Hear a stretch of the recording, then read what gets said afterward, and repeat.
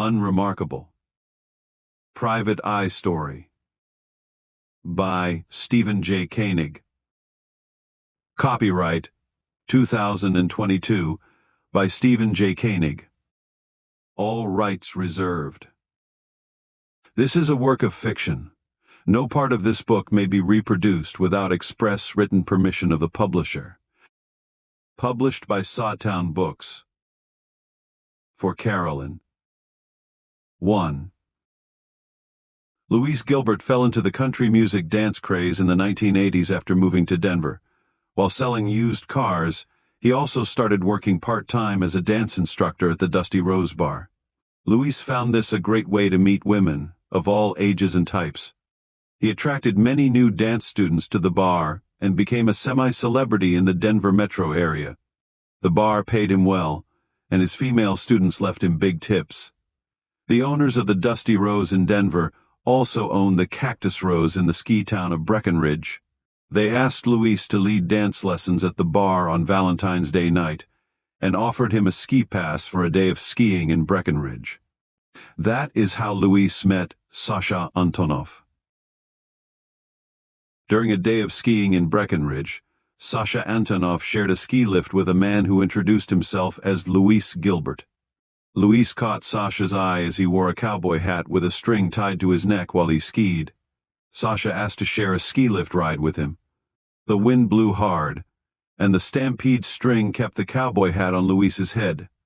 Louise explained he was giving country line dance lessons at a local bar.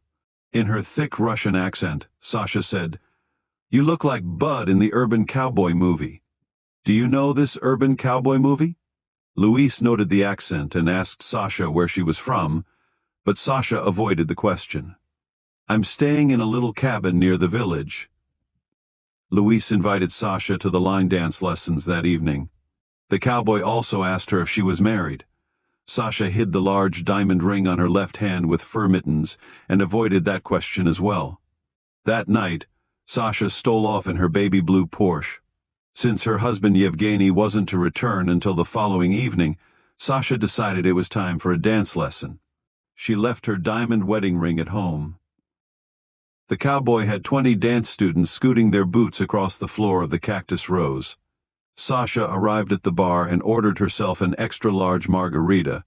She removed her fur coat, and despite the winter weather, she wore a black tank top like the female character in the Urban Cowboy movie. Sasha blew Louise a kiss when she got in line with the rest of the dance students. Sasha kept glancing in Louise's direction and smiling. She also kept downing margaritas. When the bartender yelled, "Last call," Sasha told Louise she'd drunk too much. She asked if he would drive her to her little cabin. Sasha promised she'd give him a ride back to his vehicle at the bar the following morning after breakfast. Louise half-carried Sasha to her Porsche and tried to make sense of her slurred speech on where she lived. Sasha told Louise the code to get into the gate, 1, 2, 3, 4. As they drove onto the property, Louise commented, "There is nothing little about this cabin." Sasha had far too many margaritas, and Louise struggled to guide her over the icy flagstone walk to the log cabin. Sasha assured Louise her husband would return home the following day. Louise asked, "You mean today?" Sasha thought about it for a while and laughed. "Yes, today. But later today." Before going to the bedroom, Sasha showed Louise her husband's office, a room her husband had asked her never to enter. After pouring each of them vodka, Sasha found the hidden note that displayed the numbers to open the stand-up safe in the room. The safe stood as tall as Sasha. Despite her drunken state, she spun the dial and opened the safe. "I want to show you something, Bud." Sasha then put a finger to her lips. "Don't say anything to nobody. My husband doesn't know. I know about what I know about." She then laughed and then opened the safe's big door. Sasha reached into the safe and pulled out an egg-shaped piece glittering with diamonds, rubies, and gold. Sasha called it a Fabergé egg, and said her husband obtained the egg by blackmailing a Jewish rug merchant in New York. "Yevgeny sometimes talks when he has too much vodka. Go ahead, hold it, Bud." Louise thought it funny that she called him Bud. He took hold of the large egg with both hands. The egg shimmered in the light with its varied colors. Louise asked Sasha, "What is it worth?" I have no idea. Sasha laughed and put the egg back in the safe. There are 2 more. Sasha then took hold of Luis's arm. Take me upstairs, bud.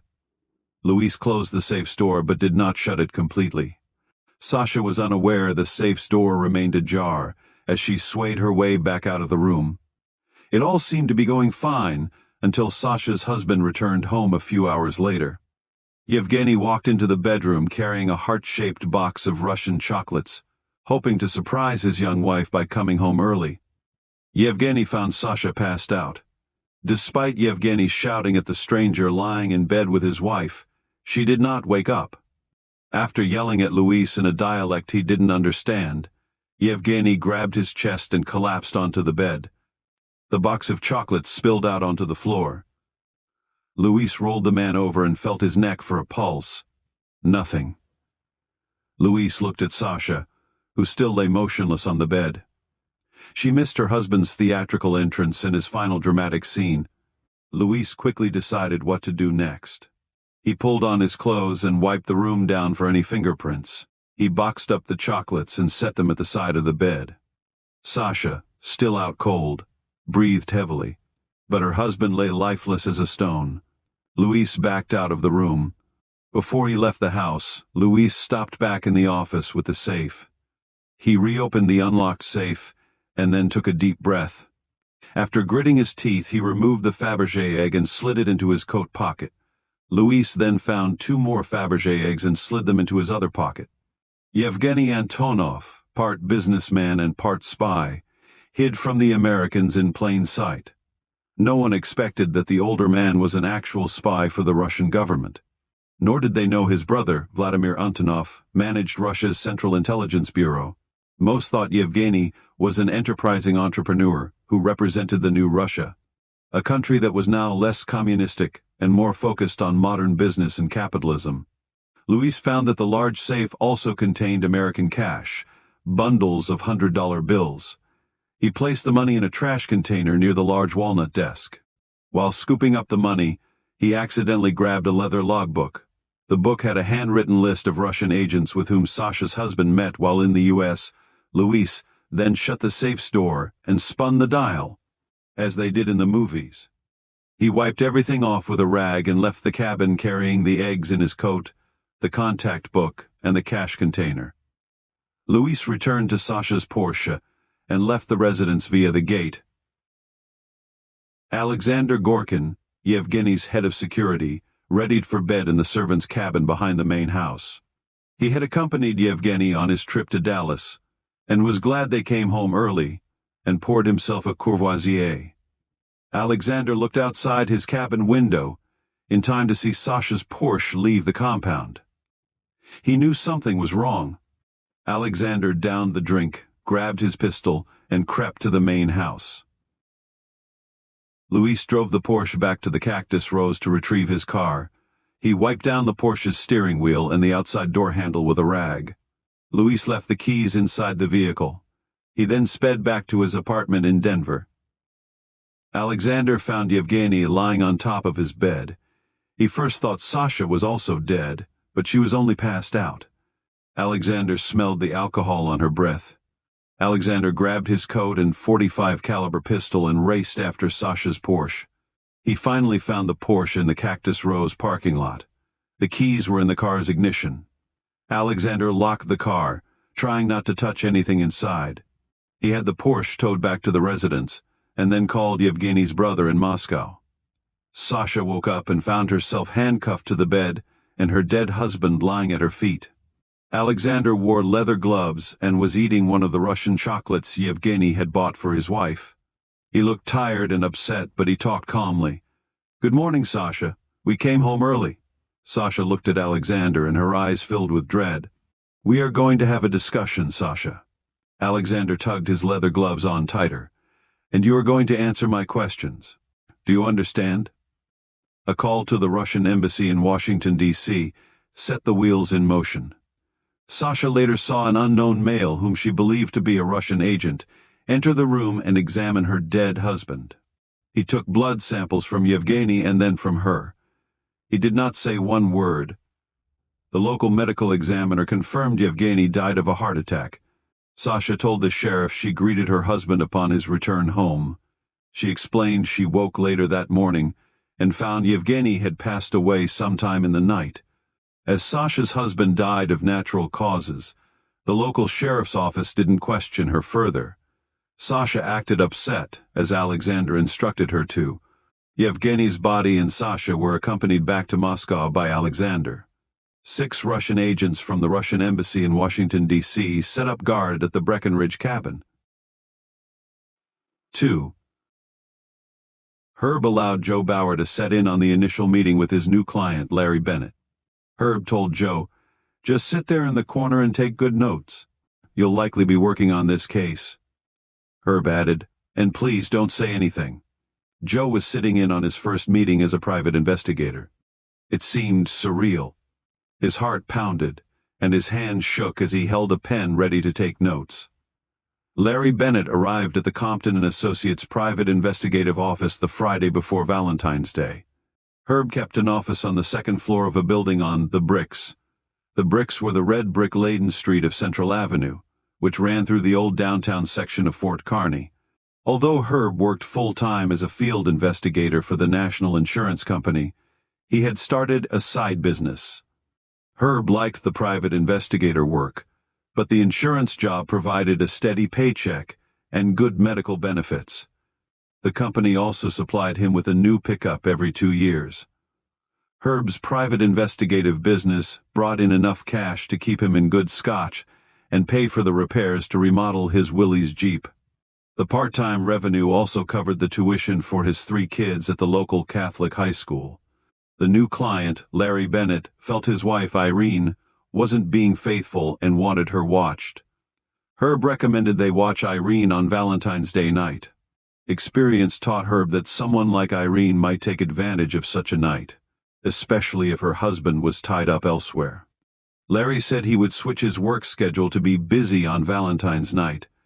He was sure Irene would act disappointed but knew it would just be an act. Larry talked with Herb about his helicopter piloting job at the local hospital. They spoke of the medical helicopter crash that occurred in December. Larry said the helicopter's pilot was an ace. As Herb promised to take his wife, Patricia, to Omaha for the Valentine's Day weekend, he thought this might be a good first case for his new associate. Herb looked over at Joe, who took copious notes and kept quiet. Herb studied the picture of Irene he asked Larry to bring. After looking it over front and back, he handed it to Joe. Herb asked Larry to explain how he met his wife. Larry married Irene during his stint in the Navy, where he served as a helicopter pilot. Irene, a young lady from Reno, Nevada, met Larry while he was on leave. Irene worked at the Red River Casino in Reno as a roulette croupier. Larry Bennett was an intelligent pilot, but he was easily distracted by blonde hair and boobs, and Irene hoped to attract a man who could get her out of Reno. A young helicopter pilot based in Hawaii sounded like her ticket out of town. The two were married 3 months later and lived on the base. Larry relayed that he had served with an aircraft detachment on board the USS Blue Ridge, where he had flown the Sikorsky Sea King helicopter. Herb relayed that he too served in the Navy and spoke of his deployment. While in the Navy, Larry spent much time at sea, but Irene didn't mind his long absences. She kept busy visiting the various tiki lounges and sunbathing on the beach. Herb asked about Irene and why Larry thought she might be having an affair. Larry said he found evidence of her extracurricular activity in their bedroom, but he wanted proof, preferably photographic proof. Herb relayed that Nebraska was a no-fault divorce state. Larry didn't need photographic proof of his wife's unfaithfulness to divorce her. And as there were no kids, it wouldn't take an attorney but an hour to draw up a legal divorce settlement. Of course, he'd have to give her some of the equity from the sale of their home.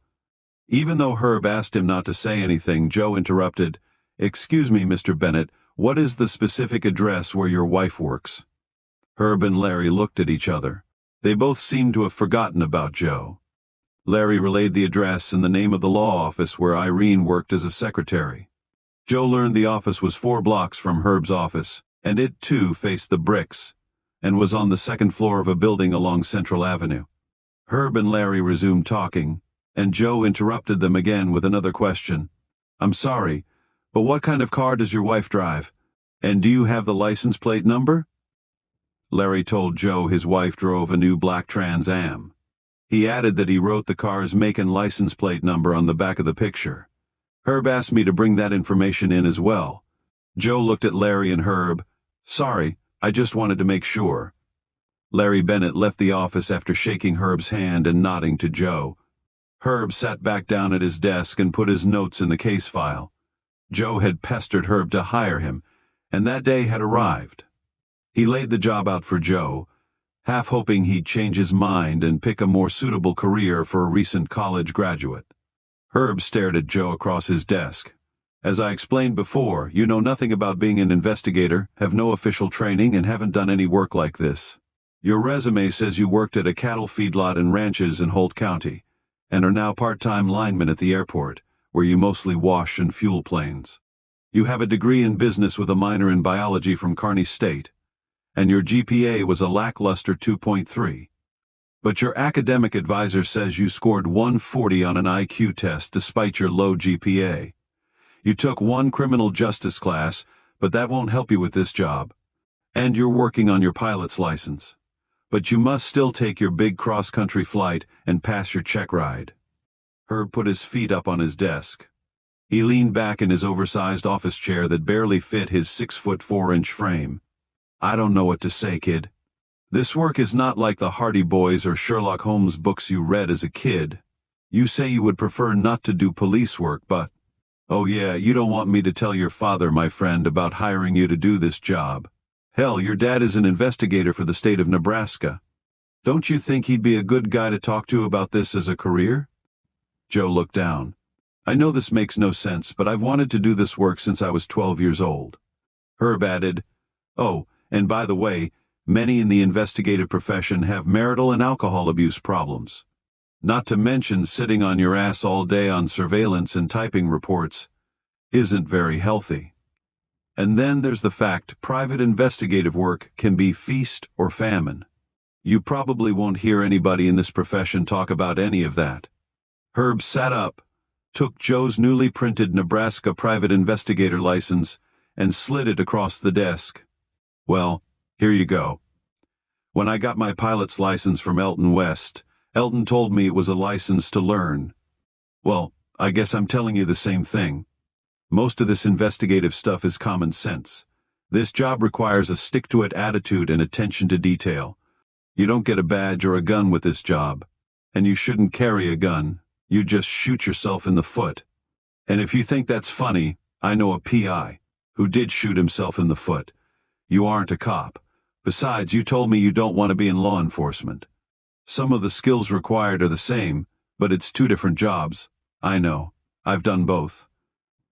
Herb stood and looked outside the window onto the brick street below. This work will expose you to the darker side of humanity. Herb paused and took a breath. You're still young and haven't seen much of the dark side of life. The dark things that people like cops and emergency room nurses sometimes witness. And priests hear about in a confessional. You probably think people are generally good. But you might become a little more cynical after a few years in this business. The calluses you get on this job will be on the inside. Herb sat back down at his desk. The first case won't tell me if you have what it takes. Maybe after 6 months you'll know if this job suits you. And maybe I'll be able to see if you have any talent for the job by then. At the end of the first year, if you last that long, we'll see if you have any hope in hell. If you turn out to be lucky, that will tell me something. It's better to be lucky than good. And the best investigators are lucky.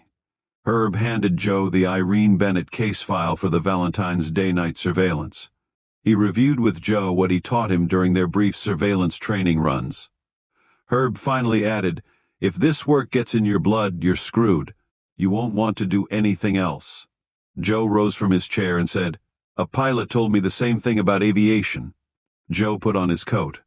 He then held his new PI license up in the air. Thanks for this, Herb. Joe walked out the door feeling a little taller. 3. Luis Gilbert owned Luis's used cars in Fort Kearney. He also worked as a country western dance instructor and DJ at the Tumbleweed Bar. His real name was Walter Lewis Gilbert, but his father called him Walt, and his friends in high school called him Wally. He hated the name Walter, and he also hated Walt and Wally. The young, overweight Walter felt humiliated when the cool kids in high school started calling him Walrus. Walter came from Rouleau, Nebraska. His mother, Norma, gave birth to him inside the farm's dairy barn. She went into labor during the nightly milking of their small dairy herd. Walter's father, Delmar, was drinking beer in a Rouleau bar during Walter's birth. After Delmar stumbled home, he found Norma holding their crying newborn as she sat propped up against one of the milking stalls. Delmar's first words to his wife were, "I hope you got all the cows milked before you had that." The Gilbert family originally came from France to the French settlement in Rouleau, Nebraska, in 1892. Walter's great-grandparents arrived during a depressing time in Nebraska history. Financial distress, caused by terrible droughts throughout the decade, nearly drove the Gilberts back to France. But they managed to survive.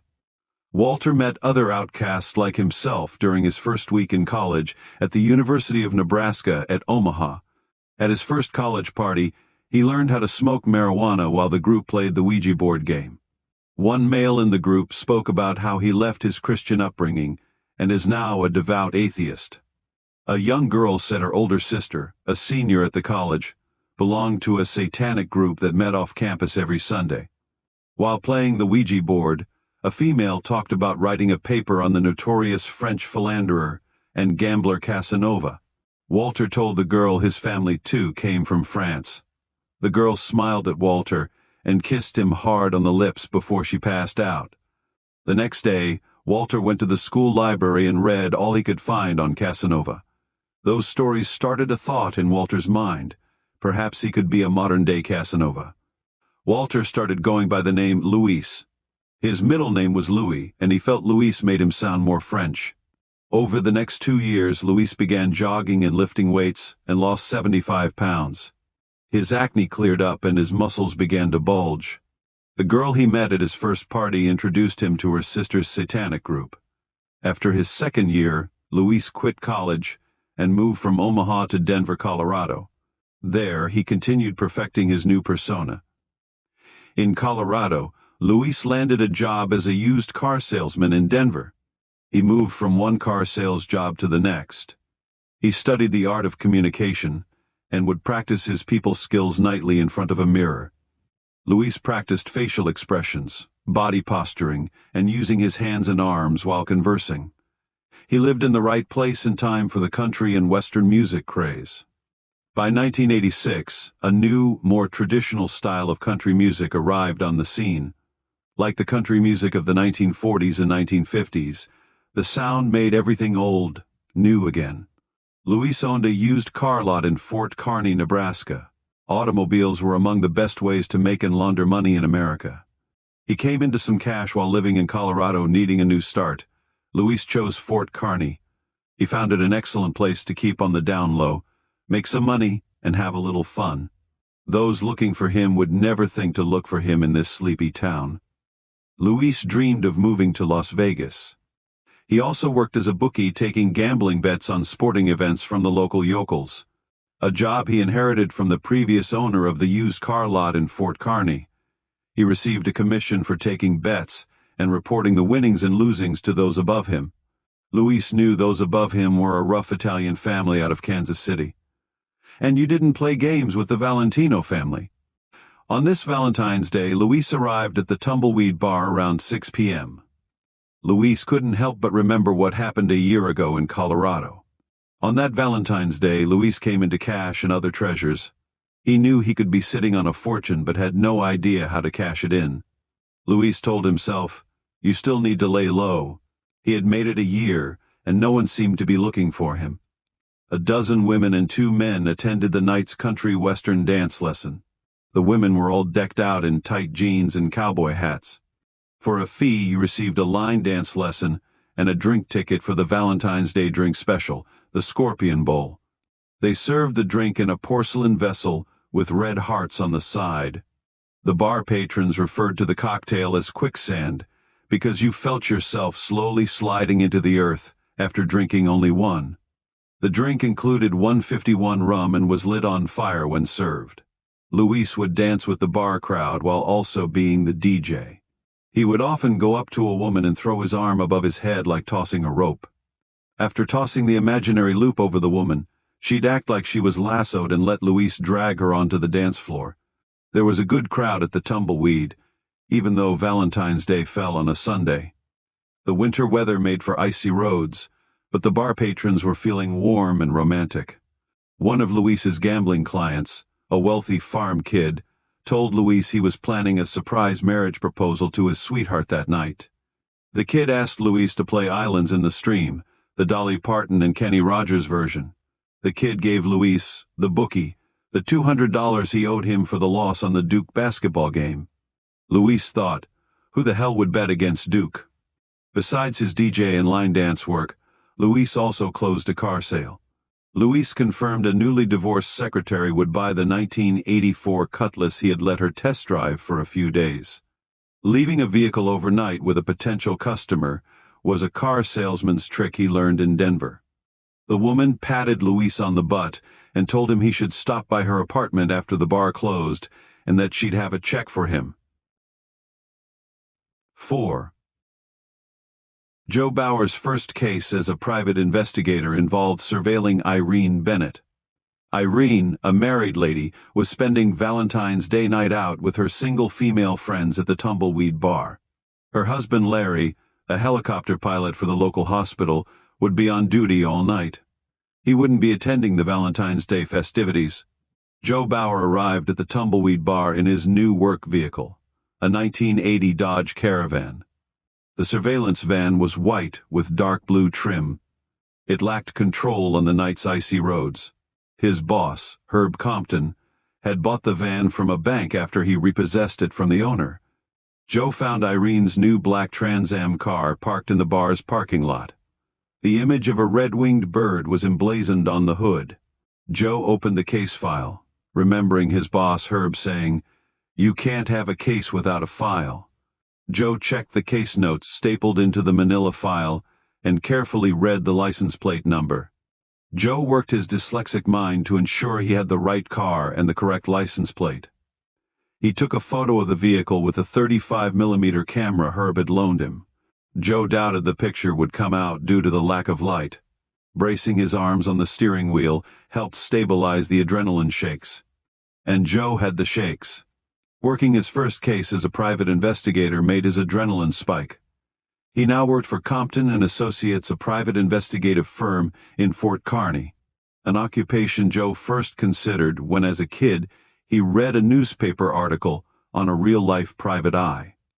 After 6 years of college, where his studies had little to do with his new job, Joe found himself now secretly shadowing a married lady.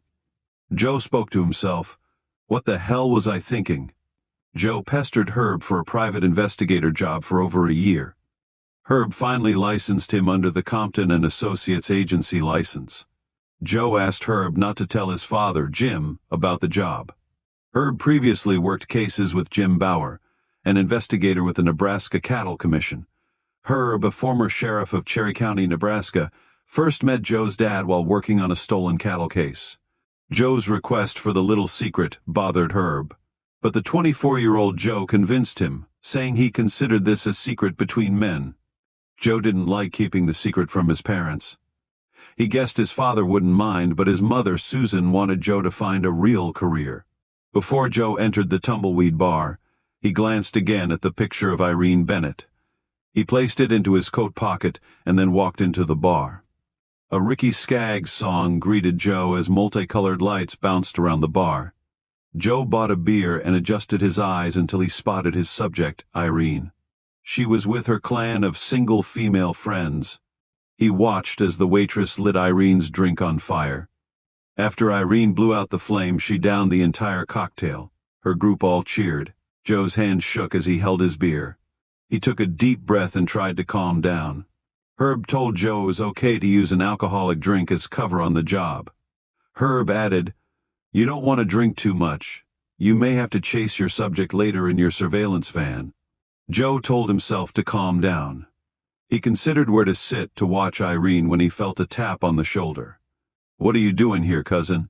You looking for your Valentine, sweetheart?" Joe had to blink.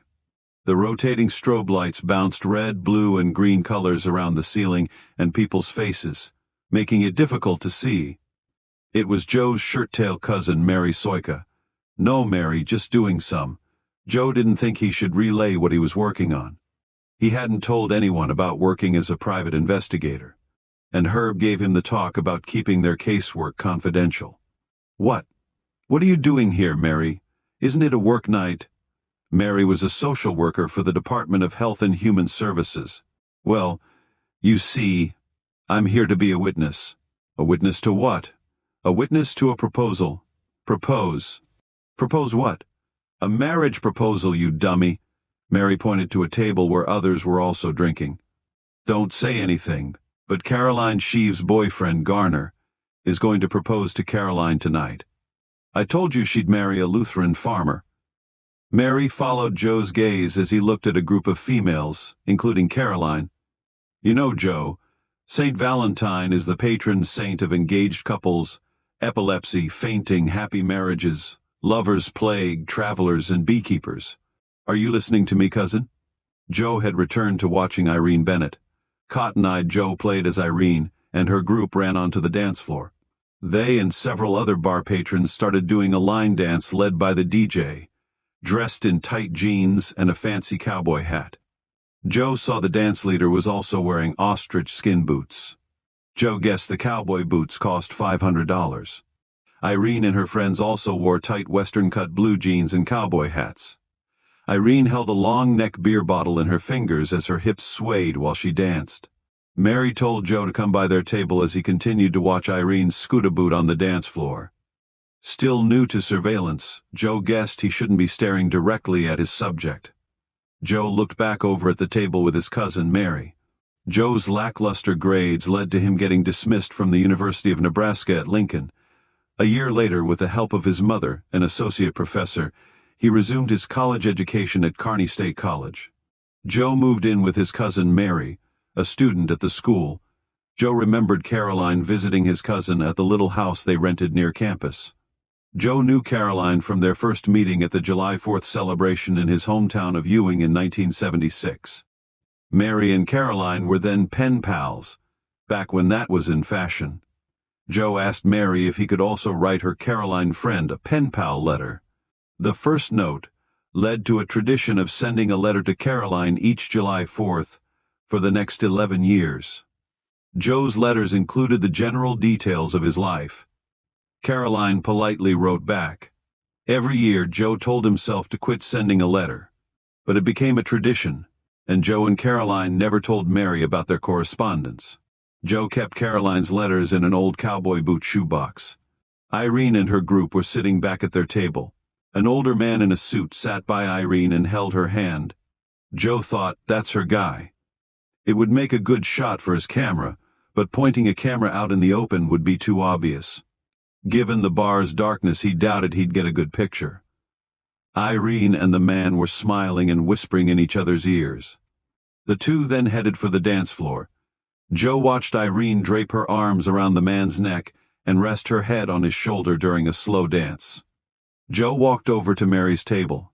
Joe said hi to the gals sitting with Mary and sat across from Caroline. Caroline smiled and said hi, Joe, giving him a knowing tight glance. Joe knew that in the last July 4th letter he may have shared too much personal information. Caroline's letters shared few intimate details of her own life.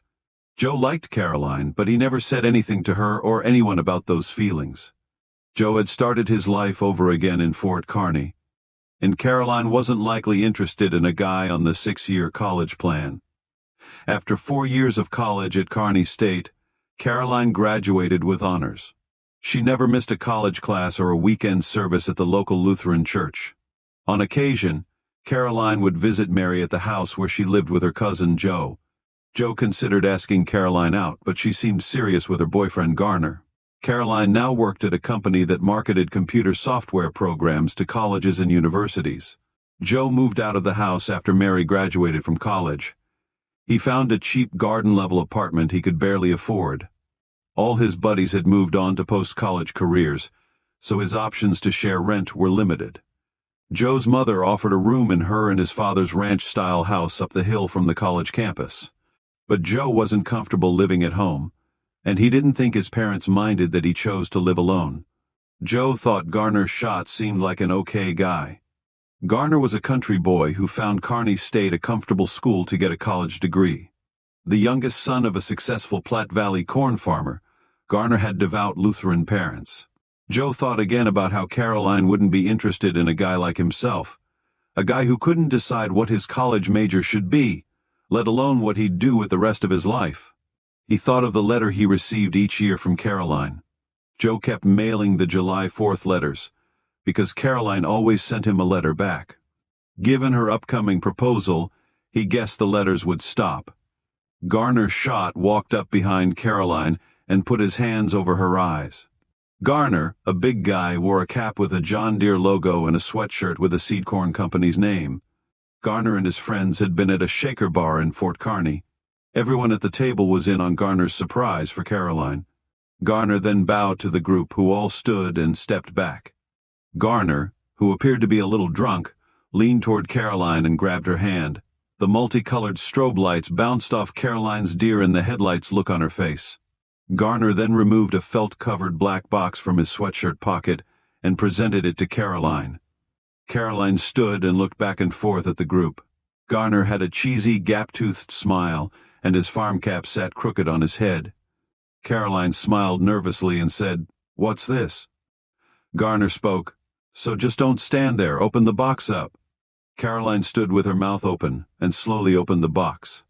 Garner spoke again, "So what do you say? Yes or no?" He looked at his guy friends, who were all smiling. Caroline looked at the girls at the table, who were in on the surprise. She held her stare on Mary, who looked away, embarrassed by her involvement.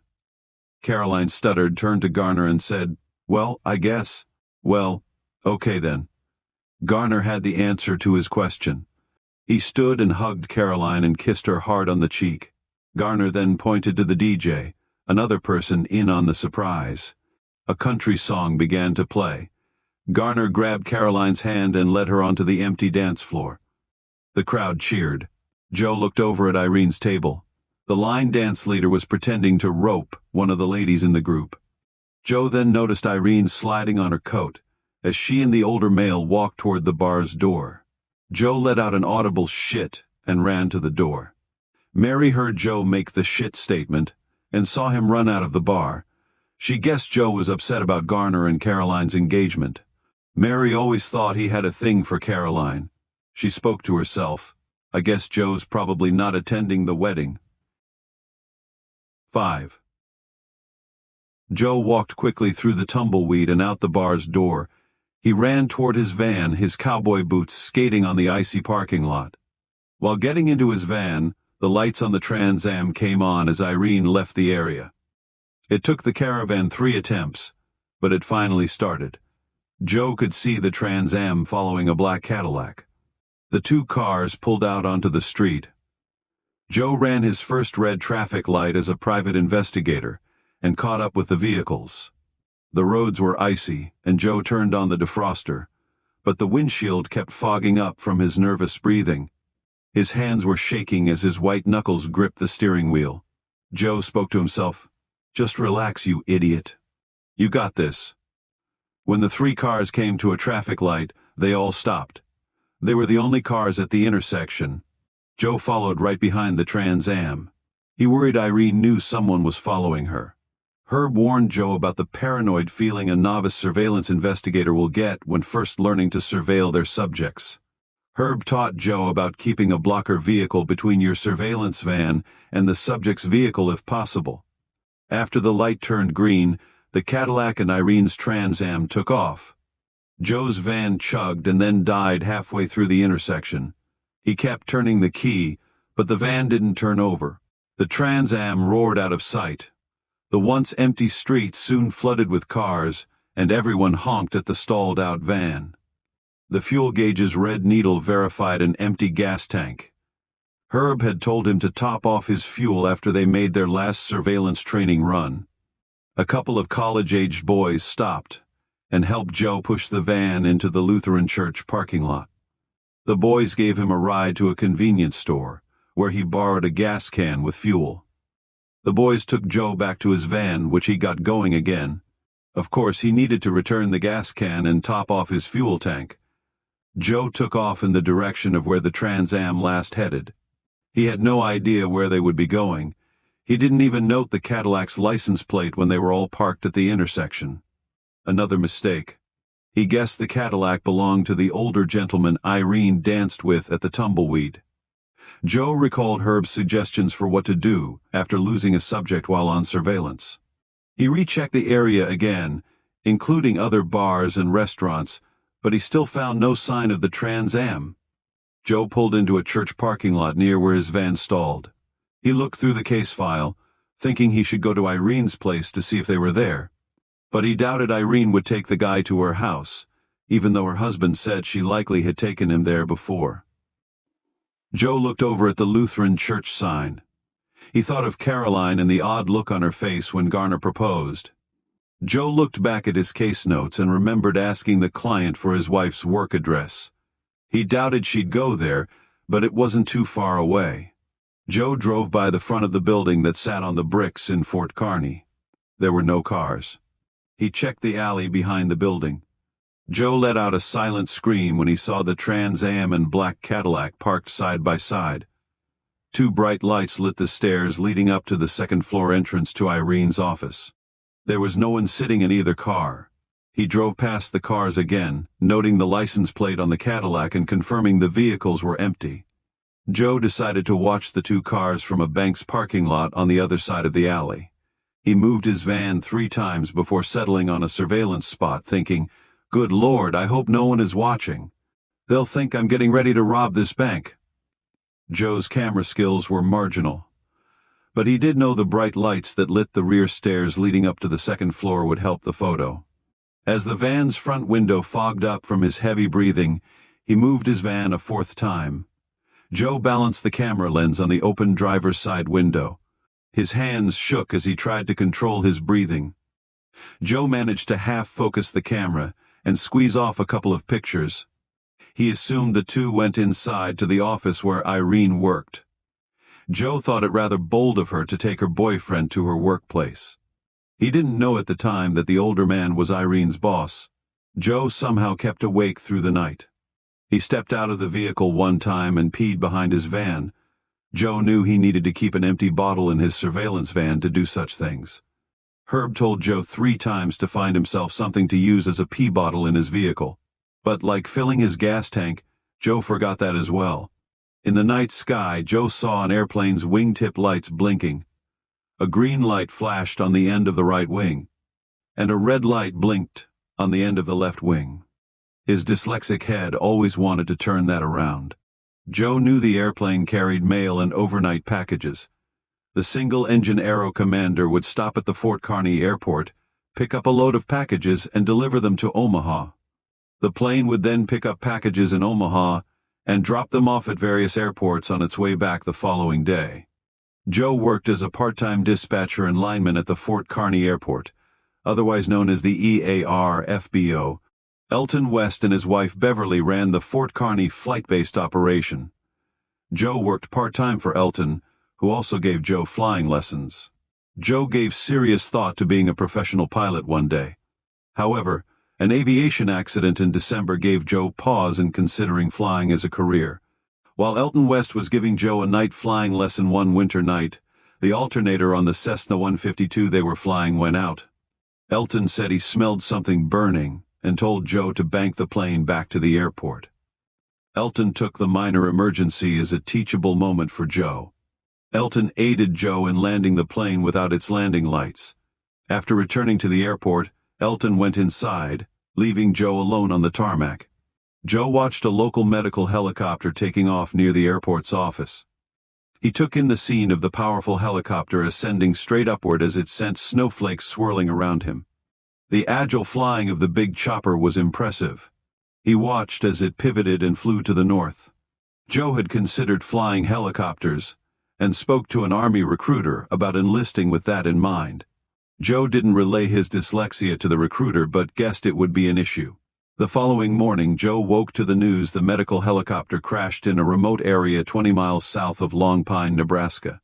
Killed in the crash were the pilot of the Bell and 2 nurses. His memory of seeing the helicopter take off before its accident would never leave Joe. And that led Joe to visit Herb Compton the next day. Joe asked Herb again if he could get a private investigator license under the Compton and Associates Investigative Agency license.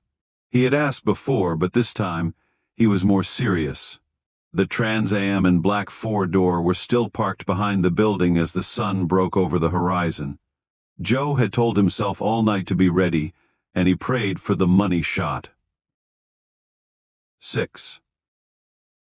Sam Loretto was the director of the Special Investigative Unit for National Insurance Group. He coordinated the company's and its subsidiaries' investigations that handled livestock mortality, liability, and property and casualty claims.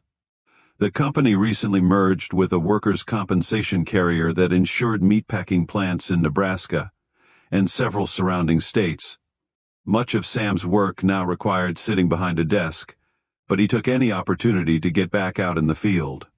He enjoyed the investigative work, not the administrative duties required of his new position. Sam had worked most of the weekend, including meeting with Herb Compton, one of his field investigators, at his Omaha office.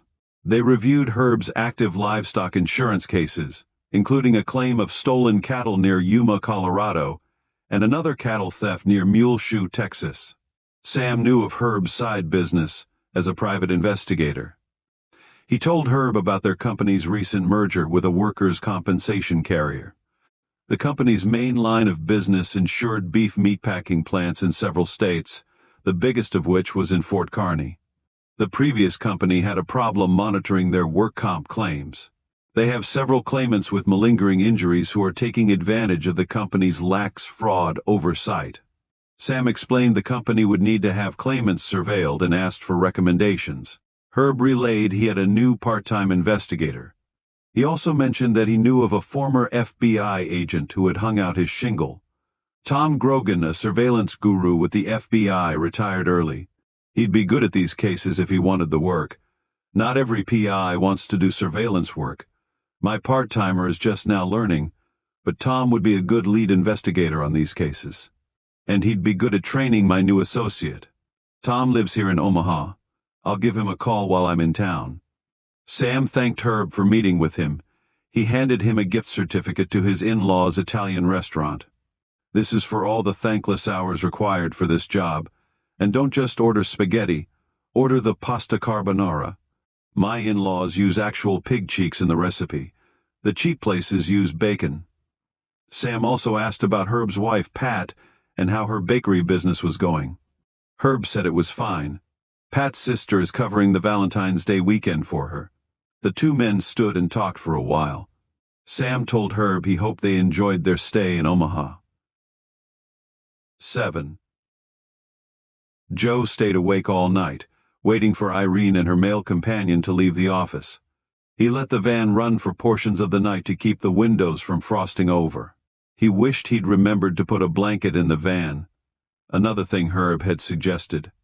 Joe had to get out of the van a couple of times to scrape the ice off the windshield and stamp feeling back into his cold feet. He watched police cars cruise down the neighboring street. But no one came and knocked on his van, and no one noticed the strange vehicle parked in a bank parking lot in the middle of the night. Joe was exhausted. He tried to keep his eyes open as the sun began to rise. The sun edged its way upward, casting light against the backside of the bricked office building and onto the Trans Am and Cadillac. The sun helped relieve his windows of the fog. Joe scraped at the inside of his van windows. At least he did have an ice scraper. Joe nearly dropped the camera when the two came out and descended the stairs. He managed to get off 2 shots as they embraced and kissed each other at the bottom of the steps. Joe tried another shot but found the film in the camera had run out. He couldn't believe he had taken that many pictures the night before. He should have put in a fresh roll of film. After the two left, he tried to start his van, but the engine wouldn't turn over. Joe gave up and walked to his apartment. He then drove his Cougar to a grocery store with a 1-hour Photoshop. Joe had done a lot of thinking as he sat overnight on surveillance. He thought about Caroline Sheave getting engaged the night before. Joe liked Caroline, and wished they would have gone out. He thought she picked a guy far better than the likes of him. He had never witnessed anyone get engaged before and thought Caroline would have acted happier. But maybe that's how girls acted. What did he know? Joe didn't even have a girlfriend. Joe asked the photography clerk to remove the film from his camera. He didn't like paying the extra fee to have the film ready in an hour, but wanted to see if he had any photos of Irene and the other man. After dropping off the film, Joe went to his apartment. He was dead tired as he looked over his near-empty fridge and took out his mother's homemade strawberry jam. Joe then made a peanut butter and jam sandwich with the last of the bread in his kitchen. Joe needed to get groceries, but he needed to make a little money first. He hoped Herb would pay him quickly on the case. Joe woke in the same clothes. The sandwich had hardened as it sat on a nearby side table. He looked at his watch. Shit. The film. Joe drove to the store, picked up the pictures, and handed the clerk cash. He went to his vehicle and said a prayer. Please, dear Lord. Please, dear Lord, let me have some good pictures. Joe then recalled he had missed Sunday Mass the day before, and he hadn't been to church for some time. He realized he was now pathetically praying God might help him out. Joe opened the packet of photos. Joe took a total of 24 photos. The first 20 pictures were black or blurry. 2 other pictures were semi-blurry images of Irene and the older man descending the stairs. But the last 2 pictures were crystal clear. Irene and the male at the bottom of the steps with big smiles on their faces. And a nice fat photo of Irene Bennett and the male kissing. Joe let out a scream, startling an older couple passing by his van. Joe took the last of his money and bought a donut and a coffee. He then went to Herb's office. Joe sat at Herb's desk and typed his first investigative report. He looked at a sample report Herb had left for him. Joe reviewed his notes and slid the electric typewriter to the center of the desk. He rolled in a sheet of paper with the Compton and Associates letterhead. Joe took a couple of bites of his donut and a drink of his coffee and typed. Case summary. February 14 AMP 15, 1988. This investigator monitored the activity of Irene Bennett at the Tumbleweed Bar. Irene was seen with other females. She was later seen with an older male. They did a slow dance. The 2 left the bar. They were followed until I lost them at a traffic light. I found their vehicles behind the building where she works. I obtained a photo of them kissing. End of report. Joe ate the donut and washed it down with his coffee as Herb entered the door. Herb hung his Stetson on a hat rack. What's going on, Investigator Bauer? I just typed my report on the Bennett case. You probably should read it before you give it to the client. Herb looked at Joe, who sat in his oversized leather chair. Joe stood up, brushed donut crumbs from Herb's desk, and sat on a side chair. I see. Did you have any luck? Herb plopped down in his chair and read Joe's brief report. He looked at Joe. You got pictures then? Joe handed the 2 pictures to Herb. Herb looked at the 2 photos and smiled. Not bad. Any others besides these 2? Joe said no. Those were the only 2 that came out. I see. Herb looked again at the report and the 2 photos. Well, at least you have these 2. I recognize the male as Mrs. Bennett's attorney boss. He got divorced last year. I've not done any private eye work for him. Joe spoke up. I'm not sure if that's what you were looking for in an investigative report. Herb looked over at Joe, who looked haggard in his wrinkled clothes. You look pretty tired, kid. I guess they were there all night. Yes. You also look hungry. Have you had lunch? I had a donut. Herb looked at the crumpled donut sack and the empty styrofoam coffee cup. Grab your coat, Joe. 8. Joe followed Herb down to the street, and they walked to the Fort Kearny Cafe. Herb found them a corner booth and ordered 2 coffees as the waitress set 2 menus on the table. That's all right, Angie, just bring us 2 number 5s. Make the eggs over easy. Angie wrote the order down on her pad and said, I will get it out shortly, Hollis. She called Herb by his given name, having learned it when he worked a small case for her. She returned to the counter, grabbed 2 coffee mugs, and returned them to the table. Angie poured Herb a cup and another for Joe. "Sugar, you want cream with your coffee?" "It's okay. Black is fine." Herb took a pull on his coffee as Angie walked away. He looked over at Joe, who blew on his coffee mug. Joe's eyes looked tired and red. Joe broke the silence. "Is everything okay? I thought the case worked out all right." Herb paused, took another drink of coffee, and then spoke. "Listen, everything is okay. We just need to do a debriefing." Herb explained to Joe what a debriefing meant. Joe took off his coat and took another drink of his coffee. Herb kept his voice low, and the noise of the Monday crowd allowed their conversation to be private. "Joe, surveillance is a strange job. As I explained, it's a job you can only really learn by doing. Most investigators don't like to do surveillance. I try to avoid it, but it is a necessary part of the private investigator's caseload." Herb waved to an older gentleman seated at the counter. "I read your report.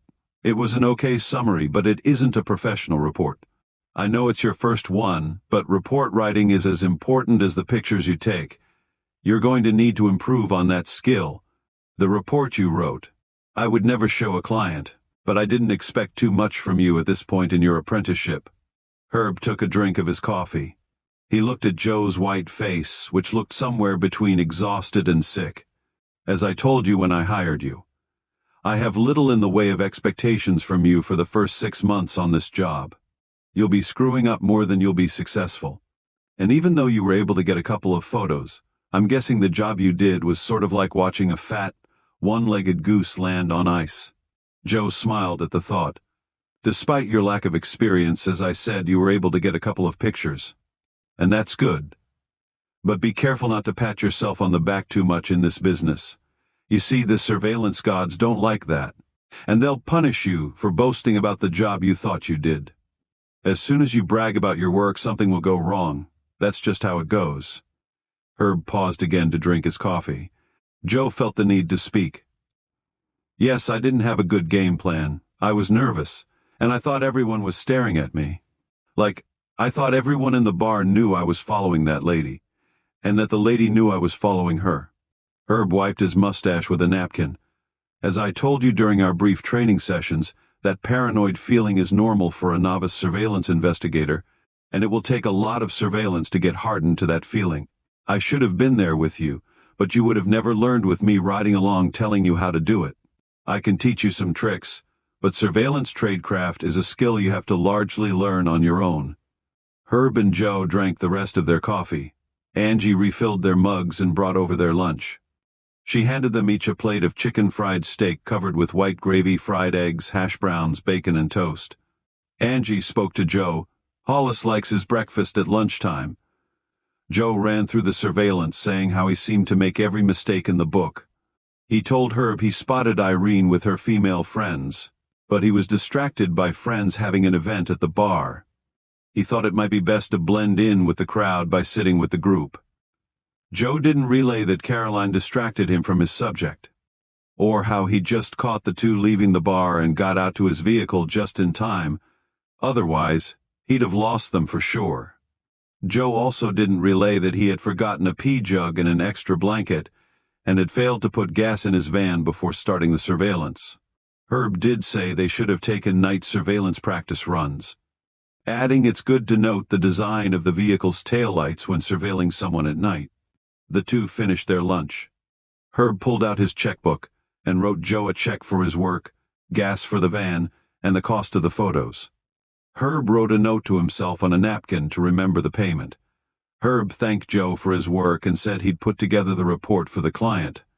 He asked for his field notes on the case and said he'd be traveling to Yuma, Colorado, on a cattle case for his insurance company employer this week. Herb followed Joe to his Cougar. He spoke to the kid through the open door as he started his car. "So I'll have my mechanic tow your van to the shop. I'm guessing it's the fuel pump. A fuel pump will sometimes go bad after you run out of gas." Joe didn't tell Herb about running out of fuel, but realized Herb had figured it out. "Oh, by the way, my boss says our insurance company merged with another insurance carrier. They carry the policy on the meatpacking plant here in town. The previous insurance company did little in the way of fraud investigations. So, He guesses they'll need surveillance done on the plant's malingering work comp claimants. Joe looked up at Herb. So, I'm guessing your job will get busier. You're going to get a chance to get better at surveillance. If that's still what you want. Joe smiled and nodded his head. Herb paused and looked at the kid's tired face. You know, maybe you should let your mother and father know about your new job. Joe's smile faded. Herb patted the top of the cougar. Get some sleep, Investigator Bauer. Chapter 9. Sam Loretto had worked for National Insurance Company since 1976. The insurance company's home office was in Omaha, where Sam met his wife. Teresa DiGiacomo was a former queen of the Santa Lucia Festival. She grew up in the Little Italy section of town. Teresa knew of Sam Loretto as they both lived in the same apartment building near 22nd and Pierce. Sam, a fair-haired boy of Swedish ancestors, stood out in the olive-skinned neighborhood. Sam said hi to Teresa a few times when they met in the hallway. Teresa never saw him with a girl, nor did he have a ring on his left hand. She knew he traveled with work, having seen him lug a suitcase in and out to his pickup. She often saw him come home on a Saturday. He always looked beat. One evening when he came home, Sam caught her looking at him from her apartment window. Luigi's bar sat down the street from the apartment, and Sam sometimes stopped to have a beer. Teresa would see Sam sitting alone looking over a file. She devised a plan. Teresa's parents owned an Italian restaurant around the corner from Luigi's. Her father and mother were good friends of Luigi and his wife Gemma, who owned the bar. Teresa talked to Gemma and told her of her plan to meet the fair-haired farm boy. Teresa peered out from her curtains on a Friday afternoon. She saw Sam exit his pickup after arriving home. He walked across the street to the bar. Teresa called Gemma, checked her makeup, and put her plan into action. Sam walked into Luigi's and looked around for a place to sit. He was about to take the last stool at the bar when Mrs. DiGiacomo grabbed his arm. "I'm sorry, sir. That seat has already been taken. But if you could help me with a chair, I can find a table for you in the corner." Sam followed Gemma over to the table. She pointed to a small alcove and told him to grab a chair. Sam moved the chair to the table, and Gemma moved a second chair to the opposite side. She then pulled a lighter from her pocket and lit a candle at the center of the table, replacing the red frosted glass cover. "What can I get for you, sir?" Sam asked for a draft of Coors beer, which he knew Luigi's carried on tap. Gemma carried the beer to Sam as Teresa walked in. Teresa and Gemma's eyes met, and they both bowed their heads in a conspiratorial manner. Mrs. Luigi made Teresa an Aperol spritz as Teresa worked her way to the end of the bar. Gemma approached Sam and said, "Excuse me, sir. I have a young lady who was supposed to meet some friends, but they were delayed. Would you mind if she shared the table with you? It's very crowded, and it is not appropriate for a young lady to be unescorted in a place like this." Gemma motioned to Teresa as she walked up to the table. "This is Miss Teresa DiGiacomo. I've known her family for a long time, and they're very good people. Thank you for letting her sit with you." Sam stood, and he and Teresa shook hands. He introduced himself, and they discussed seeing each other at the apartment building. They spoke about the apartment's thin walls and the water pipes that clanked, and the old steam heaters, and how they banged in the middle of the night. After they talked for a while, Teresa ordered Sam an Aperol spritz. Teresa explained it to be an Italian drink made with an Aperol mixture, Prosecco, tonic water, orange, and carbonated spirits. Sam told Teresa he enjoyed the drink. Teresa told Sam about growing up in the Little Italy section of Omaha and working at her parents' place, Digi's Italian restaurant around the block. Teresa then introduced Sam to other Italian drinks brought to them by Gemma. That evening, they talked for 2 hours. Gemma winked at Teresa as she and Sam walked out of the bar together. The two then walked back to their apartment building. Sam got the guts to say maybe they could do this again sometime. Teresa said that would be nice. Sam and Teresa were married a year later. Sam drove up to the Pine Ridge Reservation on the day after Valentine's Day. The trip was a 430-mile trek to the southwest corner of South Dakota. The following day, he had a meeting with Tom Poor Bear. They planned to meet at Bat's, a convenience store on the edge of Pine Ridge, South Dakota. Tom Poor Bear was a former tribal policeman on the Pine Ridge. After someone ran his police cruiser off the road, he retired from law enforcement. Tom obtained his South Dakota private investigator's license on the advice of Herb Compton. Herb gave his boss Tom Poor Bear's name, telling Sam if he needed help on the Pine Ridge Res, that was who he should call. Sam spent the night in Gordon, Nebraska. He met Tom Poor Bear at Bat's General Store the following morning. Tom asked Sam to follow him, and Sam followed Tom's rusty XR7 to a rough-looking cabin outside Pine Ridge. The two parked, and Sam followed Tom inside. A dog chained to a doghouse sat on his haunches with his ears perked up. Tom said, "I'd have given you the address, but there are no street signs, and I knew a Wasikue like you would get lost on the res without an Indian guide." Tom set 2 mugs of hot coffee on the table along with an open package of Fig Newton cookies. 2 car magazines sat under one of the table legs to keep the table from wobbling. Tom dunked a hard Fig Newton into his coffee and took a bite. My bad coffee helps moisten the stale Fig Newtons. After washing the cookie down with the coffee, Tom asked Sam what kind of case he had for him. Sam explained National Insurance carried the policy on a trucking company. The insured, Cliff Moran, lived across the border in Nebraska. The company's trucks and shop building were set on fire. The incident was being investigated as an alleged act of arson. The company's insurance adjuster had examined the trucks. The claims adjuster received an anonymous call while staying at a hotel in Gordon. The caller said the trucking company's owner lit the shop and trucks on fire for the insurance money. The insurance adjuster with National Insurance, Jeff Bonsoff, called Sam and said he would hold off on paying the claim. He wanted the company's special investigative unit to check it out. The anonymous caller said one of the truck drivers, nicknamed Chango, who worked for the owner, knew what happened. The driver was hiding out on the Pine Ridge Reservation. "Tom, do you know this Chango character? I need you to find him and talk to him." Sam paused, then took a bite of a hard Fig Newton and took a drink of coffee. "You know and I know a Wasikue like me is not going to get anywhere on an investigation like this on the res." Tom looked out the window and laughed. Tom was the caller who gave the insurance adjuster the anonymous tip on the case. "No, you wouldn't have much luck playing Sherlock Holmes in this neck of the woods, Kemosabe." Tom stood, took a drink, and then threw the coffee in the sink. He opened the screen door to the cabin and pitched a stale Fig Newton outside. "That dog loves Fig Newtons even if they're stale." Tom sat back down in his chair. "You have to understand, the Wounded Knee occupation wasn't that long ago. And things here haven't changed much. People still have American Indian Movement posters hanging in their homes." Tom pointed to a faded AIM poster on his cabin wall. Sam stood and refilled his mug from the coffee pot.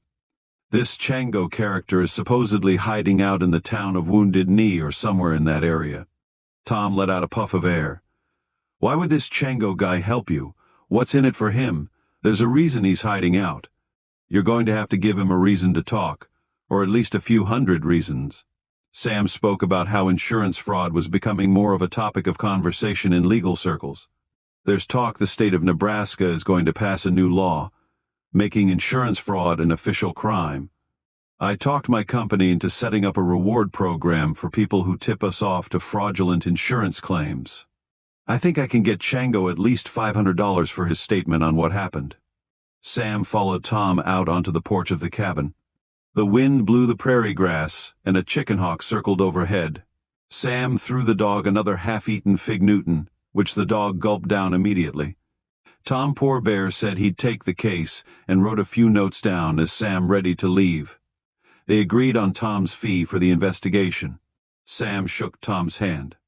"By the way, what's your dog's name?" The dog was panting and appeared to be waiting for another Fig Newton.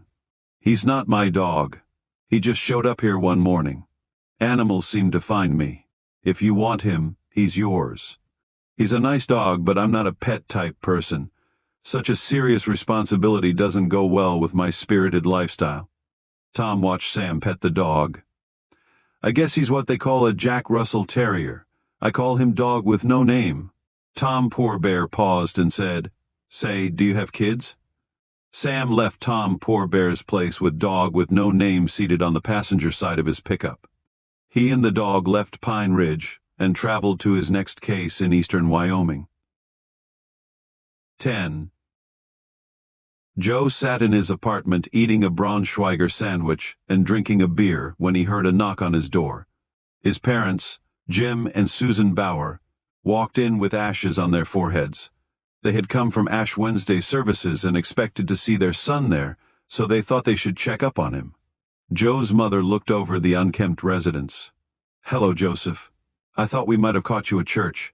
I guess you were busy." Joe noticed the ashes on their foreheads and realized he had missed the church service, which started Lent that year. His father spoke. "Guessing you just got off work. That's why we didn't see you at the Ash Wednesday service." Joe gave his dad a look and realized his father gave him a reason to appease his mother. Yes, that's right. I worked at the airport today." A half-truth, as he had only worked during the morning. Joe began clearing newspapers and flying magazines off the couch to give his parents somewhere to sit. "Would you like something to eat or drink?"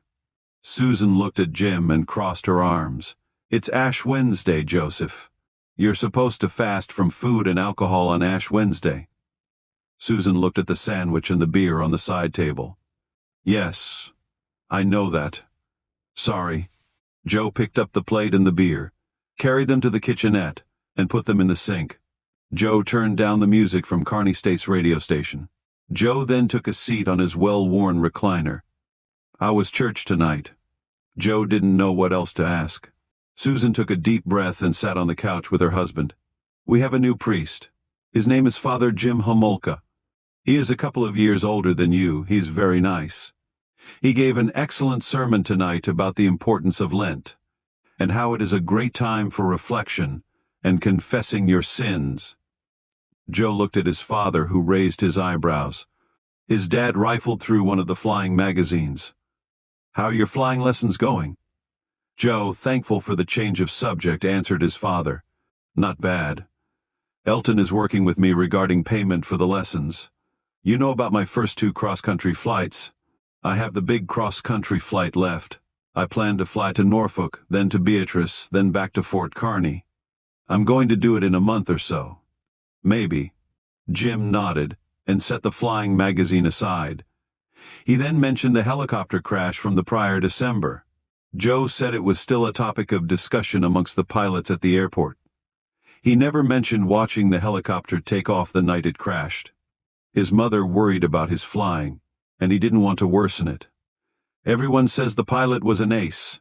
Susan then asked Joe about his job search. "Any luck finding a full-time job? I see Walmart is conducting interviews with recent graduates for their management trainee program. It is posted on the campus job board. They're taking walk-in interviews in a couple of weeks. I wrote it all down here. You will need to wear a suit and a tie, like what we bought you for your graduation gift. Those jobs come highly recommended by the counselors on campus. You can contact Rachel at the admin office. She can give you an idea of what kind of questions they might ask during the interview." Joe looked at the note his mother handed him. He thanked her and added he meant to check out the job board. His father again broke the silence and pointed to a book on the floor. "What are you reading, Joe?" Joe picked up the book. "It's a book I found at the library. It's about a guy who is a private investigator in Boston. The main character's name is Spencer." Susan looked over Joe's shoulder, inspecting the rest of the tiny apartment. "Still like mysteries, I guess." "Yes, I guess I do." Joe thought he should tell his parents about the private investigator job. He then heard a knock at his door. Joe welcomed in his cousin Mary. She came to talk to Joe, presuming he was upset about Caroline getting engaged the other night. Mary came in, talking loud and boisterous. She too had ashes on her forehead. She greeted Joe's parents, who asked Mary how her parents, Stanley and Catherine, were doing back home. Susan commented that they missed their family and friends back home in the Ewing area, now that they lived in Fort Kearney. "Oh, they're doing fine." She looked at Joe and said, "I thought I'd see you tonight at Ash Wednesday service." Susan said she saw Mary coming back from communion. "What do you think of our new young priest, Father Jim?" "Oh, I think he's nice." "I bet you would like him, Joe." Mary guessed Joe hadn't gone to Ash Wednesday services. Susan spoke. "Yes, if Joe goes to Mass sometime, maybe he'll meet Father Jim." The room went quiet. Joe's father spoke. "Well, Sue, we better go. I gotta get up early in the morning for that phone meeting." Joe helped his dad up from the couch. He asked his father how things were going at work. Jim said, "I'm mostly doing office work now for the Cattle Commission.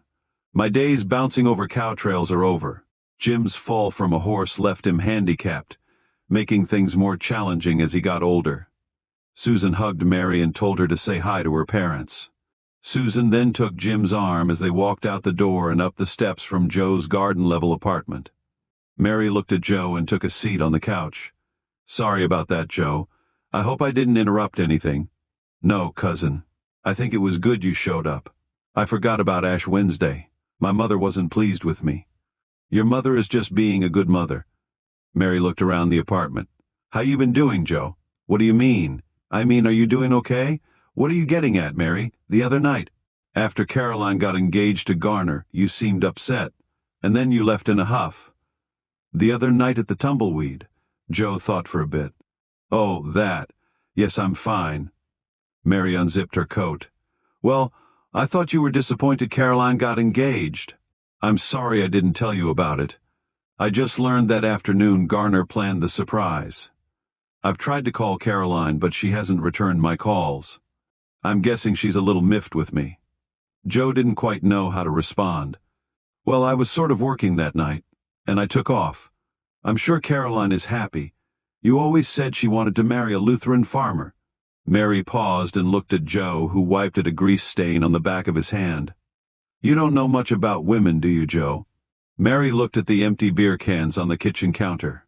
"What did you give up for Lent?" "What? For Lent?" "You know, the Catholic practice of abstaining from something during Lent." "I'm giving up alcohol. I've been drinking too much wine lately." "Did you know St. Matthias is the patron saint of alcoholics? He also is the patron saint of carpenters, tailors, people who need hope, and drug addicts." "I don't know. When I was a kid, I would give up candy or Coke." Joe looked down. "I haven't been a very good Catholic for a long while, Mary. I'm trying to figure my life out." Joe then blurted it out. "I started a new job as a private investigator." Mary looked at Joe. A what?" "A private investigator. Like on TV? Like the guys that run around with a gun, chasing and beating people up?" "No, it's nothing like that. I don't carry a gun or a badge. Mostly it involves following people around and seeing what they're doing." "Okay. Well, I thought you were thinking about being a pilot, or you would do something where you used your college degree. What did you major in again?" Joe shook his head. "I'm going to give it a try, but you can't tell anybody." "Don't tell my parents. I don't want them to know. They just think I'm crazy. I like aviation, but I don't know if I'm very good at it. And then there is the cost of flying lessons. I can barely afford to get my private pilot's license. I guess I'll have to join the military or something if I'm going to make flying a career." Joe paused, wanting to change the subject. "How's your brother Teddy doing?" 11. John Hansel met Susan Bauer at her office on the Kearney State College campus. "Thanks for meeting with me, Professor Bauer. I just came to Kearney State at the first of the school year. I'm here on an academic retreat of sorts. My office is in the Pawnee building on campus.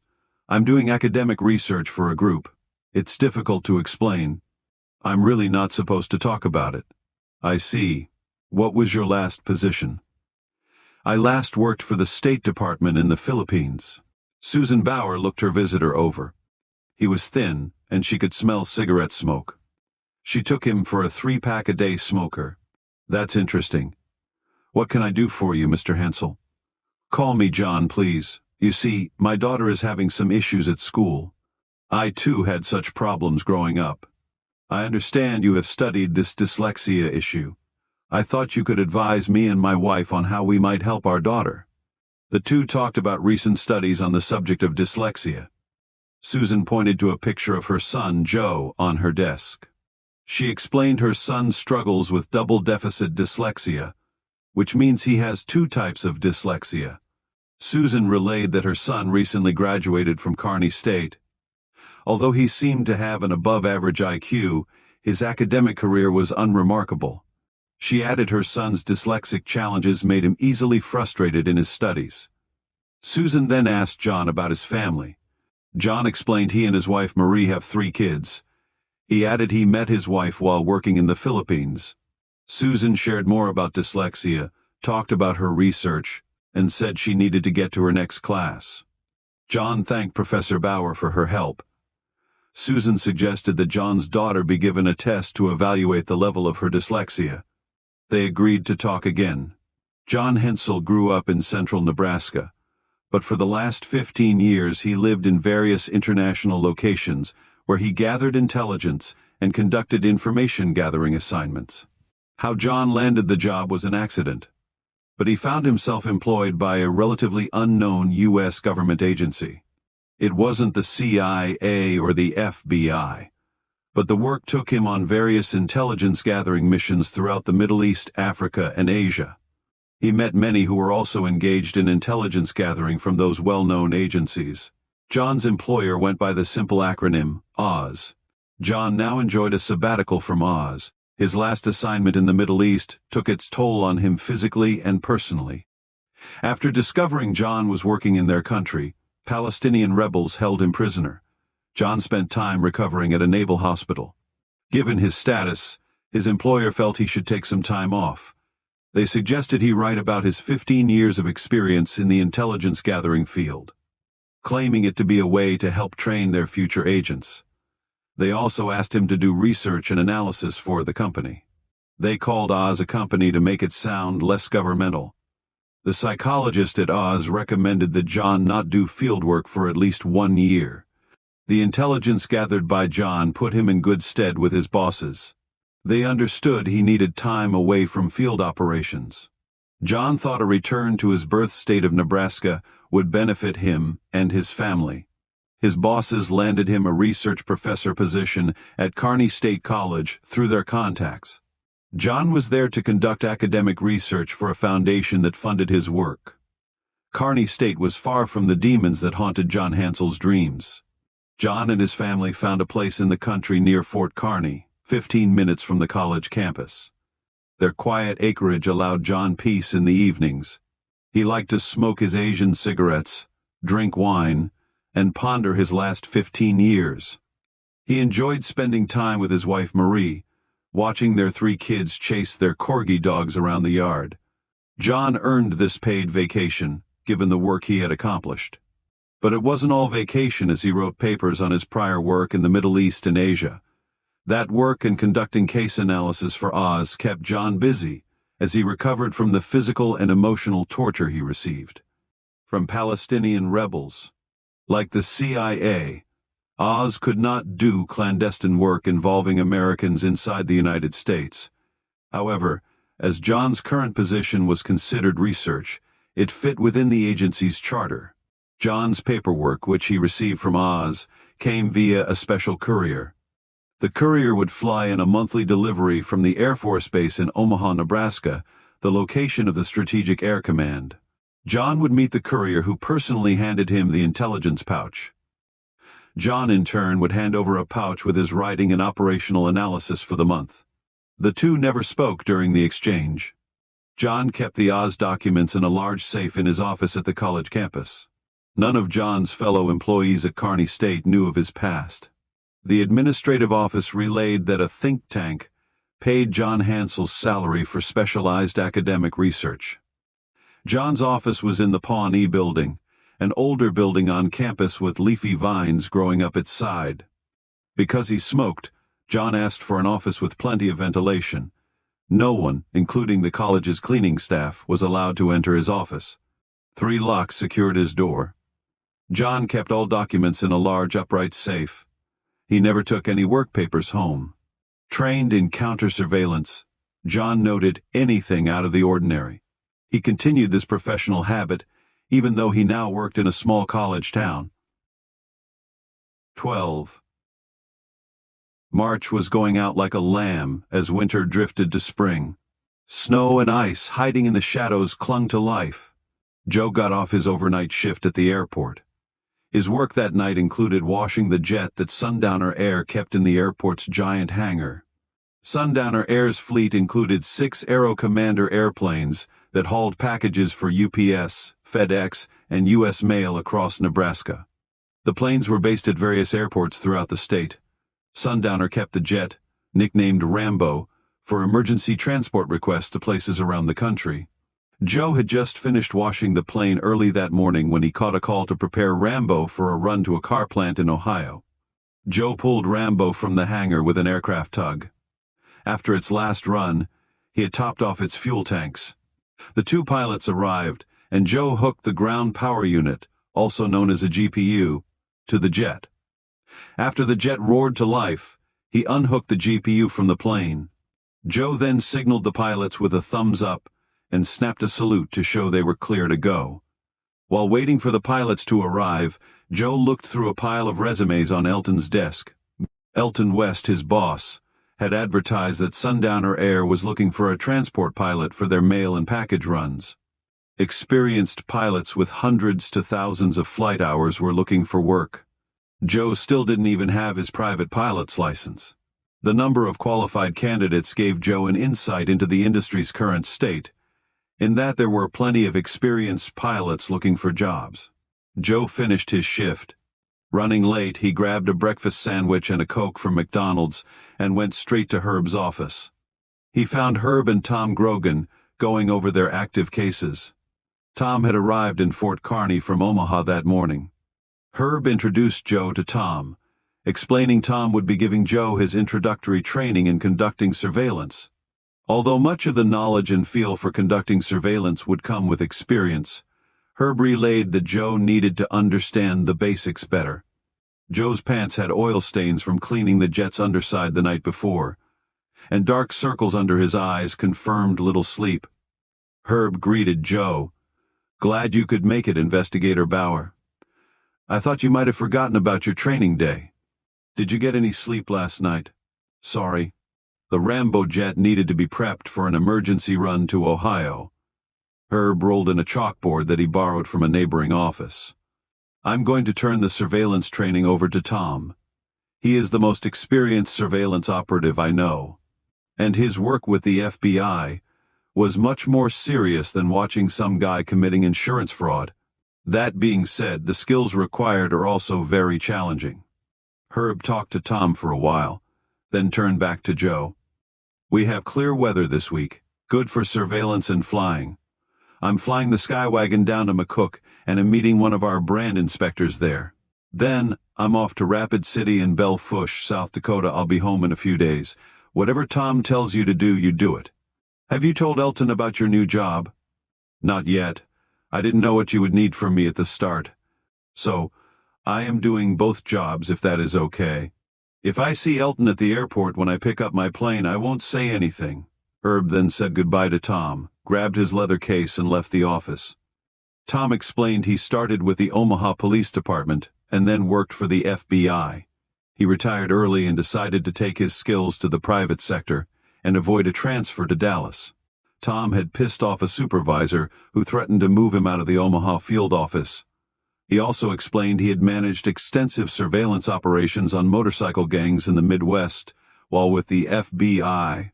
The covert surveillance mainly involved their drug operations. It also included the FBI's bugging of the gang's clubhouse in Omaha. Tom started the training by explaining the types of surveillance cases Joe might handle as a private surveillance operative. A private investigator handles certain types of surveillance assignments. We handle the occasional marital case, corporate theft, and insurance fraud cases. Today we will focus on what is required to conduct surveillance on workers' compensation cases. Tom explained that the FBI used tactical surveillance teams to conduct surveillance. That meant they used several agents in several vehicles. In the private sector, we might use a 2-person team in 2 vehicles, but usually it will be just you, working alone. So in many ways, it's a different animal. Tom explained Herb worked for an insurance company that provided workers' compensation coverage for Fort Kearny meatpacking. He added work comp insurance covered employees who sustained injuries during their employment. Sometimes workers suffered dubious injuries or were malingering in their recovery. The job of the surveillance operative is to document the claimant's daily activities, so they can see how their activity compares to what they're reporting to their employer or medical provider. Joe asked Tom a few questions and took notes on a yellow legal pad. Although tired from the lack of sleep, Joe found the training interesting. He listened as Tom explained how to conduct surveillance properly. Tom started by explaining the mistakes many private investigators make on surveillance. He said most private investigators know little about or have had any real training in this specialty. They've watched the Rockford Files on television and think they know how to work a surveillance. You don't just sit in the front seat of your car, across the street from your subject's house, with the window rolled down while smoking cigarette after cigarette. That is not how surveillance is conducted. Tom went on to explain the surveillance operative needs to be covert. He added, "Joe, the trick is not to be tricky. The trick is not to be invisible. The trick is to be unremarkable." Tom wanted this to sink in, so he repeated the line and made sure Joe wrote it down. Then he had Joe read it back to him. "You need to fade into the background, Joe," which isn't easy to do in residential areas where everybody knows everyone that lives in the neighborhood and what everyone drives for a car. Tom spent the rest of the morning on additional training, which included drawing on the blackboard and showing Joe where he might set up on a fixed surveillance. They also went over operating a video camera. Tom then sent Joe down to the cafe to bring back lunch. When Joe returned, they ate their Reuben sandwiches as Tom continued the training, talking into the late afternoon hours. Joe's head started to nod, and Tom called it a day. "I know you worked all night and you got little sleep, but staying awake will be key to becoming a good surveillance operative." Joe looked back at Tom and rubbed his eyes. "I'm off work the rest of the week at the airport. I'll be ready to go tomorrow. I just need some sleep." Tom told Joe to meet back at the office at 9 a.m. the next day. Joe returned to Herb's office at 8:30 a.m. the following morning, refreshed and ready to go. Tom and Joe spent the morning reviewing additional training. Tom started by discussing the surveillance lingo they would use. On surveillance operations, there are terms that are used, such as the subject, "I got the eyeball, blockers and bracketing, get set up," burrow in, grab the plate, get an ID shot, whiz bottle, dumpster dive, choke points, spot checks, head to the res. The difference between fixed and mobile and foot and covert surveillance: got burned. They're acting hinky, leapfrogging, backing off and pulling off and going in, following from the front, soft tails and parallel tails. Progressive tails and hard tails. Hook a chain to his bumper, camo up, got rolled up on, make a scam call, lost contact, got a fix on him, nailed him, and terminated for the day. Joe took good notes. He learned the subject was the person you were surveilling. Getting burned or made meant the person you were surveilling caught you surveilling them. And hinky meant the subject acted suspicious of the tail. They talked about suspicious subjects and how they might make several turns in a neighborhood to pick up a tail. Tom added this also might mean the person you're tailing is lost or looking for a residence, and that the terms drive-by and spot check stood for a brief inspection of activity at a residence. They also looked at the first surveillance cases taken in from Herb's insurance company. Joe was ready to rush out and start working on the cases. He asked Tom which case he'd be working on first. Tom held up a hand and told Joe to relax. Tom then started typing a case list of all the cases assigned to their firm. "This will be the case list of our active files." Tom and Joe then reviewed the case information. Tom had prepared case intake forms and gave them to Herb. Herb made notes on each claimant from the adjusters handling the claim files. The case intake sheets noted the claim number, claimant's name, address, date of birth, type of injury, date of injury, and whether an attorney was representing them, along with any physical restrictions and scheduled medical appointments or pending legal hearings. After they reviewed each intake sheet, Tom called a contact in Lincoln, Nebraska. He asked his source to go to the State Department of Motor Vehicles and obtained the registered vehicles for each subject. Tom's contact called back later with the make, model, and license plate numbers on all the claimants' vehicles. Tom noted the vehicle information on the case intake sheet and put each sheet into a manila file. You know you can't have a case without a file? Joe relayed Herb told him that as well. Tom then started a case file log, noting a number for each case. Tom then wrote the name on the file along with the case number. Every time Herb takes in a new case, you add it to the case log and the active case list. Do that every time with every case. You just add the new number in chronological order. Setting up a case file is your first step in every investigation. You understand? Tom then held up his hand. Also, remember this. One of the mistakes rookie surveillance operatives make is they will leave the case file on the front seat of their surveillance vehicle. Then, if someone comes over and looks in your van while you're hiding in the back, they will see the file with a name on it. You don't want that to happen. Keep all your files and any other gear out of sight in the back of your surveillance van. Now, let's take a look at case number 88-001. Robbie Hemmings. 13. Father Jim Homolka, the new associate priest at St. Mary's Catholic Church, asked the head priest at his parish for a favor. He wanted to attend a priest's retreat in Omaha the following November. A visiting priest from the Omaha diocese scheduled a talk about exorcism. While attending the seminary in Minnesota, Father Jim met his first exorcist, Father Adolf Ferroni. Father Ferroni escaped Italy during the war but still spoke with an Italian accent. The two met when the exorcist visited the seminary where Jim Homolka studied. The seminary rector invited the students to a talk on exorcism, but it wasn't mandatory. Seminarian Jim Homolka was the only student to show up for the discussion. The priest took 2 hours to explain the basics of his vocation as an exorcist. When done, Jim asked Father Ferroni to give him a blessing, and thanked him for his time. Jim was a slender young man with a quiet nature. During their meeting, he asked Father Ferroni 2 questions. One concerned how much a priest should share with his parishioners about Satan's role in the world, and the other concerned dealing with someone in the confessional who showed signs of satanic possession. Father Ferroni spoke to the seminary rector. He said he saw something in the young future priest and asked if he could present a letter for the seminarian's file. Father Jim's supervising priest said he'd consider his request to attend the retreat. He later reviewed the same question with the diocese's bishop, who reviewed Father Jim's personnel file containing the letter from Father Ferroni. Father Ferroni wrote he met Jim Homolka while visiting him at the seminary. He felt the young seminarian showed promise, noting, "James has a special light about him. I would guess much will be asked of him during his time as a priest." He did not relay Father Ferroni's letter to the supervising priest. The bishop approved Father Jim's request to attend the retreat. John Hansel and his wife took their 12-year-old daughter, Christina Marie, to be tested by Susan Bauer. Susan took over 2 hours to evaluate her for dyslexia. She said she would prepare a report and perhaps they could talk later in the week. John and Marie Hansel returned to Susan's office the following Friday afternoon. Susan explained that Christina Marie showed signs of rapid automatic naming dyslexia. Susan provided advice on how John and his wife might help their daughter. "I am still inclined not to refer to dyslexia as a handicap. Being mindful that there is an issue is important.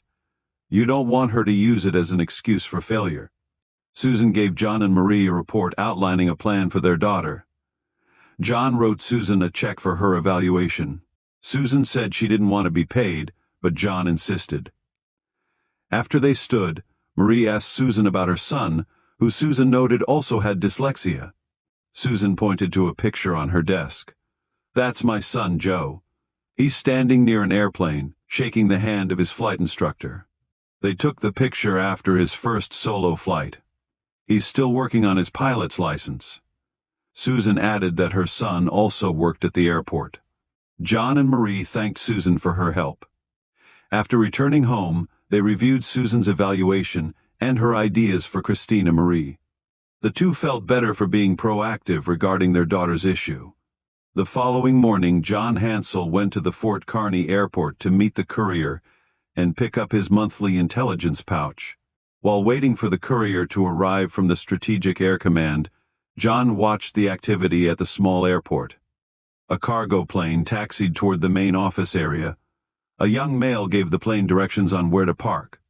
Remembering the picture on Susan Bauer's desk, John guessed the young male was her son. He watched the kid briefly talk to the pilot and then fuel the plane. After obtaining the pouch from the courier, John handed the courier his month's analysis and reports. He then went to his office. John thought he should wait until Monday to look at this month's documents from Oz. He told himself, just put the pouch in the safe and go home. The pouch can wait until Monday. But he decided to glance at what the folks at Oz had sent. What he found included a sealed red file.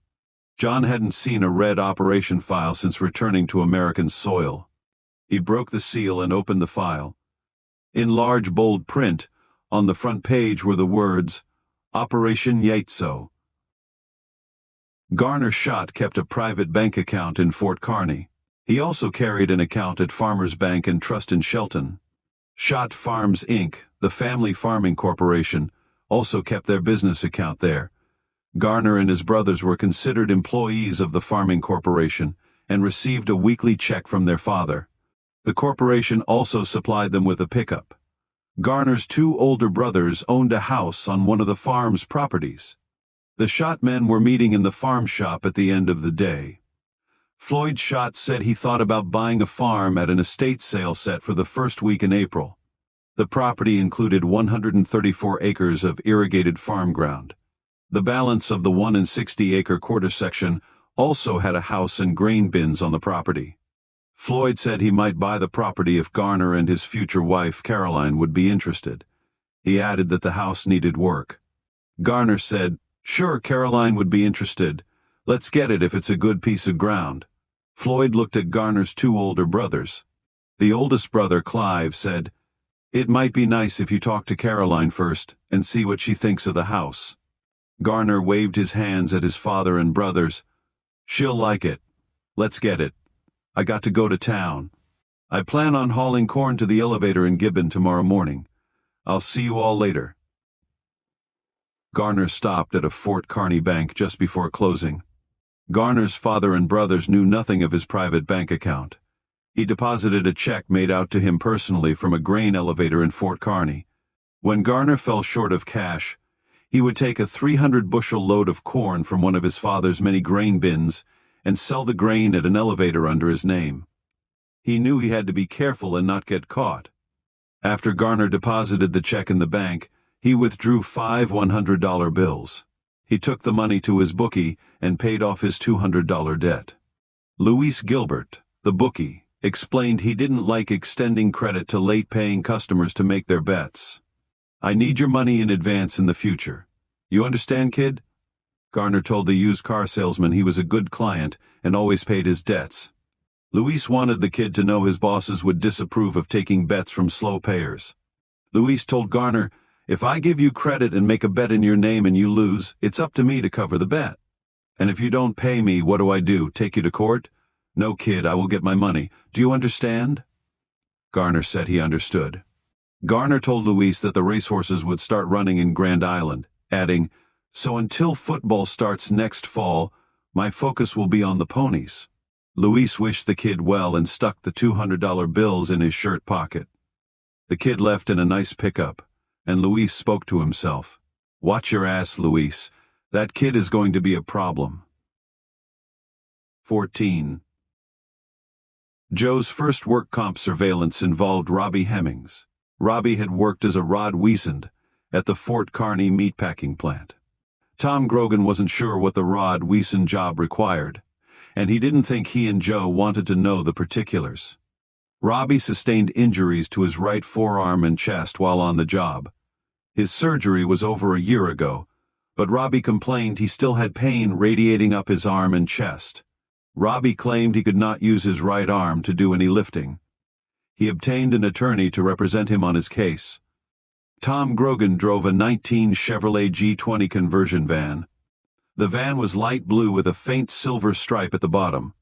Tom took Joe to his surveillance van and gave him the grand tour. He pointed out that the blue color wasn't noticeable.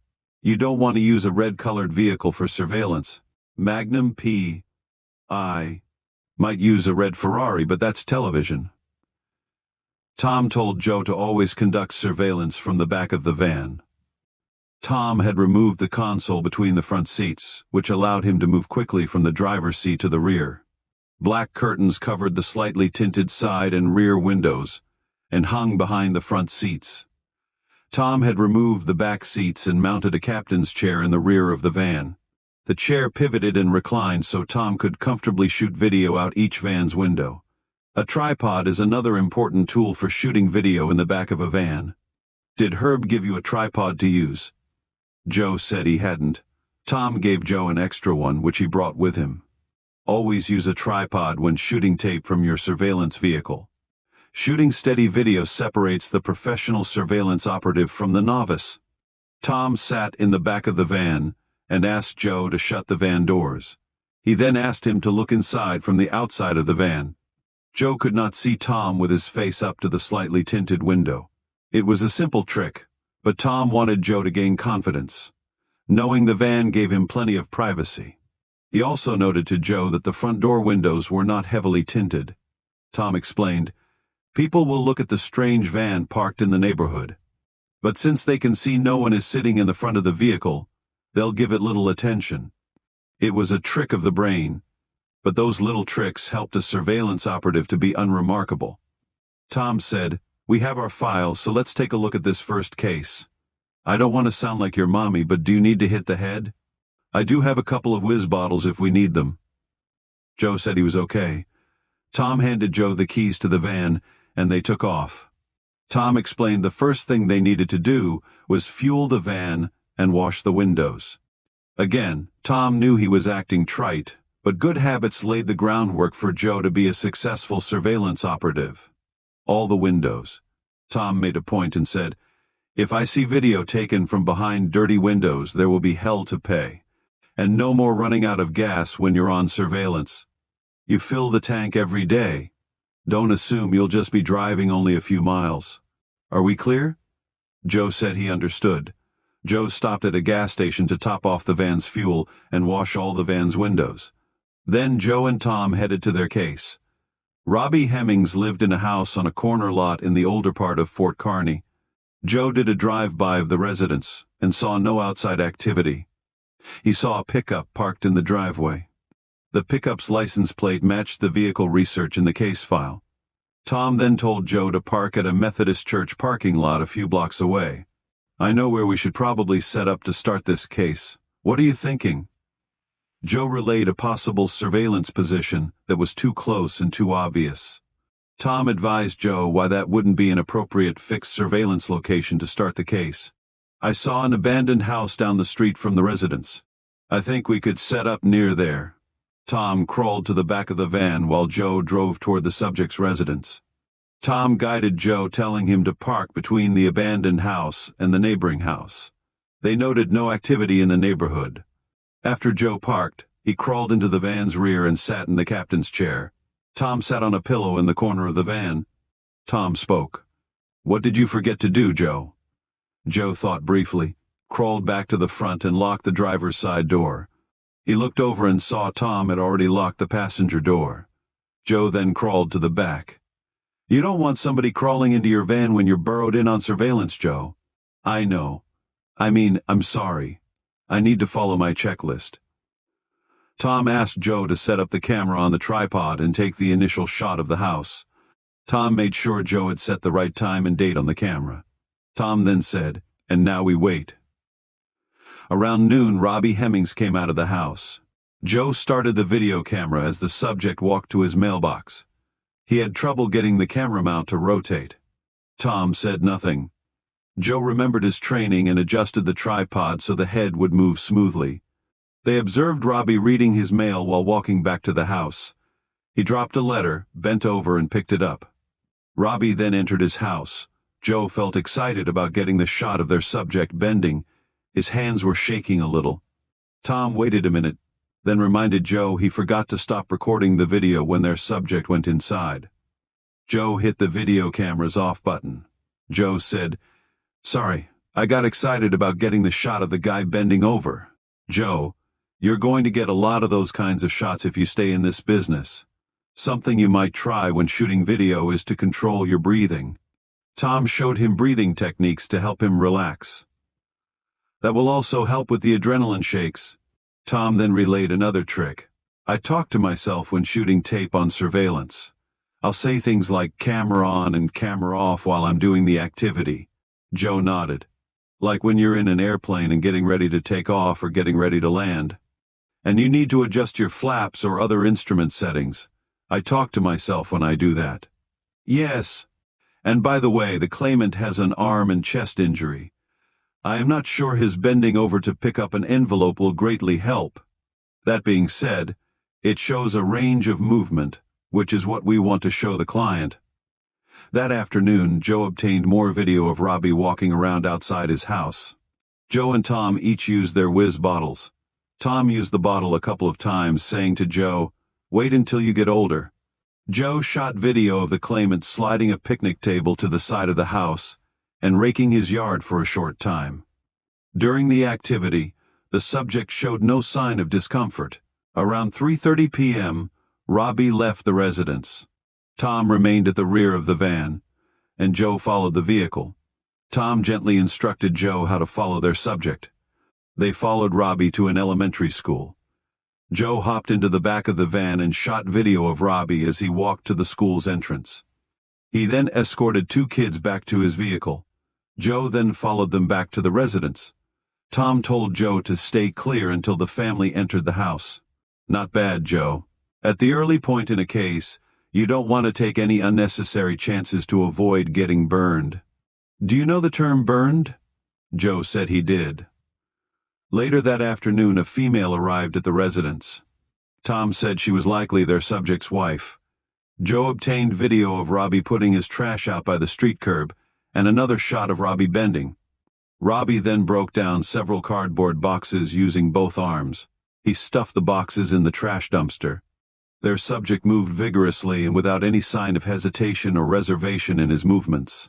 Tom told Joe, "Well, today's video might help a little." Tom asked Joe to take the final closing shot of the day at 5:30 p.m.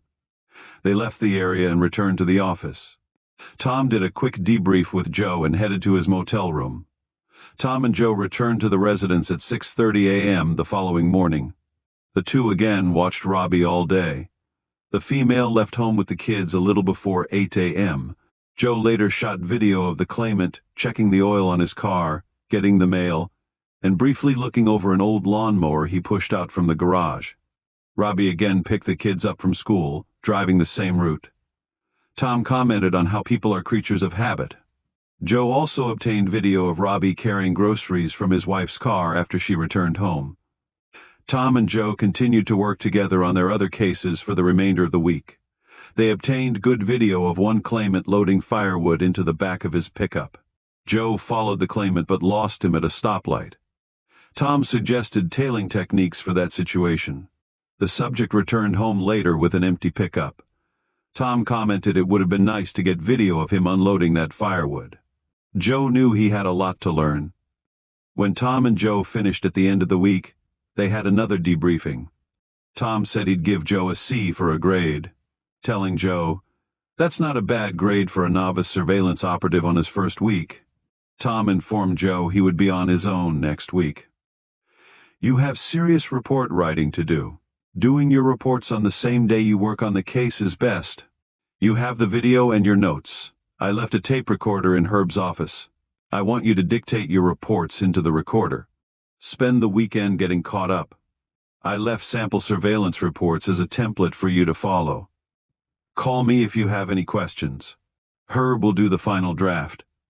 Tom asked Joe to surveil the same claimants again the following week. He asked Joe if his surveillance van was ready. Joe said he'd have his van ready to go. Tom shook Joe's hand. "You're going to do all right. Take your time and remember to breathe, okay?" Tom then left Fort Kearny and headed back to Omaha. Joe made notes from his debriefing with Tom.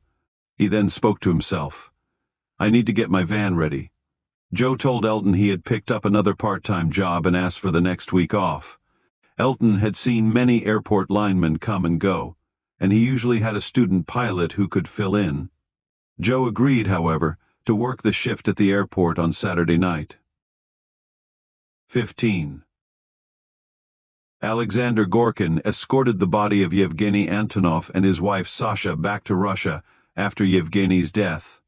He had Sasha heavily sedated before they left Colorado.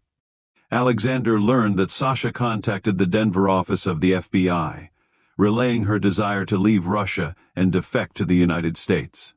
She claimed to have important documents regarding her dead husband's American activities. Before the FBI could pick her up, Alexander escorted Sasha back to Washington, D.C. They all left the U.S. for Moscow the following day. After Alexander returned to Moscow, he met with his dead boss's brother. Vladimir Antonov had personally recommended Alexander as his brother's bodyguard. He burst into the room where Alexander waited. "I want a full report immediately. And leave nothing out," he yelled. Alexander told the chief of Russia's intelligence bureau they arrived home from a meeting in Dallas, Texas. It was late, and Yevgeny wanted to give his wife her Valentine's Day present. Alexander asked to check the house before his boss went inside, but Yevgeny ordered him to stand down. So, he went to his cabin. Alexander described how he saw Sasha's blue Porsche leave the compound and found her drunk and passed out in bed with Vladimir lying near her. Alexander said he handcuffed Sasha to the bed and attempted to catch up with the Porsche. He located the vehicle at a local bar. Alexander had the car towed back to the compound, returned to the cabin, and secured the scene. Vladimir called for an assistant to bring him a glass of vodka.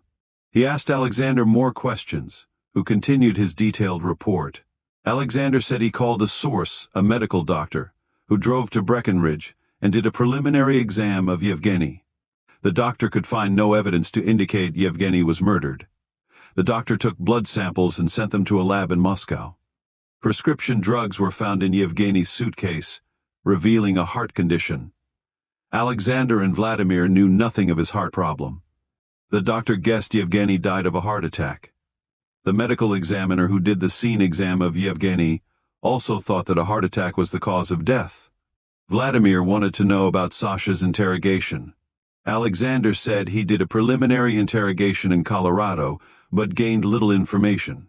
He again relayed Sasha's attempt to reach out to an American intelligence agency, noting she relayed her desire to defect. Sasha claimed to have documents to share with the Americans, but he found none at the cabin. Alexander explained that Yevgeny had asked him months ago to record Sasha's private phone line. That was a lie. Alexander secretly recorded the calls as he had a bad feeling about Sasha.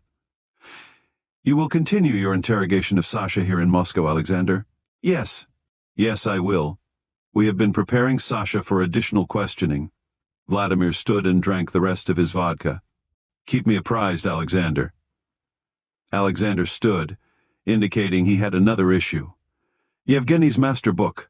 The book that listed his key U.S. contacts, including important assets based in America, is missing from his office safe. I know the book never left his office. And there is something else.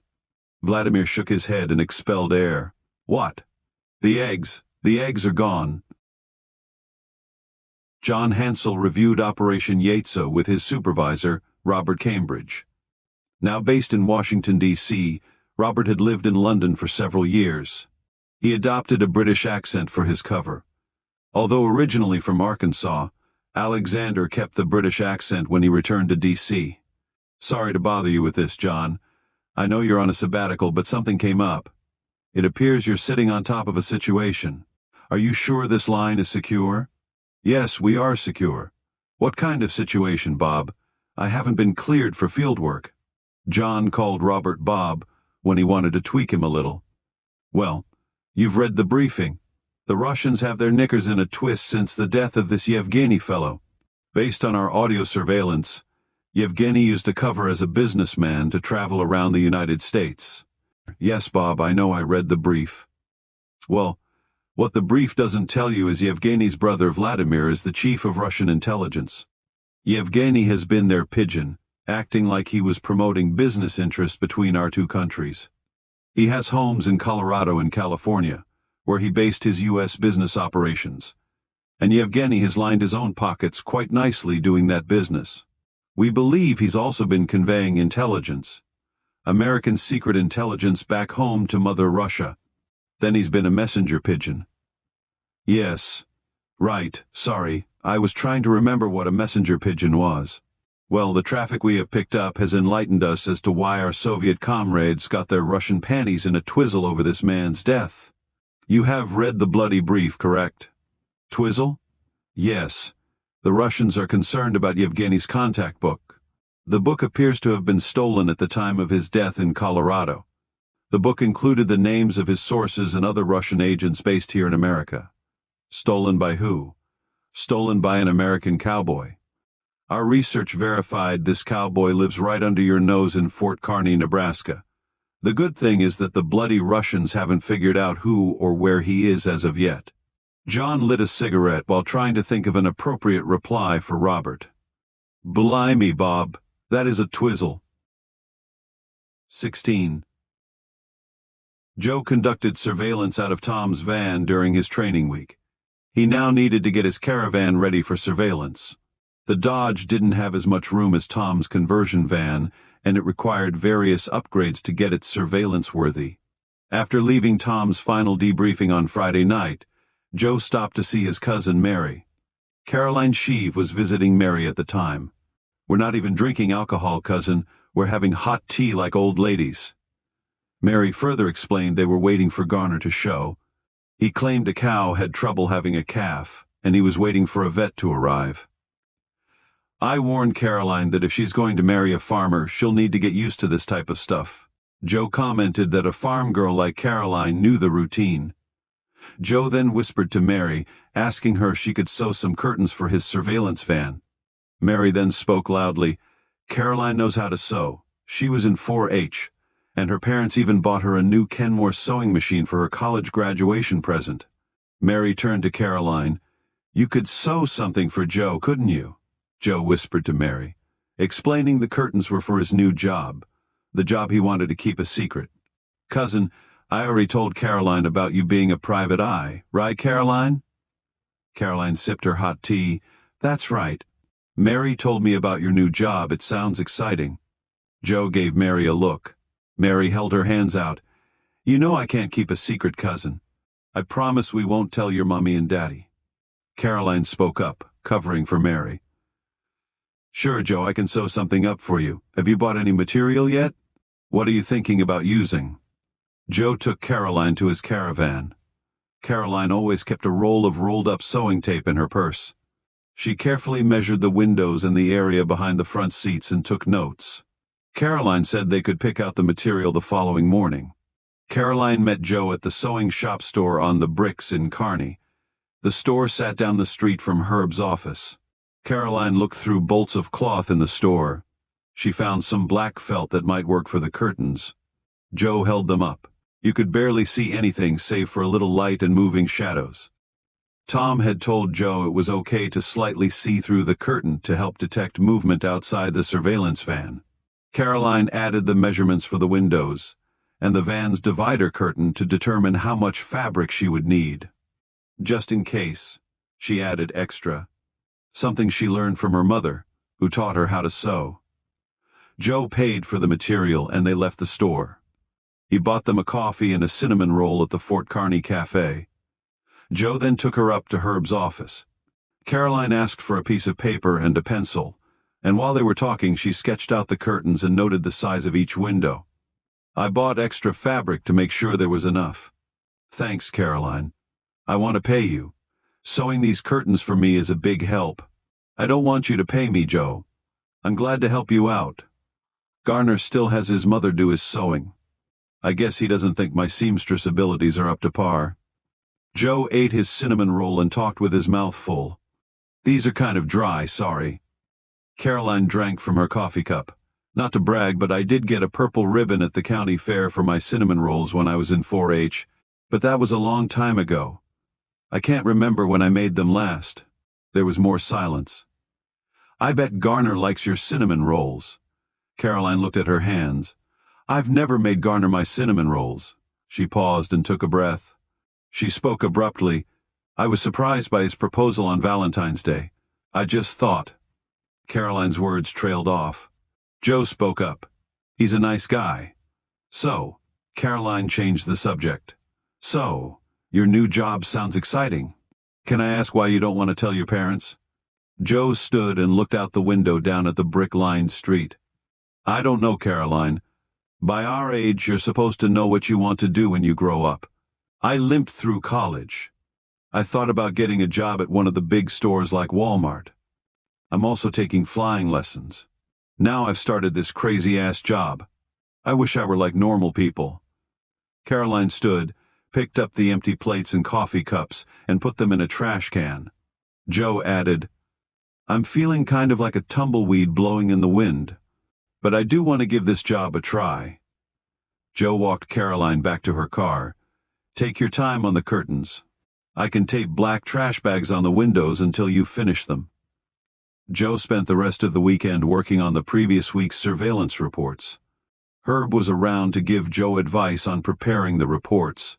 He also taught Joe how to make copies of the video and label them for the client. When he returned home on Sunday night, Joe found the van curtains neatly folded in a box near his apartment door with a note. "Joe, I put a border on the top of the curtains. I thought that might help shut the light out better. Good luck with the new job. Let me know if the curtains work." Joe spoke out loud to himself, "You crazy girl. You didn't have to get it done immediately." Joe then went out to his van. He started by pulling out the van's middle bench seat. It was stained and had a few rips. The rear seat appeared to have had little use and was comfortable to sit on. Joe rested the junk seat against the trash dumpster. He then slid bungee cords with hooks in the borders of the curtains Caroline had sewn. With the help of some eye screws, he hung the curtains in the van. Joe looked in the windows from the outside. He could see nothing. Joe put a couple of whiz bottles, a pair of binoculars, and Tom's extra tripod in the back of the van.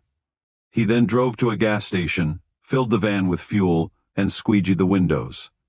Joe went home to get a good night's sleep. Tomorrow he'd be flying solo on surveillance. 17. Joe continued working on the cases he and Tom started the previous week. With the curtains pulled shut and the doors all locked, Joe felt safe and secure in his surveillance van. He tried to do as instructed, telling himself, "Just don't get burned." Joe obtained video of Robbie Hemmings using his injured arm while working on the engine of his lawnmower.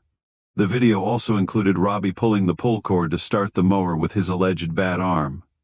Tom Grogan talked to the claims adjuster, and the case was closed.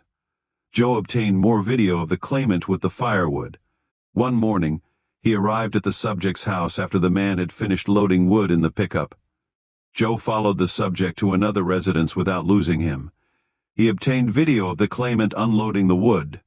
He was excited to tell Tom about his success. Tom asked him why he missed the subject loading the firewood. He admitted to oversleeping a little. Joe could tell Tom wasn't happy. One morning, Joe set up surveillance on another claimant. Enrique Ramos was a big man with an alleged back injury. Later in the morning, Enrique drove slowly by Joe's surveillance van when leaving the residence. Joe followed the subject aggressively, which included running a series of red lights. When he caught up with Enrique at a stop sign, Joe could see the subject glaring back at him via his rearview mirror. Joe finally listened to his inner voice and terminated the surveillance. Joe guessed he'd been burned. Tom Grogan didn't admonish Joe, as Joe was hard enough on himself for screwing up, but he did offer sound advice and noted it was smart to pull off the surveillance. Tom knew the inexperienced surveillance operative had more to learn, and doing surveillance by himself was the only way to internalize the skill. Joe started yet another surveillance that week. 5 minutes after setting up, a police car pulled up behind him and knocked on the van. Joe crawled up to the front of the van and rolled down his window. The officer pointed toward the house across the street. An older lady stood outside in her pajamas, arms folded and smoking a cigarette. The officer informed Joe the lady had called him in. Joe showed the officer his private investigator's license and said he was on a surveillance case, but the lady wasn't the subject. The officer advised Joe that he better come back another day and set up his surveillance van in another location. The officer also advised Joe, "In the future, you should let our station know you have a surveillance going on in town, and give the dispatcher your location and your vehicle information." Joe terminated the surveillance. Joe called Elton West about working Saturday night at the airport. Elton said he had it covered. A new airport lineman had transferred to Kearney State, majoring in their aviation program. Elton explained the new guy had worked as a lineman at the Lincoln, Nebraska airport, an airport with a control tower. He had obtained his private pilot's license and was building hours toward his commercial license. The new guy intended to become a flight instructor within the year. Elton told Joe to stop in and talk about a new schedule. Elton also reminded Joe he needed to take his last cross-country flight before qualifying for his check ride to get his pilot's license. Joe went home and opened a beer. He needed to update Tom Grogan on how the rest of his week went, including getting rolled up on by the police. Joe recalled how bad the adrenaline shakes were after the policeman left. About everything that could have gone wrong this week did go wrong. Maybe this wasn't the job for him. Joe then thought about his hours being cut, given the new hire at the airport. Most of Joe's male college friends had moved on from Kearney State and lived elsewhere. He tried to call his buddy, Teddy Soika, who lived in Omaha, but the call rolled over to an answering machine. Joe decided to go to a movie and settled on Mississippi Burning, a crime drama about FBI agents working during the racial unrest in the South in the 1960s.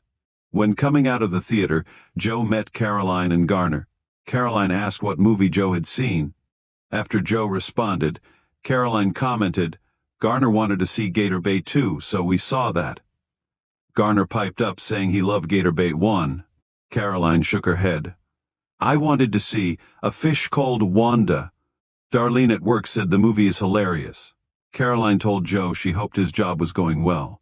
She gave him a look and emphasized the word job. Joe said, "Every day is a learning experience." Joe could tell from Caroline's tone that she hadn't told Garner about the private investigator job. They all left, and Joe went back home.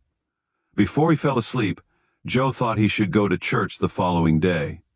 He couldn't remember when he went to Mass the last time. Joe spoke to himself, "It's Sunday, and you don't have any surveillance to do to use as an excuse." Joe then thought about how he needed to get caught up with his reports. Herb Compton called Tom Grogan from a motel in Alliance, Nebraska on Sunday night. Railroaders in the motel room next to him were making a ruckus. Tom could hear the men laughing. He heard Herb beat on the wall and yell at the men to quiet down. Tom asked him if it was a good idea to piss off a room full of drunk railroaders. "You know, Herb. Alliance is a railroad town, and I'm sure they'll have you outnumbered." Herb worried little of such things. He'd been in far worse scrapes. Tom added from his own experience, "The key is to act crazy. People don't like to fight crazy people." Tom then filled him in on Joe Bauer's case activity. "Your young associate called tonight and gave me his case update for last week. His first week working solo was a rough one, but that's what we expected." Tom relayed the event of Joe getting rolled up on by the Fort Kearney police. It appeared a neighbor called him in and not the subject. The cop told him to report to the police department whenever he was working on surveillance in Fort Kearney. Also, it appears Joe got burned on another case. I'm guessing the claimant had been surveilled before by another agency. He picked Joe up too fast. I gave him a break on that one. And the case where we shot tape on the guy hauling the firewood. Joe may have missed the guy loading the wood because he overslept that morning. I chewed his ass out about oversleeping. So don't say anything more. Yeah, you can't judge any investigator by their first week. No one would make it in this business if that were the case. You told him not to call himself into the cops and let them know where and when he was on surveillance. I did. I modified it some. I told the kid there might be times when he should do that. But I told him for now, don't check in with the cops without asking you or me first. Herb agreed. Everyone knows everyone in Fort Kearney. The police dispatcher is likely the cousin to the subject he's be surveilling. Herb clanked ice cubes into a glass. Johnny Walker? Herb said, something better. I learned long ago that the Scotch whiskey selection in Alliance, Nebraska is not very good. I think the railroaders like to drink cheap whiskey. I also learned a long time ago the expensive stuff isn't much more expensive than the cheap stuff. I managed to stow away a bottle of 12-year-old Bowmore for my trip. It was a gift from a client whose divorce case I worked on. I caught his wife having a fling with their landscaper. 18. John Hansel sat at his desk reviewing Operation Yaitso. He thought it odd that someone in Fort Kearny, Nebraska, was involved with a Russian intelligence inquiry. John was to handle low-level reconnaissance, despite not being released to field duty. John's boss said Oz's contract agent was still in Thailand, and it might be another week or two before their arrival. In his briefing with his boss, John noted, "You know, Bob, we are not allowed to conduct surveillance on U.S. citizens in the United States. This operation is a job for the FBI." Robert was eating a British meat pie and talking at the same time. "We're not asking for any serious surveillance, John. We just want you to do some gentle reconnaissance and ensure this cowboy is still in your town. Per our source, the Russians haven't figured out who the guy is as of yet. All they know is a cowboy left the Breckenridge cabin in the wife's Porsche. He then left the Porsche in a bar parking lot. How do you know this guy was a cowboy? We sent an agent down to the bar in Breckenridge to ask questions. The bartender was outside having a smoke when he saw the country line dance instructor leave in the Porsche with a woman companion. We paid him to keep that information to himself. The dance instructor's name is actually Walter. He goes by Luis for some reason, but not legally. His real name is Walter L. Gilbert. That is why the Russians are having trouble locating him, but it's a matter of time before they connect the dots. He stole their eggs." "Eggs?" "Yes, Fabergé eggs. Or yaitso, which is a loose Russian translation for egg. They're worth a few million, maybe. So this is about finding treasure?" "No, John. It's about finding out if Walter, a.k.a. Luis, has the Russians' contact book." "Okay, Bob, so, what am I supposed to do?" "If you think you're up to it, we need some general recon to confirm where this Walter or Luis guy lives. I know you're not cleared for field duty, John, but this assignment is pretty simple. Our man coming in from Africa can handle the rest." John recalled the contract agent was supposedly in Thailand. Bob sometimes forgot what lie he told. "As I said, Bob, Oz is prohibited from conducting surveillance on American citizens on American soil." Robert took a deep breath. "The operative flying in from Asia is a contractor. He has done work for various intelligence outfits. So, he doesn't technically work for Oz. But all this is between us." John then had the thought, "Given my new position, I am also not technically an employee of Oz." He recalled his paychecks now came from the account of the so-called think tank group based in Virginia. "When is your contractor coming in from Asia or Africa, Bob?" "He's battling some minor health issues. That's why we'd like you to handle the initial inquiry. Again, we just need a light touch on this one. Don't take any chances and get burned. The Russians haven't yet figured out who they're looking for, so we have time." John finished his briefing with Robert and put his file back in the big safe. He locked everything else up for the night and drove home. John found his kids playing in the front yard with their corgi dogs. He sat outside on a lawn chair as Marie came out carrying 2 glasses of wine. "Hard day at the office, dear." Marie sat in the chair next to John, and they both toasted and drank. Marie spoke to their dog Mimi in her Filipino dialect and patted it on its head. "I'm not supposed to have long days, honey." "I'm on sabbatical." "Yes. You are recuperating until we can find you your next job and leave your life at Oz behind you. Sorry, I know I'm not to use their name."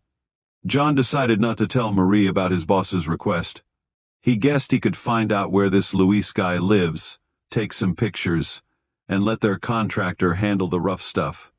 John reviewed his brief on Operation Yaitso the following day and created a separate operations file.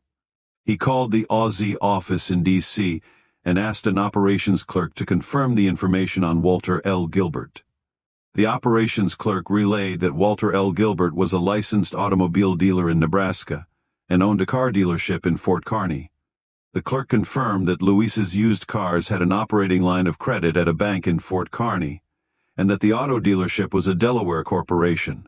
Further research found that Luis's Nebraska driver's license was under his legal name and showed a P.O. box in Fort Kearney. Luis owned no property in Buffalo County, Nebraska. He likely paid rent for the use of the car lot. John drove by Luis's car dealership and secretly took photos. He picked out 3 potential surveillance positions and noted their locations on a map for the contractor's pre-surveillance report. The next step was to follow Luis Gilbert to verify his home address. 19. Luis Gilbert was having a good week. He sold several cars and picked up a couple more good deals from estate sales. Buying vehicles from retired people was a way to turn a quick profit. Luis had dance customers at the Tumbleweed Bar who worked at nursing homes. From them, he received the names of people recently admitted. That usually meant someone's car needed to be sold. He also gave reward money to a couple of funeral directors, who informed him if an older adult died. Luis would then contact the mourning family and make an offer on the departed's vehicle. Luis wasn't doing much gambling work. That work wouldn't pick up until football season started. He considered getting out of that line of business. But the Italians in Kansas City who he worked for didn't like change. He felt stuck with the job until he left town. Luis recently visited the racehorse track in Grand Island, which sat 40 minutes east of Fort Kearney. He placed a couple of bets and saw some of his routine gambling clients at the horse track.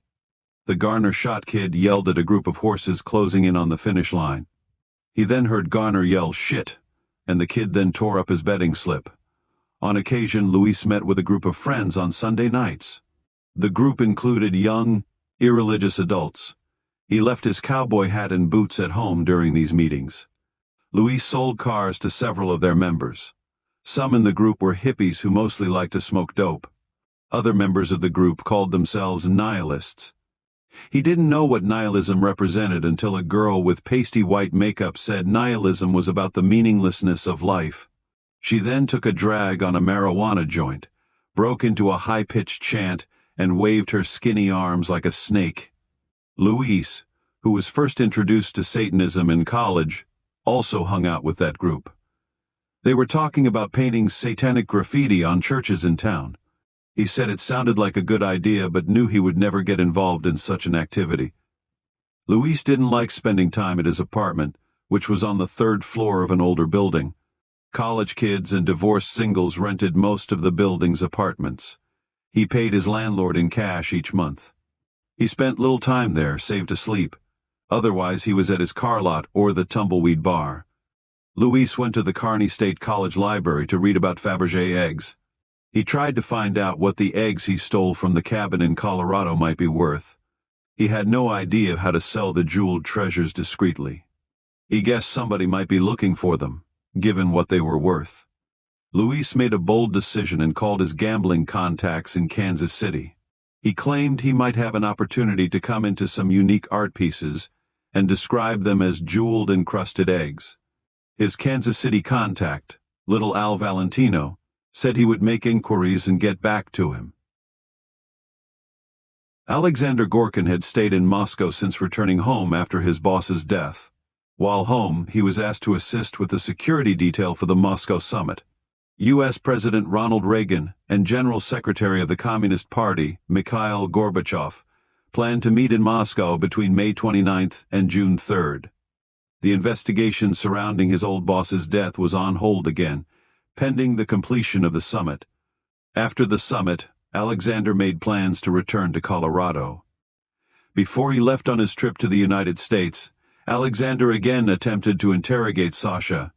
Alexander looked through a two-way mirror and watched Sasha wander around her padded room.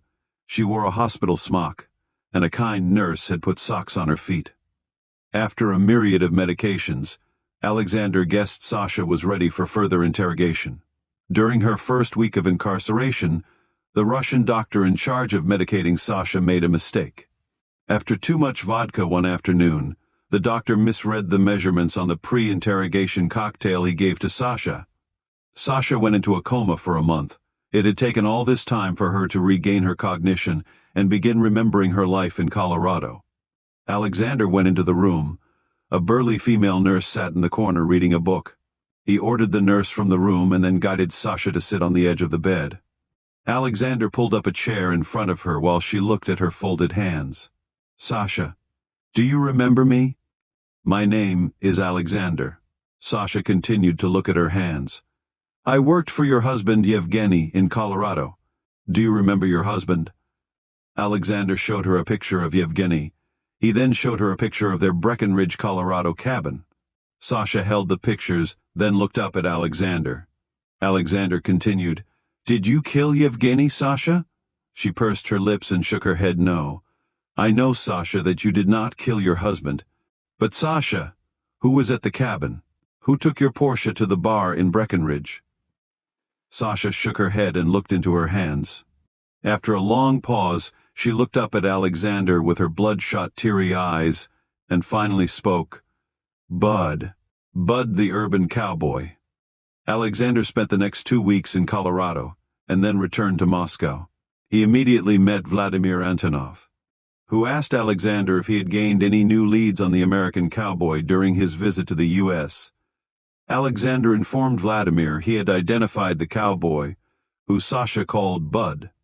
The cowboy's name is Luis Gilbert. He confirmed Luis worked as a country line dance instructor at the Cactus Rose Bar, where he recovered Sasha's Porsche.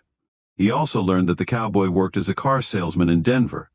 "I went by the last known address for this Luis Gilbert in Denver. The landlord told me he had moved out of his apartment overnight, and he didn't leave a forwarding address. I asked one of our agents with a good English accent to call his employer at the auto dealership. The auto dealer said he claimed to be from Nebraska, but they doubted he moved back there.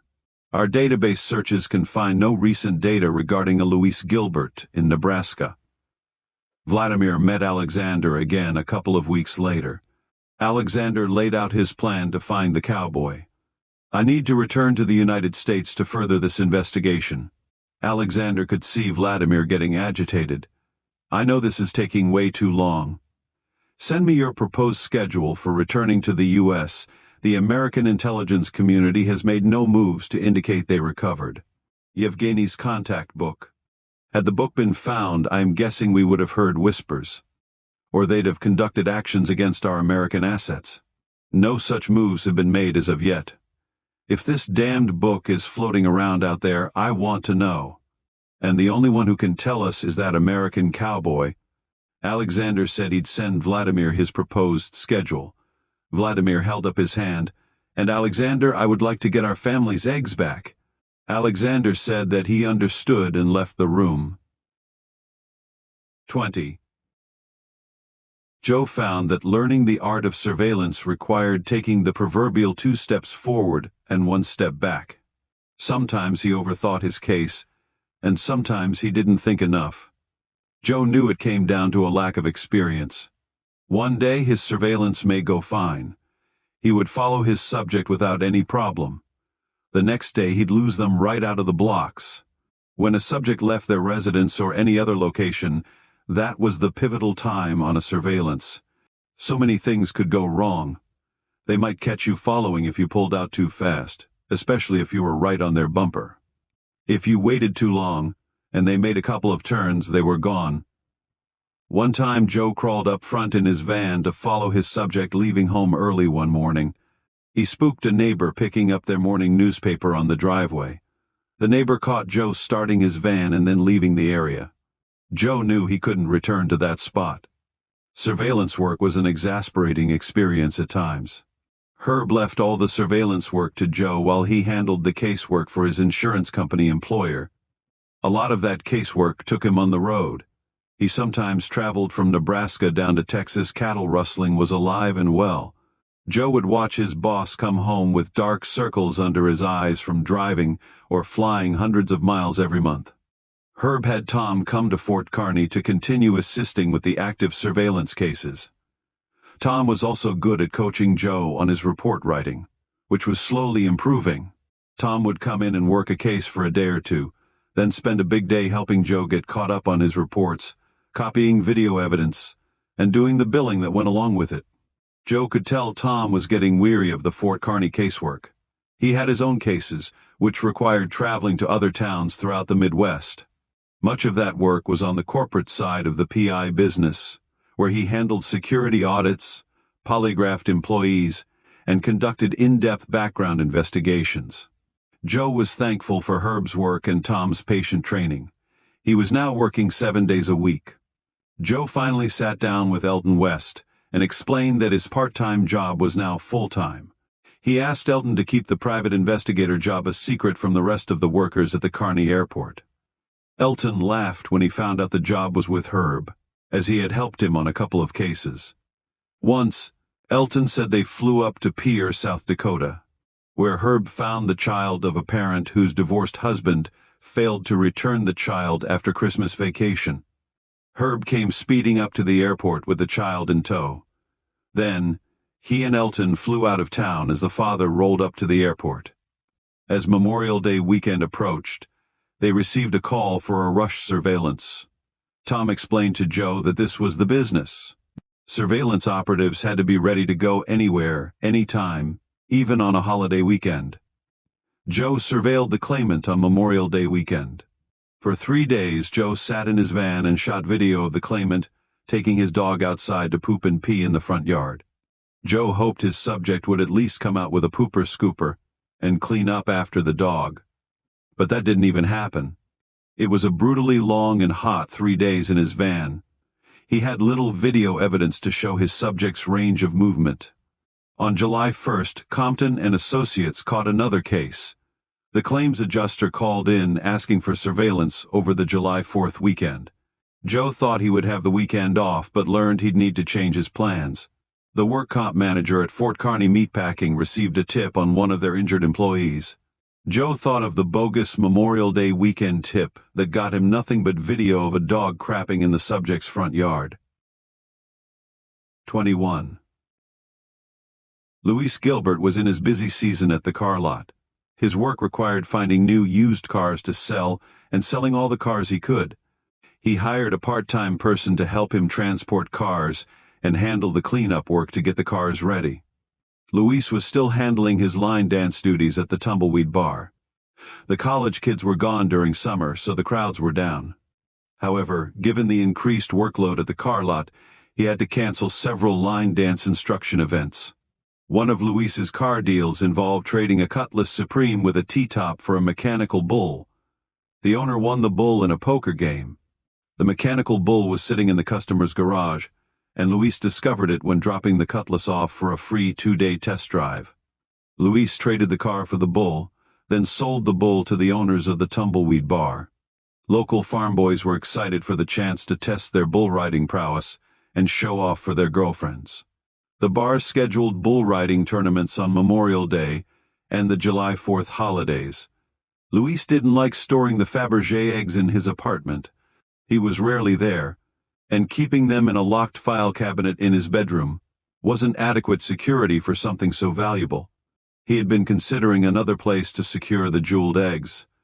Luis recently traded one of his cars for cash in a Chevy Nova. Luis had a fondness for Novas, but this one turned out to be a lemon.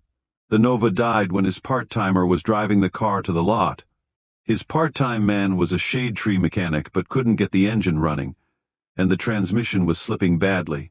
The car wasn't worth the cost of the repairs.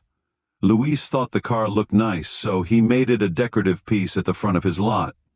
His part-timer built a berm of rock and dirt, and they parked the Nova on it.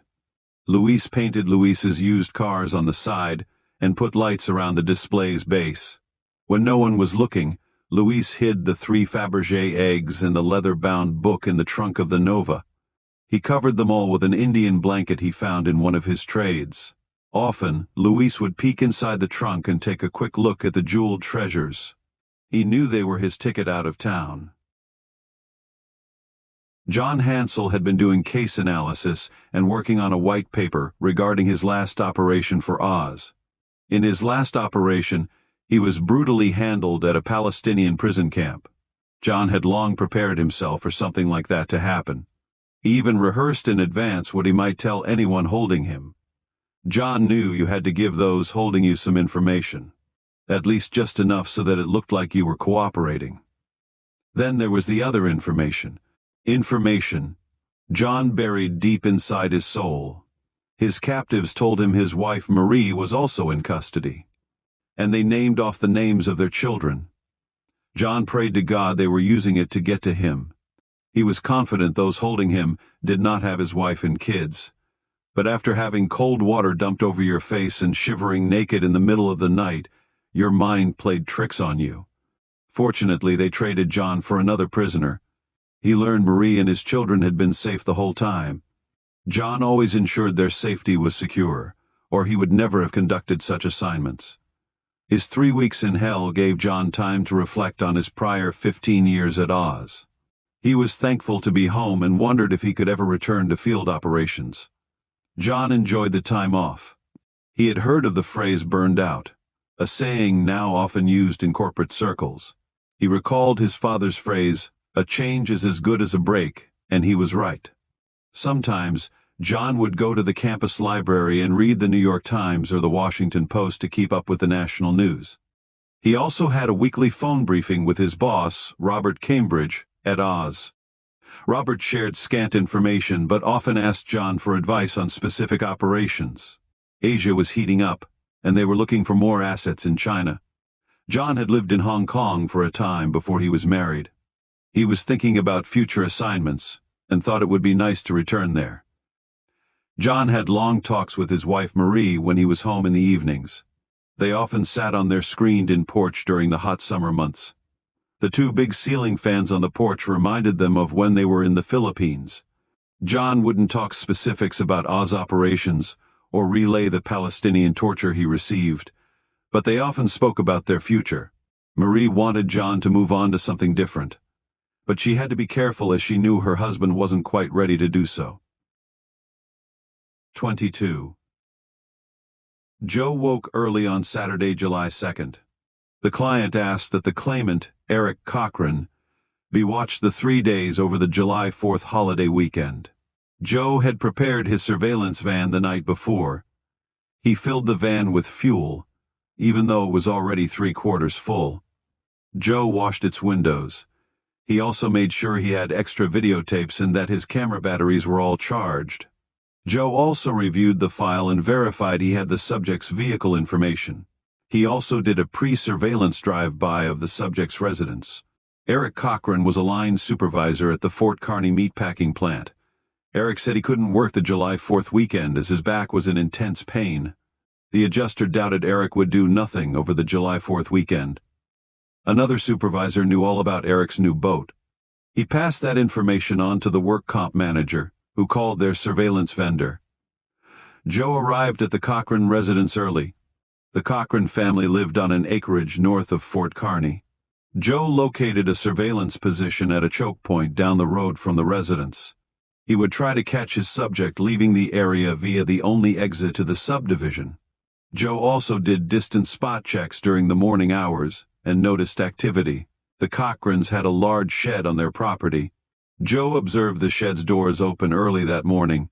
He did another spot check and saw a large RV and the subject's pickup trailer to a boat parked in front of the shed. Joe's antenna went up. The Cochrans were going somewhere. He guessed they would head down south to Harlan Reservoir or maybe up north to Sherman Reservoir. These were locations people in the area often traveled to on the weekends. Joe didn't attempt to get up close to capture video of the morning activity near the residence. He didn't want to get burned at this point. Joe thought, hopefully, they would be traveling to one of the nearby state recreation areas. He was thinking about how best to follow them to those locations. But as Joe was learning, you don't want to assume anything. The RV and the pickup towing the boat took off. Joe followed the caravan south to Interstate 80, where they turned west. Joe guessed they were going to Harlan Reservoir and knew which exit they would take off the interstate. But they didn't take that exit, and they kept driving west. And they kept driving west some more for over 2 hours. Traveling behind a caravan driving under the speed limit was challenging. Tom told Joe it was just as hard to follow someone driving too slow as someone driving too fast. Joe guessed the Cochrans might be going to Colorado, but thankfully they were not. The caravan pulled off at Ogallala, Nebraska. After driving through Ogallala to the north, they proceeded to Lake McConaughey. Lake McConaughey is 22 miles long and 4 miles wide. Where they were going to park was anyone's guess. Joe managed to follow the RV and the boat to a cabin that bordered the reservoir. He wouldn't have a suitable fixed surveillance spot to watch activity directly at the cabin. He'd need to get creative. Joe watched as Eric Cochran backed the boat down a paved boat ramp. He knew the only way to get video of the claimant unloading that boat was to pull down on the sandy beach. As Joe was driving onto the beach, he aimed for a particular spot. When he stopped the van, he knew it would be stuck in the sand. Joe made a break for the beach. After he parked the van, he crawled into the rear and shot tape of Eric Cochran unloading the boat. In this case, he guessed that video would be tough to get, and he needed identifiable tape of his subject engaged in physical activity. The July heat was intense, and sweat poured off him. But it was worth it as he shot good video of the claimant unloading the boat. When things got intense, Joe sometimes mishit the recording button on the camera. He had started to say, "Camera on," when pushing the record button. He would then note that the red indicator light was on by saying, "Red light on." He'd experienced getting what he thought to be substantial video, only to find out the camera wasn't recording. That didn't happen this time. Joe shot video of Eric Cochran using a wide range of physical movements to unload the boat from the trailer and tie it back up along the shore. Eric then returned to his pickup and pulled the trailer towards the cabin. Joe, who was stuck, spoke to another camper who pulled his van off the beach with his four-wheel drive pickup. The camper commented, "Yeah, kid, you probably don't want to park there." He might have given the guy a couple of bucks for his help, but Joe saved his money since he was a jerk. Joe shot more video of his subject over the next couple of days. It appeared that Eric wouldn't be water skiing, but he was the main captain of the boat. Eric drove the boat while pulling his wife and kids on water skis over the rough, white-capped lake. Activity around the cabin was impossible to document. Joe found a motel in Ogallala, where he spent the next 2 nights. The weather was hot on July 4th, and the lake was still. Joe located a surveillance position where he could see the boat tied to a pier, and it didn't require driving on the beach. The early close-up shots identified the claimant and tied in well with the more distant video. He guessed there would be another day of water skiing, and although the claimant didn't partake in any water skiing, the video clearly showed a wide range of movements and no noticeable physical limitations or discomfort. Late that morning, the Cochran crew began to pack up their gear. Joe obtained video of Eric loading the boat back on the boat trailer. Eric backed the trailer into the water and hooked a cable to the boat. He cranked the cable, pulling the boat up onto the trailer. He then crawled into the back of the pickup and tied down the camping chairs and gear. Eric took a giant leap down to the dock. He showed no signs of an ailing back. He then pulled the boat back up the paved ramp and back to the cabin. Joe got it all on videotape. At 1 p.m., the Cochrans left the cabin, and Joe followed the caravan to Ogallala. They stopped and fueled the mobile home and pickup at the I-80 exit, where Joe had refueled his van the night before. Then they proceeded to Interstate 80, and Joe followed them on another slow-speed chase back to their residence in Fort Kearny. While Joe was sitting in his van the day before, he worked on his yearly July 4th note to Caroline. When he watched Caroline and Garner get engaged on Valentine's Day, he guessed the notes would be over. He heard talk of a wedding date scheduled for next Valentine's Day, so Joe felt one last letter to Caroline wouldn't be inappropriate. Joe started the note by saying he hoped Caroline's wedding plans were going well. He explained he was sitting on a surveillance at Lake McConaughey. Joe said he shot good tape, and the van's curtains worked perfectly. He bragged a little, saying the 170 miles he followed his subject was the longest he ever followed anyone. Joe admitted lying to his parents that he couldn't come over for a July 4th party because he was scheduled to work a shift at the airport. Admitting the lie on paper did not make Joe feel any better. Joe told Caroline he hoped she had a good weekend.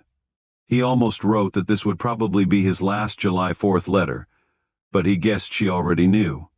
After Joe followed Eric Cochran home, He terminated the surveillance. On his way back to his apartment, he stopped by Caroline's place, where he half hoped she might be home. No one answered the door, and Joe slid his July 4th note into her mailbox. He then headed to his place. When Joe was unloading the gear from his van, he caught sight of a vehicle pulling into a parking spot down the street. Tom Grogan talked to Joe about basic counter-surveillance habits in their initial training. Habits where you learn to be more aware of your surroundings. Joe noted the vehicle looked like his mother's car. Maybe his parents were stopping by for a visit. He wasn't sure how he was going to explain unloading the van. Joe unloaded his gear and carried it into his apartment.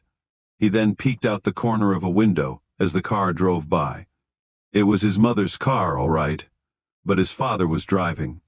Joe looked over to his answering machine. He then remembered he had turned the machine off while he was gone in case his parents called.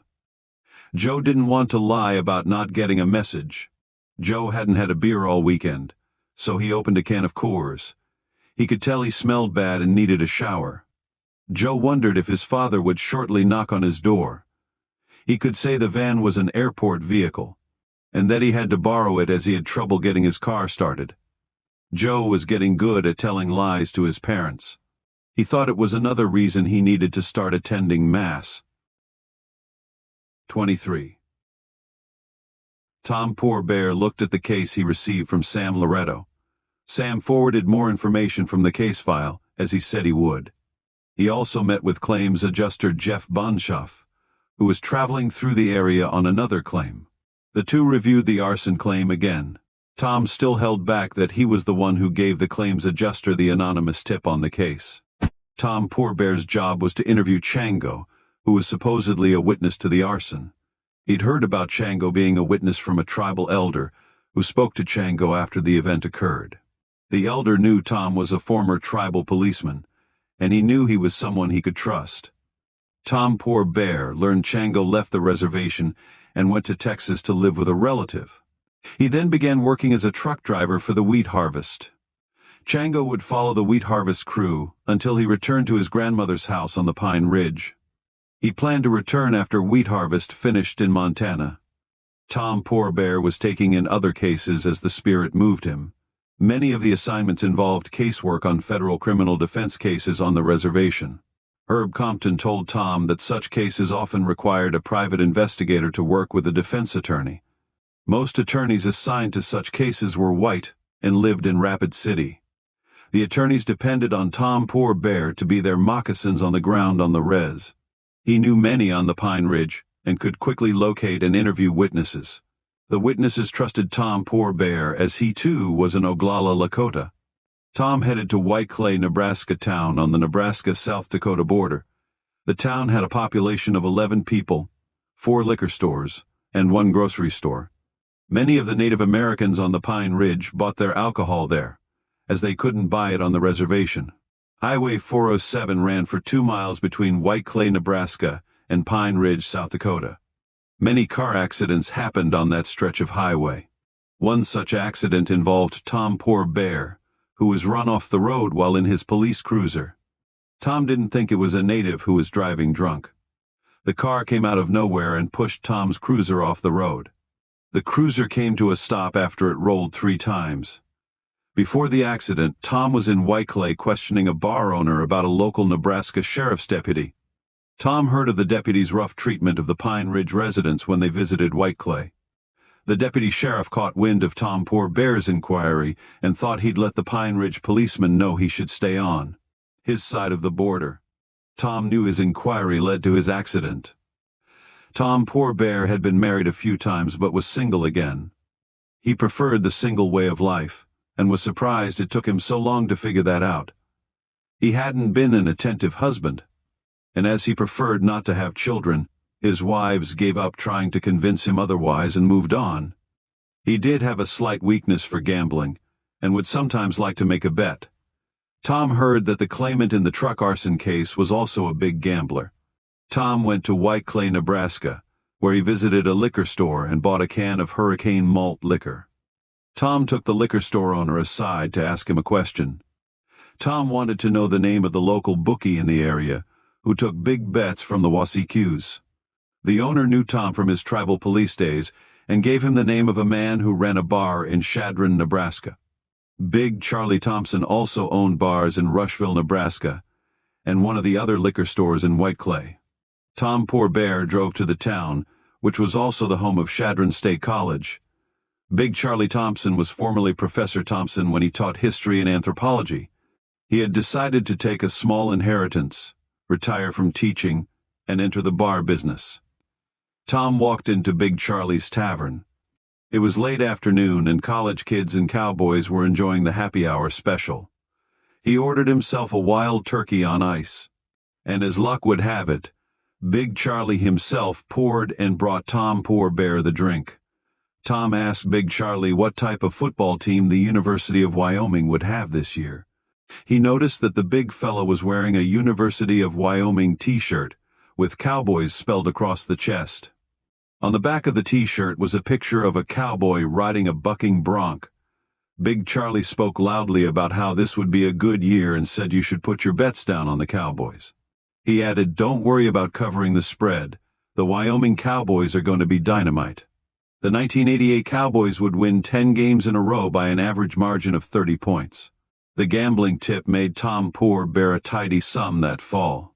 Tom said, "Speaking of bets, I was talking to a guy who gave me some betting advice in the past." Tom added that none of his tips ever worked out. Big Charlie asked for the guy's name, and Tom Poor Bear said the man's name was Cliff Moran. Tom added, "Cliff had a piece of bad luck. His shop building and several trucks burned up in a fire." Big Charlie's face dropped, and he began scrubbing glasses. "My advice to you, partner, is that you don't take no gambling advice from Cliff Moran. He isn't good at picking winners or paying his tab. Cliff Moran is not a guy that can be trusted at all." Big Charlie turned the bar over to a waitress and said he needed a smoke. Tom Poor Bear wasn't sitting at the bar when Big Charlie came back inside. Tom wondered when Chango would return to the res from the wheat harvest up north. There wasn't much else he could do on the case until then. On July 4th, Joe's dad drove by his son's apartment on his way to the store to buy salt. He planned to make homemade ice cream for their 4th of July party. Given his physical limitations, he had invested in an electric ice cream maker, as he no longer could turn the crank. Jim drove to his son's apartment to see if he was interested in helping make ice cream. He tried to call, but his son's answering machine wasn't picking up. Jim observed Joe getting out of a Dodge Caravan, which he'd never seen him drive before. He noted the silver Cougar was parked nearby as he unloaded a bag and other items and carried them into the apartment building. Joe was wearing shorts, and he looked sweaty. Jim wondered about the van. He took the license plate down and noted the van's tinted windows. It didn't look like a van the airport would own. Jim knew something was up, but he held off on telling Susan. The next day, Jim ran the license plate on the van. The plate came back to Hollis Herb Compton. He then did a drive-by of Herb's office building. Jim saw the van Joe was driving the day before, parked at the rear of the building. He returned to his home office. After a few calls, he learned that Joseph J. Bauer had obtained a private investigator's license under the Compton and Associates agency license. He picked up the phone to call his wife Susan, but then put it back down. Joe was keeping a little secret from them. He wondered why he hadn't come to his parents and let them know about this job with Herb. Jim wondered if his son was still working at the airport. Jim called Herb the next day and the two met at the bakery. After they sat down and before Jim said anything, Herb asked him how he had found out. "Just being a snoop. That's what investigators do, right?" Herb apologized but said Joe asked him to keep it between them. Jim said he understood and promised not to tell Susan about it. "I hope Joe will come and tell us on his own. But I understand. When you're young, you get to a point where you like to make your own decisions. And I'm sure Joe felt that we might try to convince him otherwise." Herb relayed the type of work Joe was doing and the training he and Tom Grogan had given him. Jim thanked Herb for looking out for his son. "You know he should be paying you for all the experience he is getting. It is a different kind of work than what I do. I wouldn't be much help. Besides, I'm not fit for field work any longer." Jim told Herb, I'm sure you'll be getting a phone call from my wife when she finds out. 3 months later, Herb received that phone call from Susan. 24. Joe's attempts at surveillance were improving. He'd fallen into a routine, and although he still occasionally lost his subject, he was getting better at his new craft. Joe hadn't been burned for a while, except for the case when his subject tried opening Joe's van door. He was thankful Tom Grogan had beat it into his head to lock the vehicle when on surveillance. Tom had also continued to speak to Joe about falling into the rhythm of a surveillance. He explained that surveillance was like dancing with a woman. Joe hadn't obtained any killer video on a claimant for a while and hoped he could catch a good case. When he started working on another meatpacking plant surveillance, Joe finally caught a break. Herb said it was one of the insurance company's more significant claims. Another investigative firm looked at Melvin Madden's case a year prior but obtained no video. The claimant was injured at a meatpacking plant in Dodge City, Kansas. Although Madden moved to Fort Kearny, he never worked at the meatpacking plant in town. Herb told Joe the importance of the case. He also surveilled the subject himself during a couple of weekends, but hadn't caught Melvin Madden doing any serious physical activity. Herb asked Joe to continue to do periodic spot checks when out on the streets, hoping they might get lucky and catch the guy doing something. He said he could smell something wrong with this claim. One Friday night, while Joe drove down the main 4-lane street that cut through Kearny, his van stalled. He coasted the van to the parking lot of a grocery store. He then saw Caroline Sheave coming out carrying a sack of groceries. Joe flagged her down as she backed out of her parking stall. "Hello, Joe. It must be grocery night?" "Sorry to bother you, Caroline. My surveillance van crapped out." Joe pointed to the Dodge Caravan parked off to the side. Caroline asked Joe if he needed a lift, and he said he did. He told Caroline he better retrieve his camera bag as he didn't think it would be a good idea to leave it in his van overnight. Joe grabbed his camera bag and leather briefcase and got into Caroline's Ford Mustang. Caroline pulled out of the parking lot, expertly shifting the car's gears. Joe asked Caroline for a favor. "Would you mind doing a drive-by of a house I've been watching?" Suddenly Caroline hit the brakes, uttered "shit," and told Joe that she'd forgotten to buy wax paper. Joe said to go back, but Caroline said it was okay, she'd get by without it. "This drive-by, is it for one of your cases?" He said it was. Caroline said that was cool, and Joe directed her to Mel Madden's house. He explained Mel had a work comp injury from a meatpacking plant in Kansas, but he now lived in Fort Kearny. The claimant supposedly has a high-dollar claim. He says he can't do anything. He even pays the neighbor boy to mow his lawn. When he went to visit a doctor this week, I shot video of the guy using a walker going in and out of the medical office. Joe said that Herb felt there was something fishy about this claim. He had done several spot checks of the residence with his van and needed to be careful not to get burned on the case. As Caroline drove by the house, she spoke and pointed with her finger. "A guy is coming out and he's carrying something." Joe calmly advised Caroline not to point and asked her to continue by the residence. "And don't look at the subject while driving by." He then asked her to go up the street a bit and pull to the side of the road. Joe could see Caroline started breathing heavily. "It's okay, that's the guy." Joe turned around and saw Mel put something in the car's trunk. He then walked around and entered the driver's side door. A female Joe, known to be Mel's wife, entered the passenger side. The car then backed out. Joe asked Caroline to do a U-turn and follow the car. He gave careful instructions just as Tom guided him on his first surveillance. As they drove down the main north-south street through Fort Kearny, Joe asked Caroline to move her car from behind their subject to the other lane. After following the car through a few traffic lights, the car's blinker came on. Joe asked Caroline to slow down and give the car space. The subject then turned off the 4-lane a short distance later. As Caroline turned right onto the street, the subject's car turned left into a parking lot. Joe said, "Holy crap." Caroline said, "What? What am I doing wrong?" "It's not you, Caroline. Our subject is going bowling." Joe asked Caroline to continue down the street past the bowling alley. He looked back and watched as the subject and his wife exited their car. "I bet he put a bowling ball bag into his trunk." Joe asked Caroline to do another U-turn and head back to the bowling alley. Caroline parked her Mustang on the lot. Joe checked his camera and confirmed its batteries were charged. He put in a new VHS tape. "You okay with going in with me on this case? It actually would be a big help to have someone with me." Caroline, a little bewildered, said she was okay. Joe and Caroline went into the bowling alley and paid for bowling in their bowling shoes. Joe's camera bag wasn't shaped like a bowling ball bag, but no one seemed to pay attention. After getting their shoes and finding a ball for each, he verified which lane Mel had set up to bowl. It crossed his mind that as Mel appeared hurt during the previous surveillance, maybe it was his wife who would be doing the bowling. But it soon became apparent Mel was there to do some serious bowling himself. Joe found them a lane and told Caroline to breathe slowly and act naturally. He was saying that as much for himself as for Caroline. "We're just out on a bowling date. I'll order us a couple of drinks." When the waitress brought them their beers, she noticed Caroline's engagement ring on her right hand. "Wow, that ring is beautiful." The waitress asked Joe if he had picked out the engagement ring himself. Joe didn't quite know what to say. Caroline chimed in and said he'd picked it out. He gave Caroline a thank you nod. Mel and his wife met another couple at the bowling alley. For the next 2 hours they bowled and drank.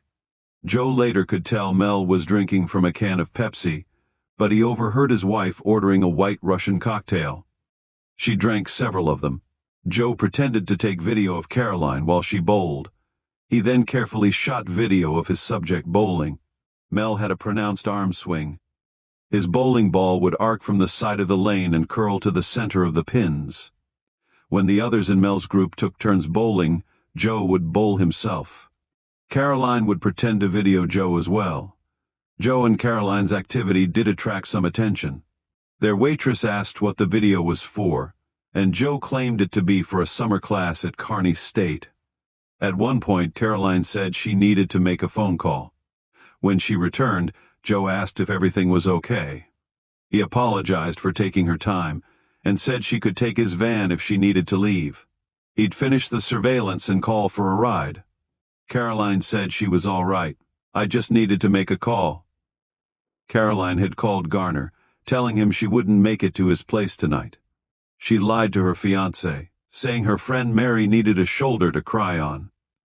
Joe continued to shoot video of Mel but was careful not to let his subject see the video camera. He didn't have the paranoid feeling that everyone knew what he was doing. Tom Grogan talked about getting hardened, and maybe Joe was starting to do so. After the group finished bowling, Joe saw Mel fold his scorecard and put it in a trash container. After the group left, he walked over and grabbed the card. Mel had scored in the 200 range in all his games. Caroline and Joe left the bowling alley. Joe talked her into going to Dairy Queen, saying he wanted to treat her for helping him out. Caroline ordered an Oreo cookie blizzard, and Joe ordered a root beer float. The two sat in Caroline's Mustang and ate their ice cream after she brought Joe back to his apartment. "You were a big help, Caroline. I couldn't have done it without you." "You have an interesting job, Joe." Caroline paused and added, "When will you tell your folks about your new job?" Joe shook his head. "I don't know. It's stupid.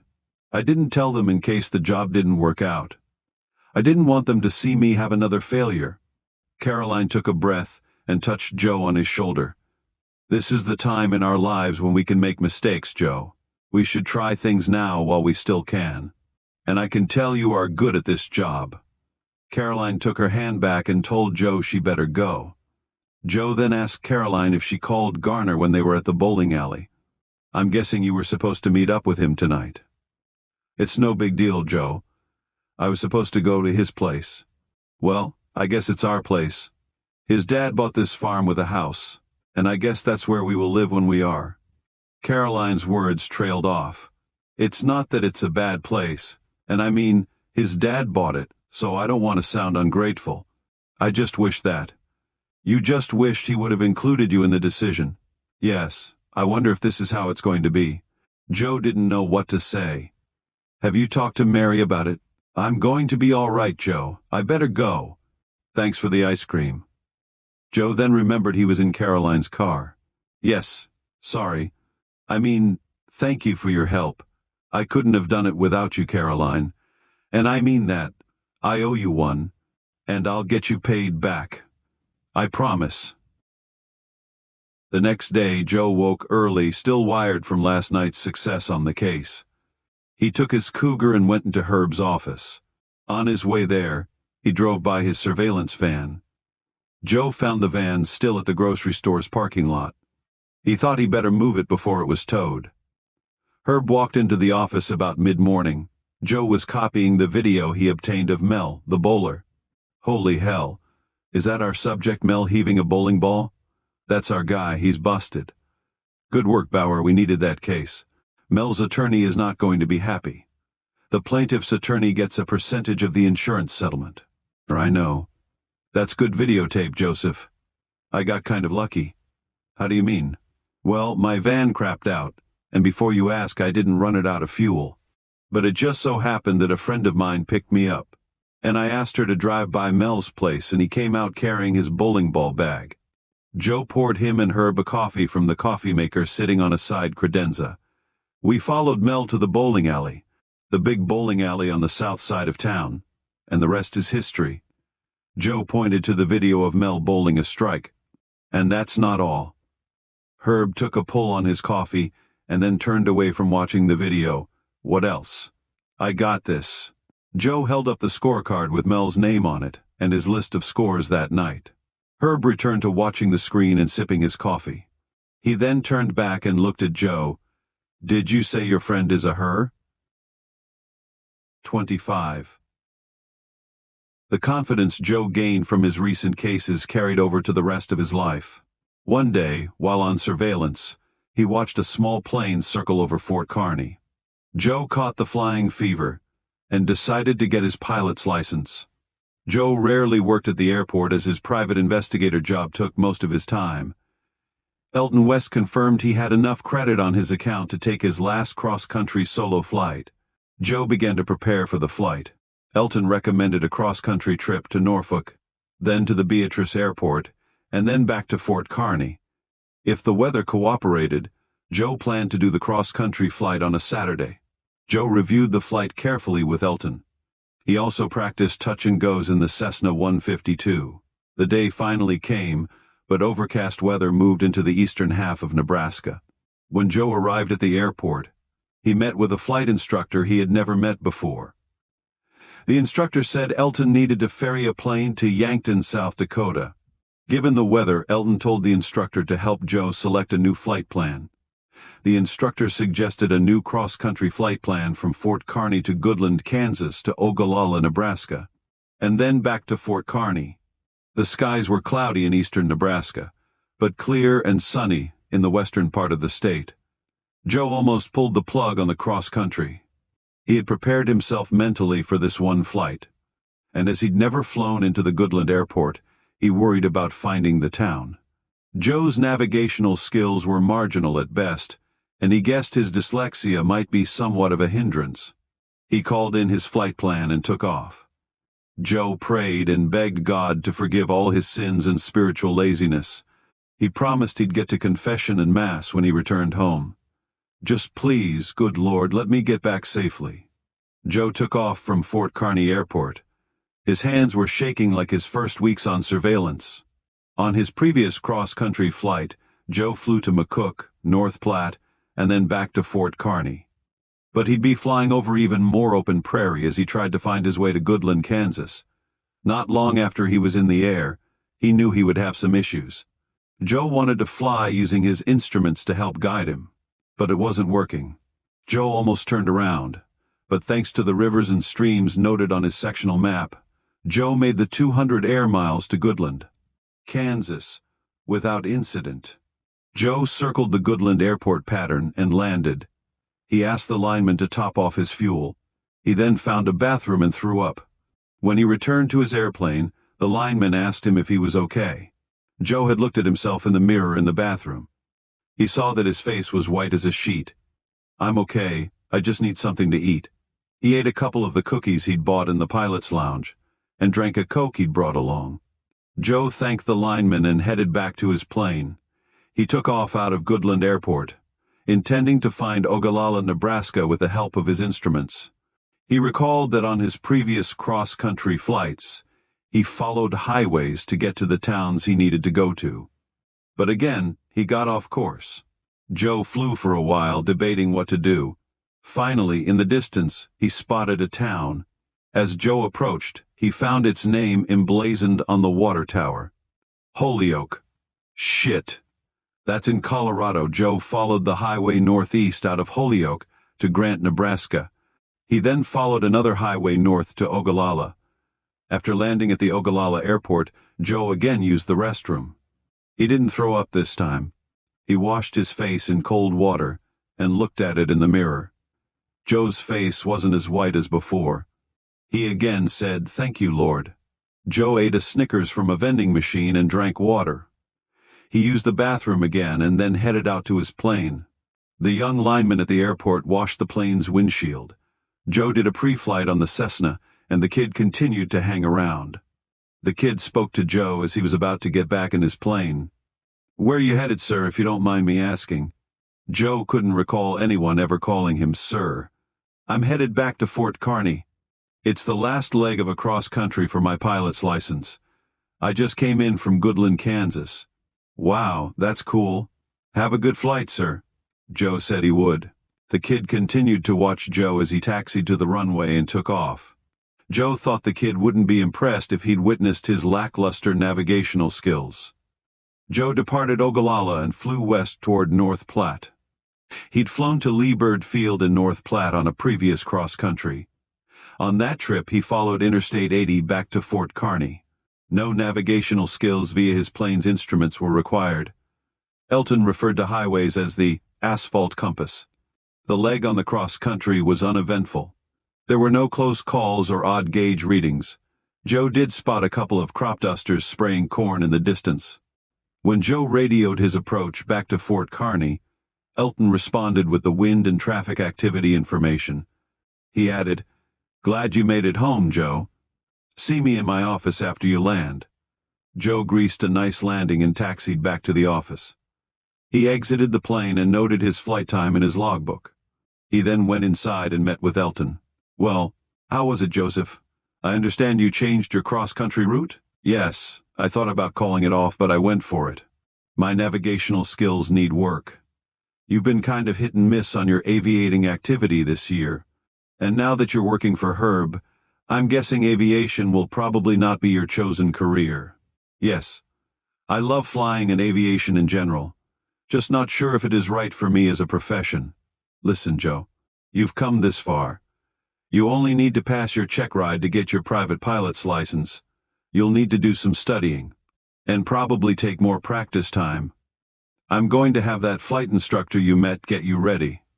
I will give you your check ride, but know this. I will not pass you if you are not ready. You understand? 26. Herb drove to the National Insurance Company offices to meet with his boss.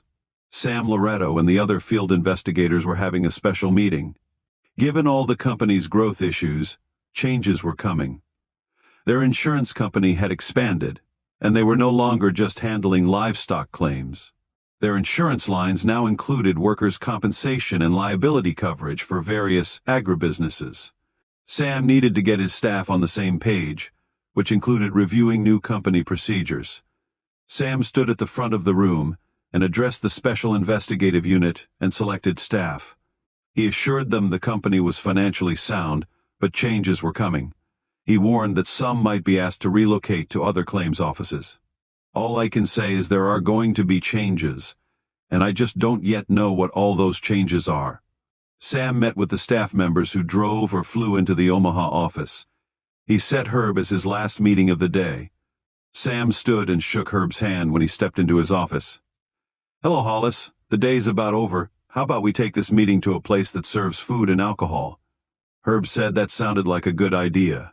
He dropped his pickup back at the motel where he stayed and Sam picked him up.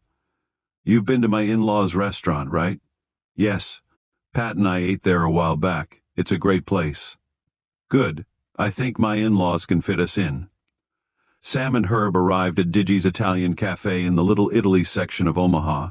Sam's mother-in-law escorted the two men to a quiet table where they would have privacy. The table sat in a corner, surrounded by pictures from Italy on three sides.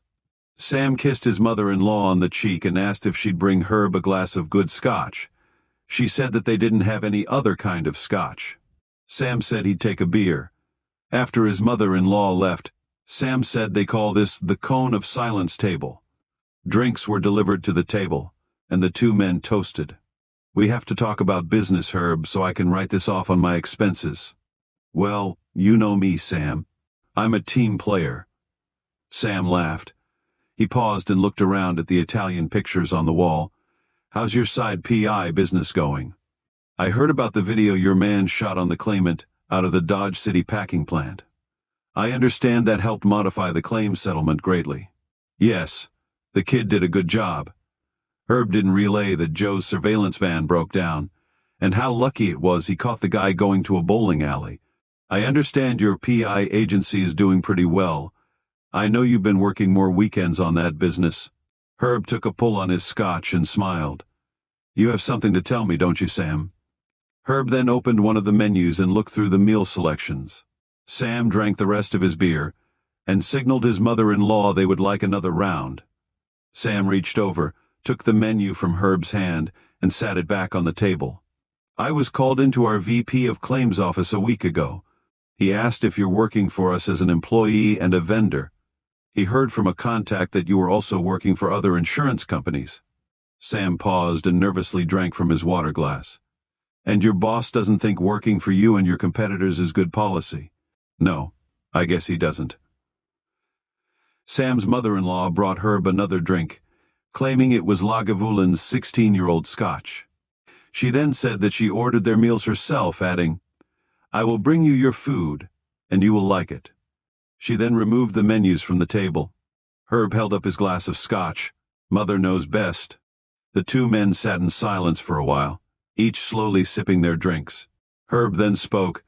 "I'm not surprised, Sam. I was just telling Patricia I thought this day would come." Sam interrupted. "I want you to know, Herb, you can still stay on as an employee. You just can't also be an outside vendor doing work for us and the competition.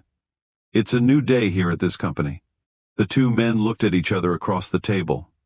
A man in an Italian suit sat at a white piano in the corner of the room and then began playing music. Herb and Sam listened to the music for a bit. Herb then spoke. "How about this, Sam? I will resign as senior investigator at National Insurance if you agree to continue using my agency as a vendor." And Herb held up his finger. "And what? You give me 3 months severance to compensate for all the unpaid extra time I've given the company over the last few years. That will help pay my kids' Catholic school tuition this year." Sam thought about it and then spoke carefully. "Our company will continue to use Compton and Associates as an investigative vendor, and I'll give you 4 months severance. But there is one provision." "What kind of provision?" "You see, Herb, I got this dog from your friend Tom Poor Bear." "Yes, I know. Dog with no name. He's a Jack Russell Terrier. You got the dog for your kids. The provision is, you are going to take ownership of said dog so my kid with allergies can start breathing again." Mrs. DiGiacomo set a basket of garlic bread on the table, saying, "I hope you gentlemen are hungry." The meetings continued into the next day. Tom Poor Bear arrived at the meeting site in Omaha during the afternoon. Sam Loretto introduced Tom to the group, explaining he was a subcontract investigator from South Dakota. After the meetings, Sam, Herb, and Tom Poor Bear met in Sam's office. After they sat down, Tom gave Sam his invoice on the case they first discussed last February. Sam reviewed the invoice. "So, Tom, it has been 6 months since I gave you this case." "Yes, boss." Sam looked over at Herb, and then back at the invoice. "I've left you several messages about the case status." "Yes, boss." "And you have left me several messages saying you are working on the case. But on Indian time." "What again is Indian time?" Herb held his hand and spoke. "Excuse me, Tom, if I may, Sam. You see, Native Americans perceive time as circular. Us Wasikus look at time as linear. Indian time is more circular, with no beginning or ending. Natives feel it best sometimes to do the work when the spirit moves you." You must understand Native Americans are different from you and me." Herb looked back at Tom Poor Bear, who nodded in agreement. Sam looked at Herb and then at Tom. "When the spirit moves you?" Tom Poor Bear and Herb nodded their heads and spoke at the same time. "Yes." Tom Poor Bear spoke after a pause. "You see, boss, my approach to this investigation was the only approach that was going to work." "And what was that approach?" Sam leaned back in his chair and put his hands behind his head. "I started the case by contacting a couple of Lakota I know who live in Wounded Knee. It had been a while since I last spoke to these brothers, so I had a friend pass the word that I wanted to catch up with them." Sam looked at Herb, who stood and poured coffee from a carafe on a side table. "Then what?" "Some time ago I showed up at these same people's house in Wounded Knee and brought them canned tomatoes." "Canned tomatoes?" "Yes. Then I stopped in a month or so later and asked my friends to take a drive on the res and share a beer with me." "Yes." "Then, a couple of months later I showed up with fresh garden tomatoes, and we had some beers. And then I eventually got around to asking them about Chango." Herb sat down, blew on his coffee and took a drink. "And they mentioned that Chango lived with his grandmother on the other side of Wounded Knee, but he was now working for a wheat harvest crew." "Then?" Sam was getting impatient. Tom pulled a fig Newton from his pocket, took a bite, removed his cowboy hat, and rested the hat on his knee. Tom then ran his fingers through his long black hair. "I learned Chango had arrived home early from wheat harvest. I went to his house and asked if he'd seen a missing dog. I explained that I was staying with my friends on the other side of Wounded Knee, and my dog ran off. Chango said he knew my friends, and they mentioned at a recent sweat they had a visitor over from Pine Ridge."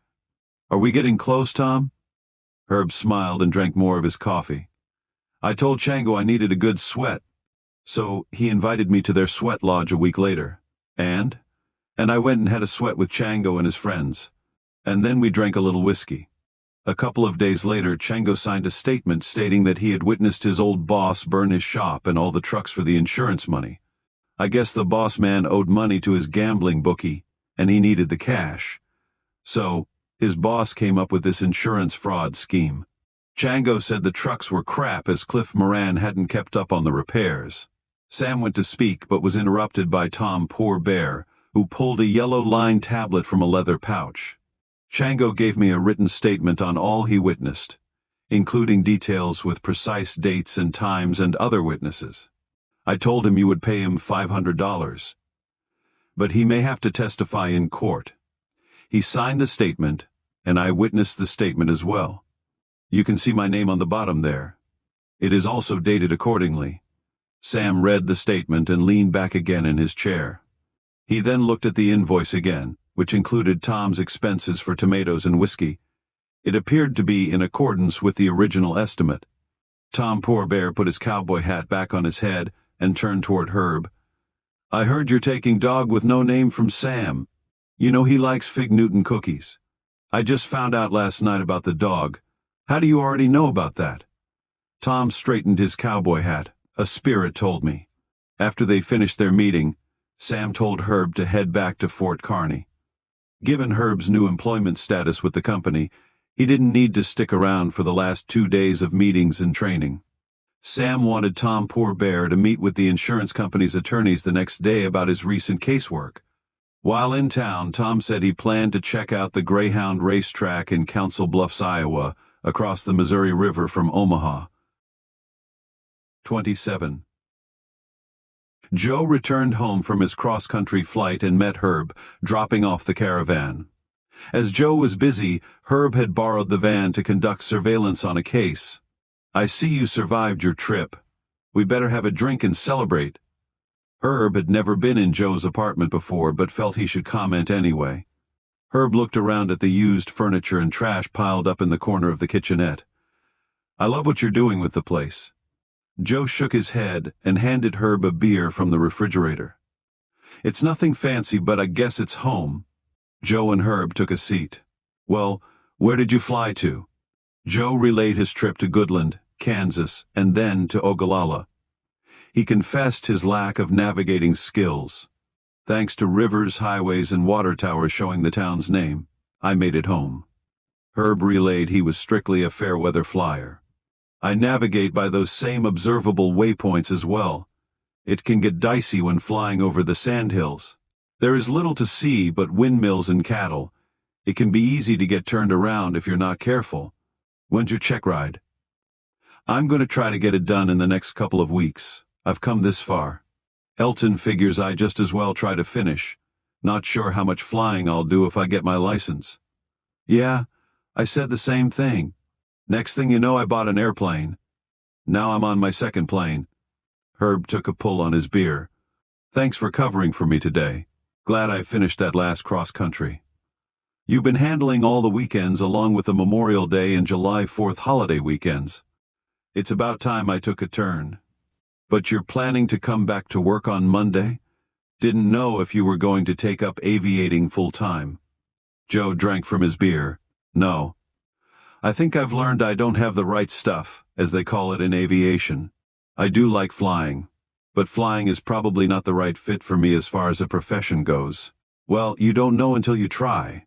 If you plan on staying with the investigative profession, I may have some other work for you. What kind of work? The word's getting out that my investigative business is more official. I've started taking more calls from local attorneys who need investigative work done. Joe's ears perked upon hearing they might be getting in cases other than surveillance. A law firm sent me 10 summonses that need to be served, and our local public defender would like interviews done on a couple of criminal defense cases. Joe said he didn't know what any of that kind of work required. Herb said he'd be handling the training for that book of business. We'll start after you get through your check ride. You'll ride along with me for a bit until you better understand what's involved. Herb told Joe he'd see him at the office on Monday, and thanked him for the beer.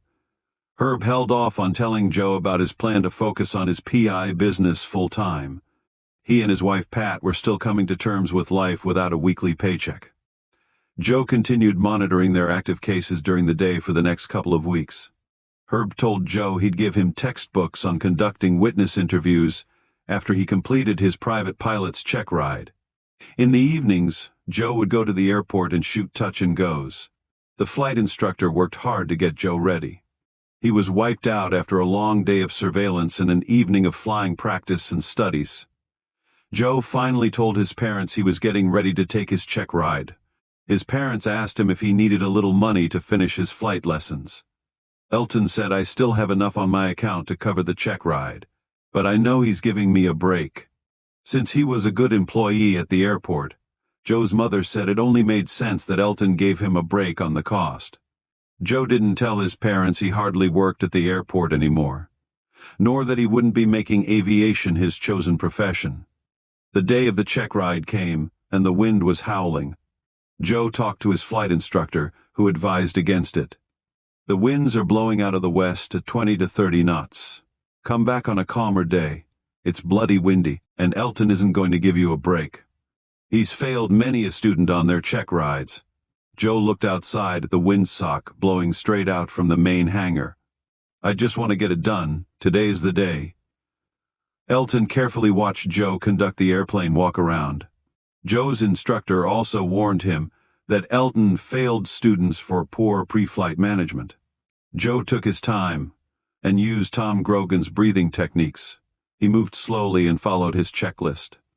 Joe looked out at the windsock whipping in the wind. He did the engine run-up, and they headed for the runway.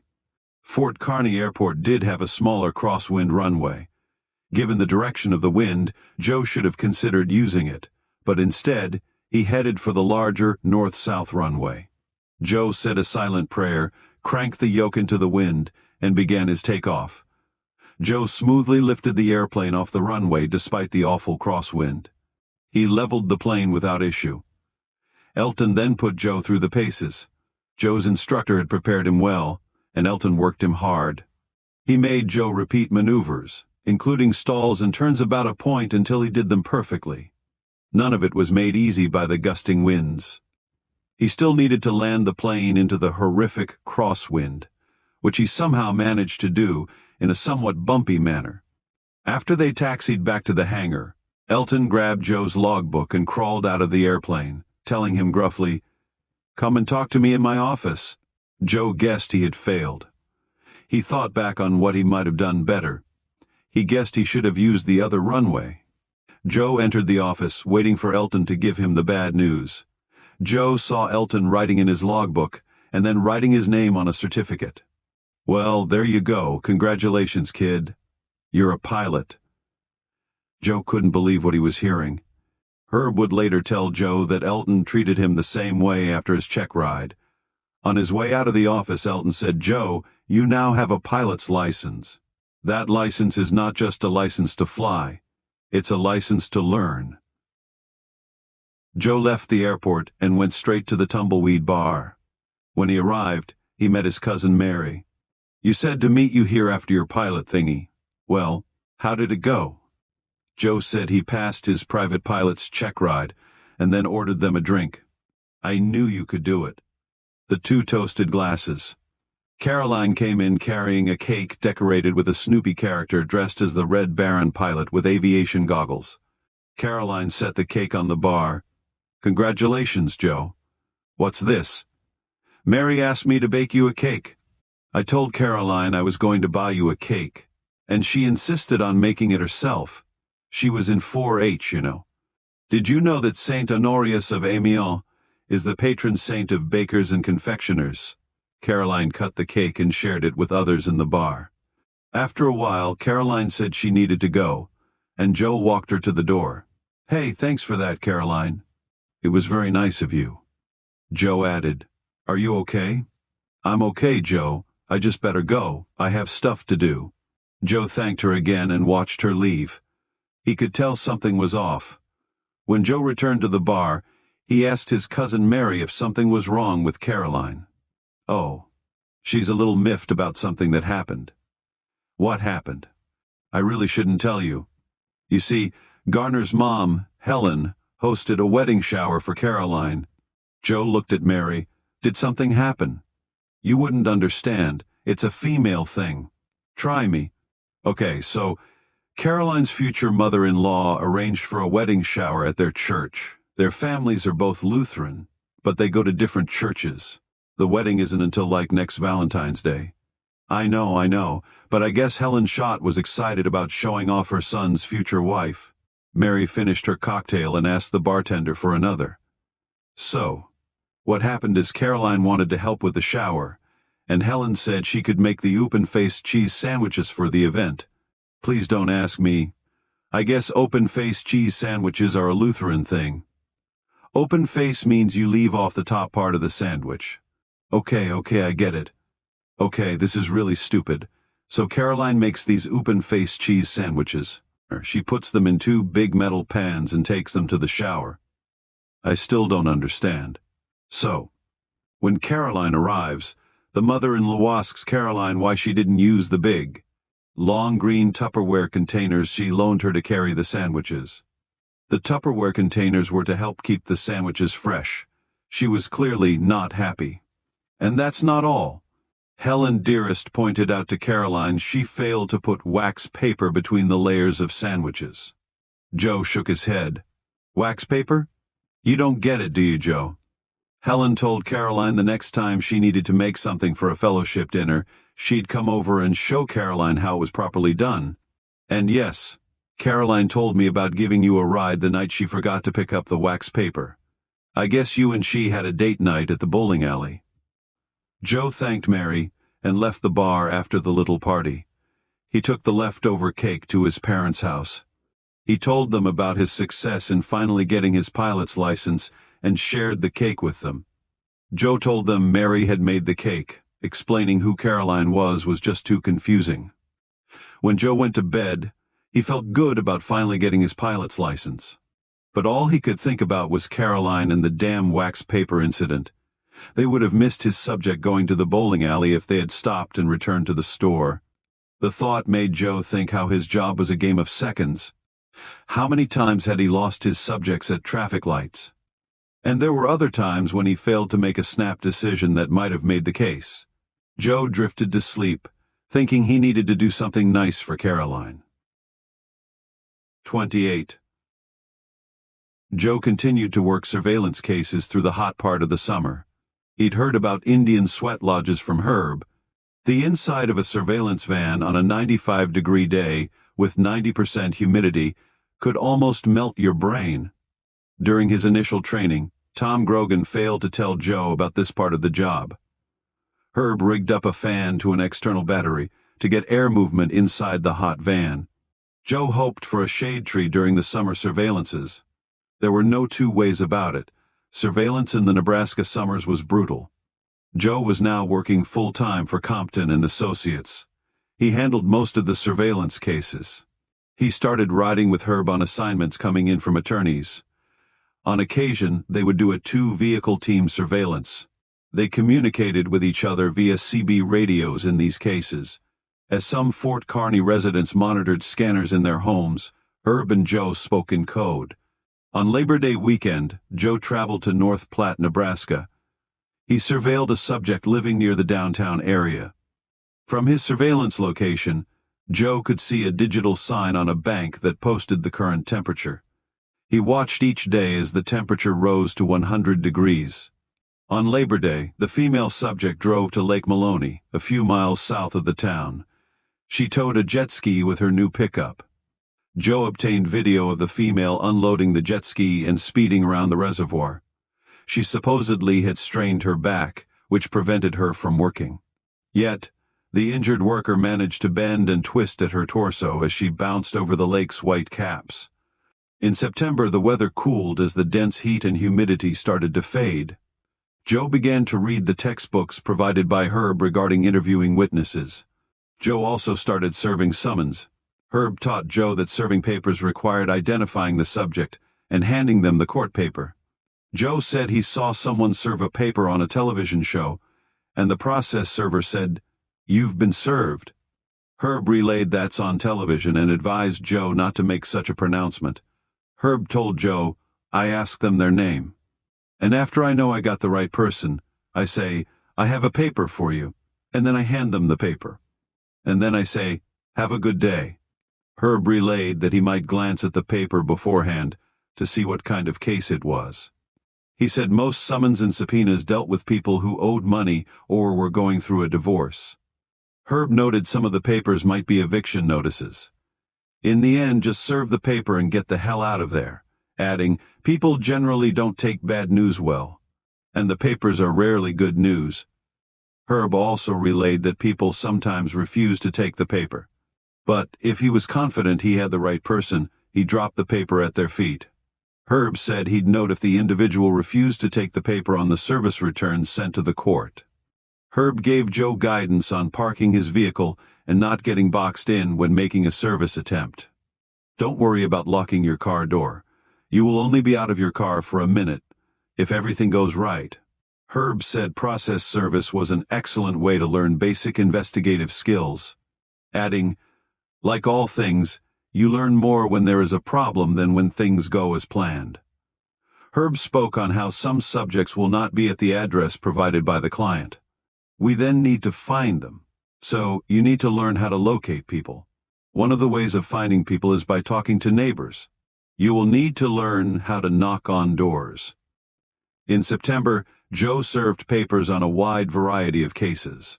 He located his first subject, who no longer lived at their given address. Joe knocked on a neighbor's door who said they remembered the subject, but they said the guy had moved out. The neighbor said he talked to the guy while he loaded his belongings into the back of a pickup truck. The neighbor asked Joe's subject if he was moving. The man said he'd taken a job in St. Louis, Missouri. Joe proudly reported to Herb that he had located their subject in St. Louis. Herb asked Joe, "How do you know the guy told the neighbor the truth?" "Well, Did you get an address from the neighbor to where this guy moved to in St. Louis, Joe?" "I didn't ask the neighbor if—" "Did you ask the neighbor if the guy said what kind of job he supposedly took?" "I don't know what." "Well, we can't charge the client for locating a guy we don't have an address for, can we?" Joe knew he still had much to learn about this end of the business. He looked at Herb, who he could tell wanted to say something else. "What is it, boss? What did I do now?" "Joe, do you like dogs?" Garner Schott started betting on football games again in the fall. He claimed to Luis, "I got a new system. I'm going to make a killing this year." Garner based his new gambling system on a show he watched on public television. The show depicted an ape throwing darts at company stock averages listed in the Wall Street Journal. Whatever company the dart impaled, the researchers invested money accordingly. The ape's picks did better than a notable investment banker's stock picks. That made sense to Garner. So, he put his bookie's betting sheet up on a wall and threw darts at it. And that is how he made his gambling analysis. Garner was up $300 for the year. Garner and Caroline were 4 months away from their wedding date. Despite her mother's insistence, Caroline still hadn't picked out a wedding dress. Caroline said at one point, "I can always borrow my sister's wedding dress if I have to." Garner and Caroline were also discussing money. Caroline's grandmother said she wanted to give her and Garner some money as a gift for their marriage. They could have it beforehand to help them out. Caroline told Garner she didn't feel right about taking the money. Garner pointed out that Caroline's sister took the money when she was married. He pestered Caroline about how much money her grandmother was offering to give. Caroline gave in and relayed it was $2,000. Not long after that, Garner started talking about getting a joint bank account. He also discussed how he planned to pay the bills and keep the books after marriage. Caroline said they should wait until her name was officially changed, after the wedding. One day, while Caroline was at work, Garner went to her apartment. He knew where she hid the spare key. Garner went inside and did some snooping. He found her private business documents in a metal case in the closet in her bedroom. He rifled through her birth and baptismal certificates and other documents.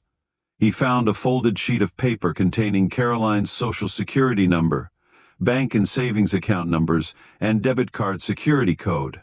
Garner copied the numbers down.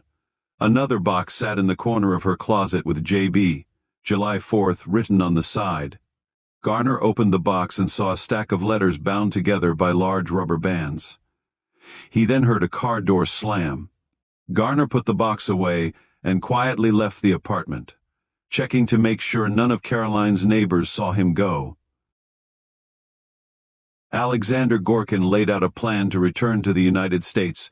Russian intelligence had found no communication regarding the stolen contact book among their American counterparts. However, confidential sources in Kansas City learned a mobster named Little Al Valentino was looking for someone who could price a jeweled egg, allegedly from Russia. Their Russian contacts also confirmed one of the mobster's associates in Nebraska had made the inquiry. Alexander Gorkin's ears perked up when he heard that someone in Nebraska was connected to jeweled eggs. When he learned the subject of the inquiry in Nebraska was a car salesman, he did more research. The gentleman's name was Walter Lewis Gilbert from Fort Kearney. He had found his cowboy named Luis. Alexander shared the information with Vladimir Antonov. "This individual in this Nebraska in the U.S., what does he do, Alexander?" "He's a used car dealer. And I am pretty sure he's the man who took the eggs and the contact book from your brother." "Convince me." Alexander stated their initial investigation found no information about Luis Gilbert in Nebraska. The Kansas City mobsters learned of the jeweled eggs from one of their gambling bookies, a car salesman. The mobsters call their bookie Hoppy. Research on Hoppy confirms he owns Luis's used cars in Fort Kearney, Nebraska. "You told me we searched for him in Nebraska." "We did. But the bookie's legal name is not Luis, it is Walter Lewis Gilbert. That is why none of our searches connected Luis to Walter." Vladimir paced in front of a window. "Now what? What are the chances he still has the contact book, let alone the eggs?" Alexander walked in front of Vladimir, meeting him eye to eye. "With your approval, I'm going to try to find out." 29.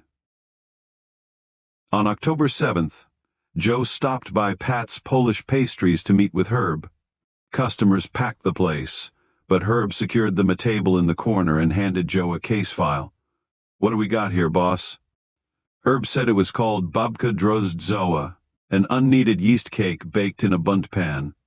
Joe said, "Not the Polish pastry, Herb. I meant the case." Herb washed the cake down with his coffee. "It's an out-of-town rush job on the Cheyenne Indian Reservation in South Dakota. You'll need to go to this town up there. The name of the town is in the file. The claimant's name is Gary Gentry. He's what some of the Lakota might call a Wasiku, or a white man. But his wife is native. Gentry has an old work comp claim with a meatpacking plant in Sioux Falls, South Dakota. Have you ever been to an Indian reservation before? Joe said he'd traveled through the Rosebud Reservation on family trips to the Black Hills. An Indian reservation is not like Fort Kearny. It will be sparse, and they're rough and tumble places. Many people there are poor, and they don't trust white people. And there is a good reason for that. Be respectful and move slowly. Remember, you are not trying to be invisible. You are trying to be unremarkable. Herb went on to explain. Gary Gentry's work comp case goes to trial in 2 weeks. The claims adjuster let this claim slip through the cracks. We should have looked at him months ago. Now, it's a rush case. Claimants often curtail their activity before negotiating a settlement. And he'll probably settle, but they want to make sure if the guy is as hobbled up as he says he is. I even have a picture of this guy in the file. And Tom Poor Bear got you the subject South Dakota vehicles, and that's in the file too. Why don't you have Tom Poor Bear work this case? He's tied up on another case for the insurance company. Besides, Tom doesn't have the temperament for fixed surveillance, although he is very good at it. I know this is your first out-of-state assignment, but you've been doing this work for 6 months now. You'll know how to handle it. If you have any questions, call and leave me the number for the motel where you'll be staying. I'm not sure if, or where, you'll even find a motel up there. You might have to sleep in your van. Herb handed Joe cash for expenses. Before leaving the bakery, Joe stopped and talked to Patricia. He said he needed to get something for a friend who is having a birthday today. I wanted to get her a roll or something. Patricia smiled at Joe. Her? I take it she's a girl then. Well, I guess she's a girl. I see. So is she a special girlfriend or just a girlfriend? We're just friends, I guess. Pat tapped her finger on her chin. I have something, hold on. Pat walked back to her kitchen and returned with 2 heart-shaped sugar cookies with pink frosting. Pat took a frosting piping bag and drew a question mark on both cookies. She wrapped them in waxed paper and crisscrossed pink and red ribbons over the top, tying them into a bow. She then took scissors, and with a stripping motion, she twirled the ends of the ribbon. There you go, Joe. It's on the house. Thanks, Pat. What does the question mark mean? Patricia looked at Joe. You don't know much about women, do you? No, Pat, not at all. Thank you. Joe went back to his van. He slid the file into his leather case, drove to Herb's office, and picked up the video camera and extra videotapes. Joe confirmed the camera batteries were all charged and grabbed a battery charger. He also found a fresh reporter's notepad and a couple of pens. Joe then headed to his apartment and called his mother. He thought about asking her if she could watch Dog with No Name, as he needed to go out of town. Joe then remembered working as a private investigator was still his little secret. He hung up the phone. Joe then called Mary to see if she'd watch his dog, but she was off to visit her parents over the weekend. Joe decided to take Dog with No Name with him to South Dakota. Joe loaded a duffel bag, a cooler with food, and a 6-pack of Coors beer into his van. He then called Dog with No Name, who jumped into the rear part of the van. Joe went back and retrieved dog food and a water dish. He also grabbed a blanket for the dog to sleep on and a gallon jug of water. Joe again read his checklist. He opened the camera bag and put his hand on the video camera, and Joe double-checked that he had the case file. He petted his dog on the head. Joe needed to make one more stop before heading to South Dakota. Joe walked into the Emerge business office carrying Patricia Compton's cookies. Joe asked Darlene behind the front desk if Caroline was available. Darlene looked at the red blinking phone lines. I'm sorry, but Caroline is on the phone right now. Would you like to wait? Joe looked at his watch. I wanted to leave her this. Joe put the cookies on the woman's desk. Darlene could see the heart-shaped cookies through the wax paper. Could I get your name? Joe, just tell Caroline they're from Joe Bauer. I wanted to say thank you to her and happy birthday. I need to go out of town for work, so I won't be around this weekend. Darlene had already met Caroline's fiancé Garner. She paused and looked at the cookies, then back up at Joe. I'll tell Caroline you stopped by, Joe. Joe thanked Darlene and returned to his van. He looked at a map of South Dakota that Herb had slid into the manila file. Joe plotted his course, gave Dog with no name a rub on his head and a fresh Fig Newton cookie, then set off to work his case. Caroline was on her phone when Darlene left a package and a note on her desk. She saw the heart-shaped cookies through the wax paper and assumed it was a birthday gift from Garner. Caroline kept talking, pulled back on the nicely bowed ribbon, and opened the pack. She noted the question mark on each of the cookies. Caroline finished the call and looked at the two pink frosted cookies with the question marks. She tried to figure out why Garner would have sent her these. Caroline then looked at the note and determined the cookies came from Joe Bauer. She walked out to Darlene's desk and looked out the front window. "Your friend Joe dropped off the cookies and left." "I see that. Did he say anything?" Darlene took a drink of her Diet Coke. "Oh yeah, he said he was going out of town this weekend. He wanted to say thank you and wish you a happy birthday." "Anything else?" "Nope. He just said that his name is Joe. I put it on the note. I guess he's a friend then." Darlene looked at Caroline quizzically.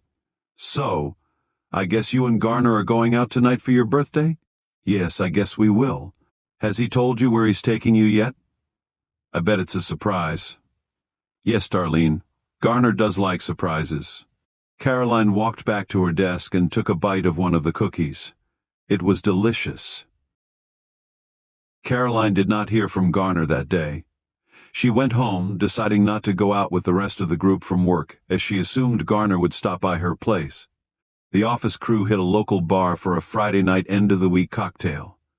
Caroline's home answering machine had a message from her mother and Mary, each wishing her a happy birthday. Mary said she was going back to Ewing, and she'd catch up with her when she returned to town. Caroline poured herself a glass of German Riesling Mary had left at her house. She figured Garner would call or stop by her place. After the third glass of wine, Caroline fell asleep in her chair and woke up around 11 p.m. She again looked at her answering machine, thinking she slept through Garner's phone call. There were no new messages. Caroline grabbed the second cookie Joe had left for her.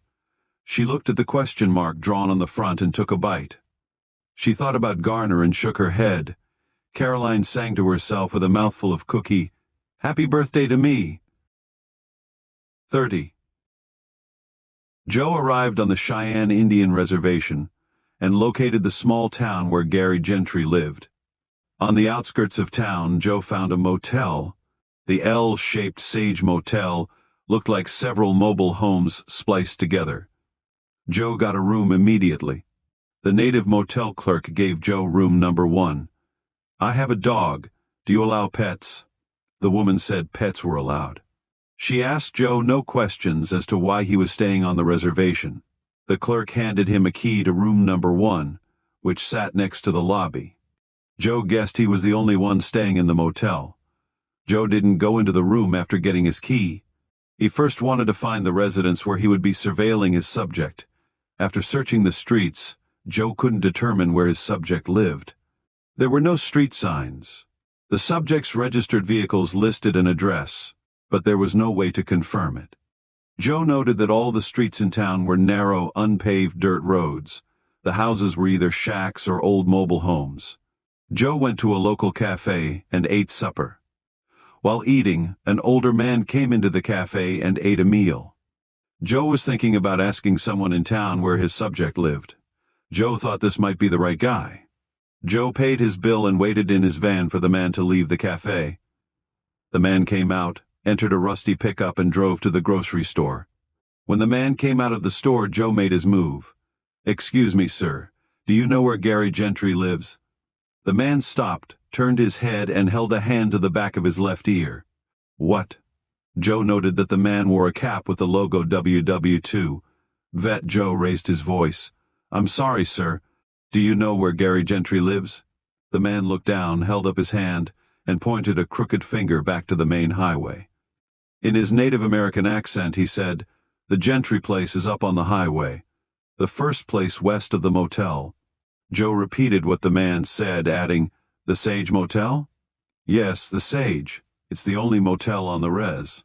Joe thanked the man and drove to the highway and back past the motel.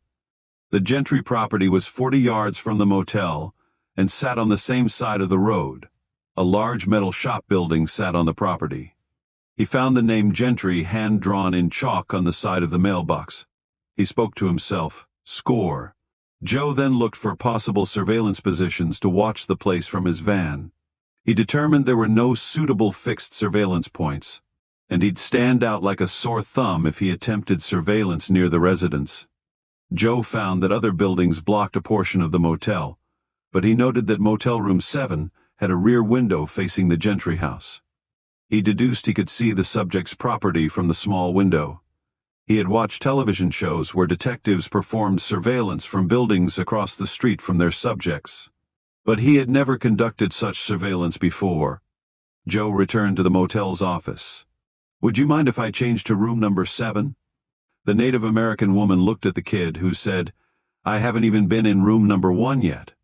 The clerk shook her head and looked out the window toward the motel room. She said it was okay. Far stranger people had stayed at the motel. As the only customer, which room he stayed in didn't matter. They exchanged keys. Room number 7 was about as sparse as the prairie he'd driven over to get to the reservation. He walked into the bathroom and cranked open the narrow window above the bathtub. And from there, Joe could see the Gentry place. He first looked at the place through binoculars.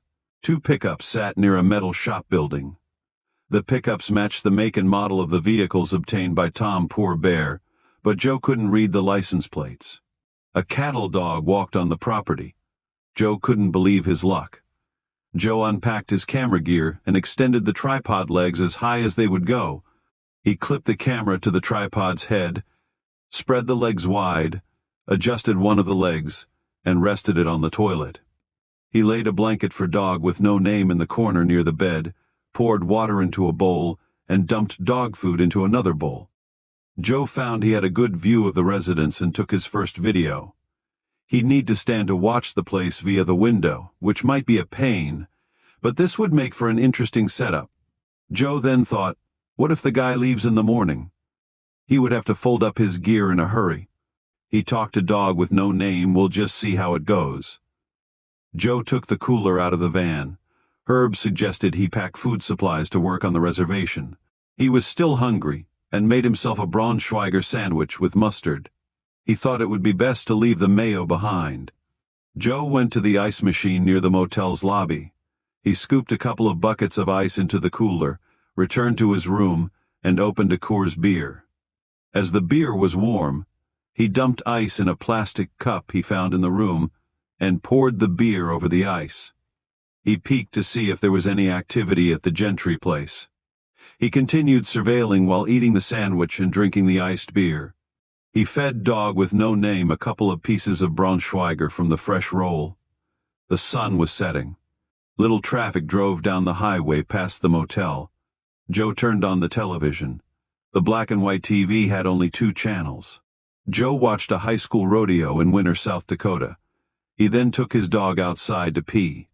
He returned to his room, and Joe and dog with no name fell asleep during the steer wrestling event. Joe woke early and shot his first video of the Gentry property and vehicles. He made sure he set the correct time and date on the camera.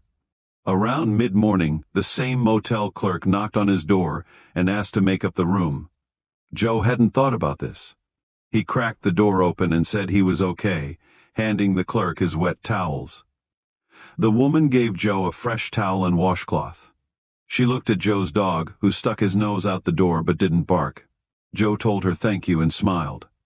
The native woman had no comment for the strange Wasicue. Joe finally saw a male exit the residence. Gary Gentry wore a cowboy hat, a western shirt, and blue jeans. Gary also held a large coffee mug, and a blue heeler dog trailed behind. The man spent the rest of the morning in the metal Quonset building.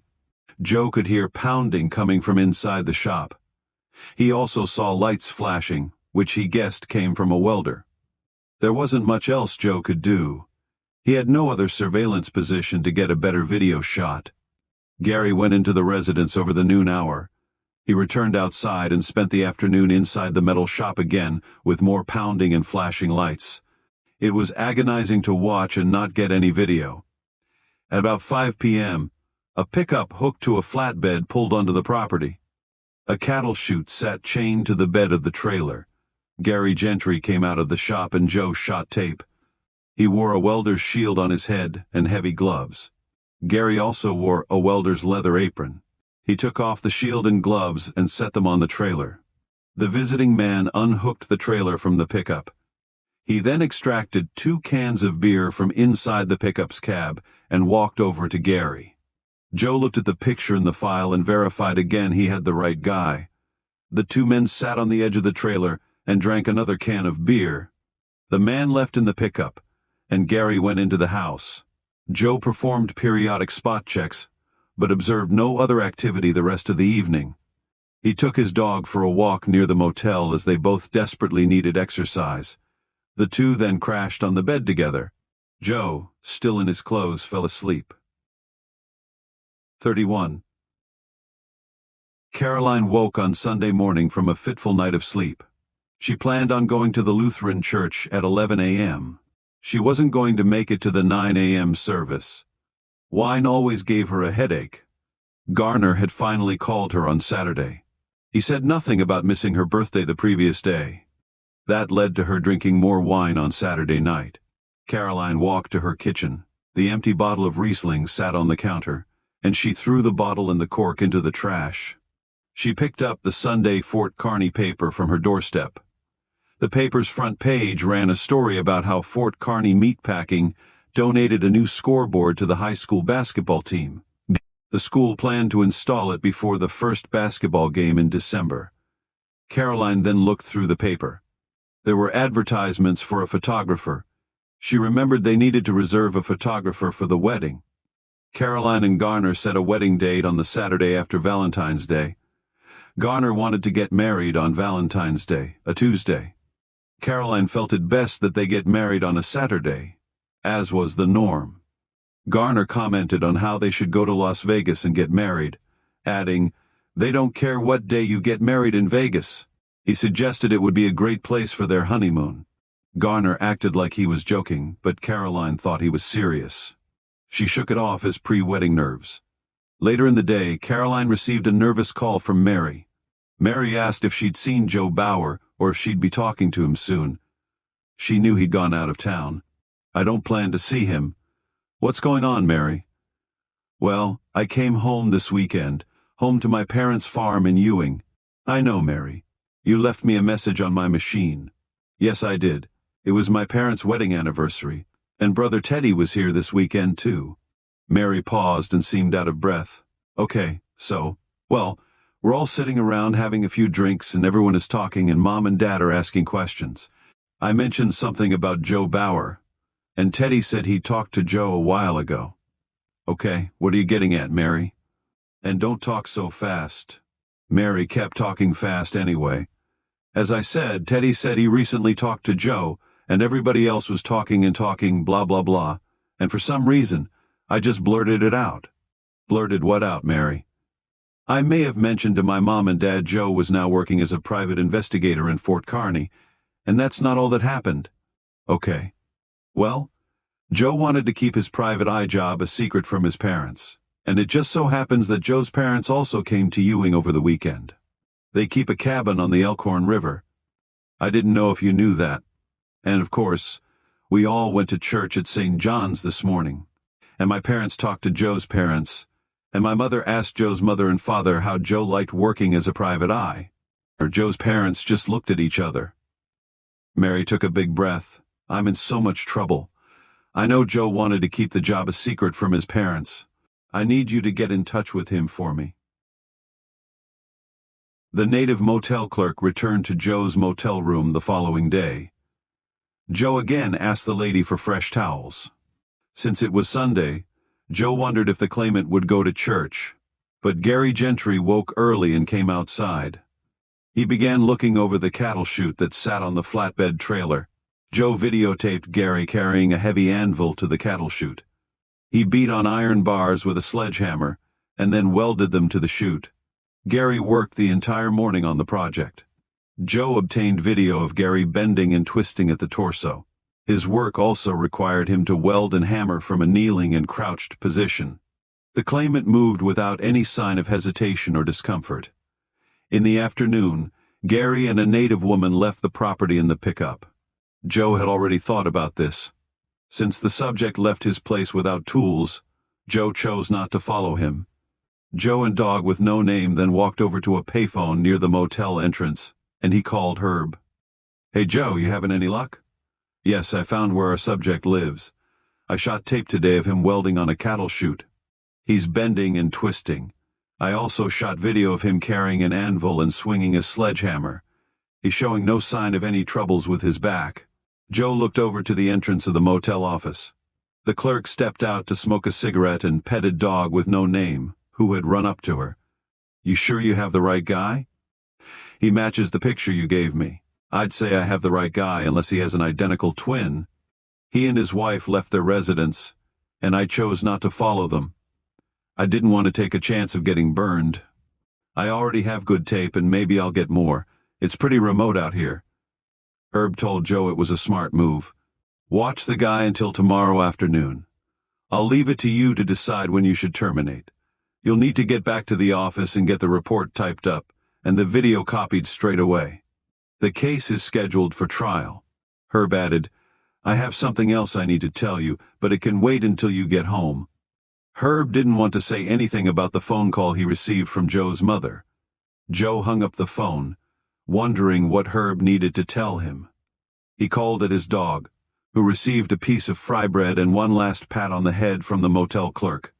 Joe yelled back at the clerk, saying he'd check out tomorrow. Just as Joe started to regret not following the subject and his wife when they had left, they returned home. They apparently went somewhere and purchased supplies. Joe obtained video of the claimant unloading angle iron and steel rods from his pickup. He then shot video of Gary as he finished working on the cattle chute. The man from the day before returned and picked up his trailer. Gary pointed to the cattle chute, explaining the repairs he'd done. Joe obtained video of the man as he appeared to write a check and handed it to Gary. He then left with the trailer and chute. Another man and his son wearing cowboy hats showed up later that afternoon. They dropped what looked like a tractor hitch from the back of their pickup. While the man talked to Gary, the kid threw a cattle rope at the anvil, which sat on a tree stump. Joe obtained video of Gary welding on the hitch. He helped the man and his son lift the hitch back into the pickup. They then left, and he went back into his house. Joe felt good about the case and figured he'd watch his subject the following morning and then head back home. He wished he had someone to share his success with, but he could think of no one to call. He thought about calling his parents but couldn't tell them about work. He needed to decide what to do about his little secret. It was getting harder to determine what to do. Was he going to stick with this job? Was Herb going to have enough work for him? Herb said the surveillance work would be letting up come wintertime. He also wondered what Herb wanted to tell him. Joe then thought about Caroline. He decided to call her and tell her happy birthday. Joe and his dog walked over to the payphone. The sun drooped in the western sky as a meadowlark sang atop an electric pole. He watched a tumbleweed blow across the highway and lodge in a barbed wire fence. Joe thought he was like a tumbleweed, bouncing around without control of where he was going or where he would end up. Joe dialed Caroline's number and heard a man answer the phone. He recognized Garner's voice, so he hung up without saying anything. Joe walked into town with his dog and received several odd looks. He then walked back to his motel room and drank his last Coors beer. Joe ate the rest of his Braunschweiger on stale bread. He fell asleep thinking about Caroline. The following morning, Joe obtained more video of Gary welding and carrying pieces of iron. Around noon, Gary and his wife drove towards downtown. Joe took his camera down from the tripod and climbed into his surveillance van. He left dog with no name at the motel, telling him to guard the room. He found them parked in front of the cafe he'd visited days prior. Joe shot video of the pickup, including its license plate. He verified the plate matched the vehicle information obtained from Tom Poor Bear. Joe was ready and shot a close-up facial shot of Gary Gentry walking from the cafe and getting into the pickup. The pickup returned home. After a final shot of the Gentry place, Joe bundled up his gear from the motel room and loaded it into his van. He then went over to the motel office and paid the clerk. The clerk said the checkout time was noon, but she wouldn't charge him for an extra day. Joe stuffed the receipt in his jeans pocket and thanked the clerk. He and dog with no name left for home. Joe was pleased about the case but still wondered what Herb had to tell him. 32. Alexander Gorkin grew up on the outskirts of Moscow. His father, a respected medical doctor, and his mother, a research scientist, were good parents. He worked for the Moscow Police Department before being recruited by the intelligence section. He spent a year doing specialized training to learn the English language. Alexander had a backup plan in case things did not work out in Russia. He planned to move to the U.S., which would require some good fortune. He enjoyed the 6 months he spent each year working in the U.S. as Yevgeny's security chief. He never expressed his thoughts on wanting to live in America to anyone, not even a woman. Alexander would complain to others about being stationed in the U.S. and how he preferred Russia. He knew those he relayed the information to would report his complaints to his supervisors. He knew his purported distaste for America would ensure his supervisors continued to station him there. Alexander returned to Breckenridge, Colorado. He spent the first day in the main cabin searching for the documents Sasha was to have hidden. When asked where she hid the documents, Sasha said she did not hide any documents in the big cabin. That story didn't change even when hooked to a polygraph machine. Alexander was reviewing the file on Sasha Antonov. The Russian Intelligence Bureau asked a psychologist to review her case and complete a behavioral profile. He knew more about this case and Sasha's inner thoughts than any psychologist. Alexander warned his superiors 2 years ago that Sasha might be a danger to her husband. No one was brave enough to tell the 75-year-old Yevgeny Antonov that his 30-year-old wife may be a black widow. Everyone figured Yevgeny's brother Vladimir, head of Russian intelligence, would warn his brother about marrying a much younger woman. Vladimir also underestimated her. Sasha knew which side her bread was buttered on. As long as she had a credit card, she appeared happy. Sasha's husband attended meetings upon meetings with business leaders in America. He often played the wealthy, foolish Russian in front of the American press, and everyone, including America's intelligence bureaus, underestimated him. Yevgeny and Sasha lived in Colorado for 3 months during the winter, and 3 months during the summer in a seaside house near Carmel, California. They spent the other 6 months at their country estate near Moscow. Yevgeny never shared with Sasha what his meetings were about in America. And although Sasha appeared to be oblivious to her husband's business and political dealings, she knew where he kept his paperwork. And she had plenty of quiet time to snoop. With Yevgeny, Sasha was a perfect subservient Russian wife, and a genuine member of the Communist Party. Her husband didn't know Sasha wanted to be Sissy, the lead female character in the Urban Cowboy movie. She first watched Urban Cowboy with Russian subtitles. From that day forward, she had a fetish for American cowboys. She did not like the old American Western cowboy movies, but liked the Bud character from the Urban Cowboy movie, with his dark cowboy hat, tight jeans, and cowboy boots. One year, Sasha spent $1,000 at a Western store in Breckenridge, and bought her husband a cowboy hat, Western cut blue jeans, and cowboy boots for his birthday. To appease her, he wore the cowboy outfit once. Yevgeny then put the clothes in a box and placed them in the rafters of the firewood shed behind their cabin. Sasha taught herself how to drive and speak the English language. She hated it when they left America and returned to Russia, and dreamed of ways to defect to America. But she didn't want to do it without some cash in hand. And so, Sasha had been thinking about a plan that failed the night she picked up an American country dance instructor in Breckenridge, Colorado. Alexander conducted additional interrogations of Sasha before returning to the U.S. The Russians' special interrogation techniques were quite helpful. Now that she'd started to recover from the overdosing mishap, she was beginning to regain her memory. Sasha admitted sleeping with a cowboy she met at the Cactus Rose Bar. She said she had drunk too much, and the cowboy took advantage of her. Alexander didn't buy her story. He felt she was likely a willing participant. Sasha could only recall that the man's name was Bud. She couldn't remember the name Luis Gilbert, and only knew Bud was a country western dance instructor. She also recalled he said he was visiting Breckenridge, but she didn't know where he lived.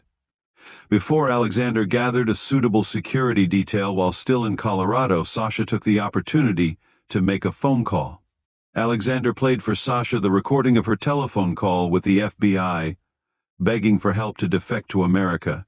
Alexander asked Sasha what documents she planned to share with the FBI. Sasha lied, saying she had no documents to give the Americans. When Alexander saw Vladimir Antonov the last time, he watched the intelligence chief take a big drink of vodka. Vladimir then looked directly at Alexander. "Those 3 eggs were first stolen from my family a century ago. Yevgeny managed to locate them and get them back. And now they're gone again. I want them back for the sake of my family. Not to mention the millions of dollars they're worth. That part of the mission is between you and me. Your primary mission is to see if this cowboy has Yevgeny's contact book, and get that damn book back before the Americans find it." Alexander was lying in bed thinking about the documents Sasha told the FBI she stole from her husband. During their interrogations, she proclaimed that she hid no documents in the big cabin. Alexander sat up in bed and repeated what Sasha said. "I did not hide any documents in the big cabin." Alexander put on his pants and went outside. He looked at the big cabin and then the smaller guest cabin where he stayed. Alexander then looked to the rear of the big cabin. There was a shed for firewood. Alexander opened the shed's door and turned on the light. Dust motes floated above the pile of firewood.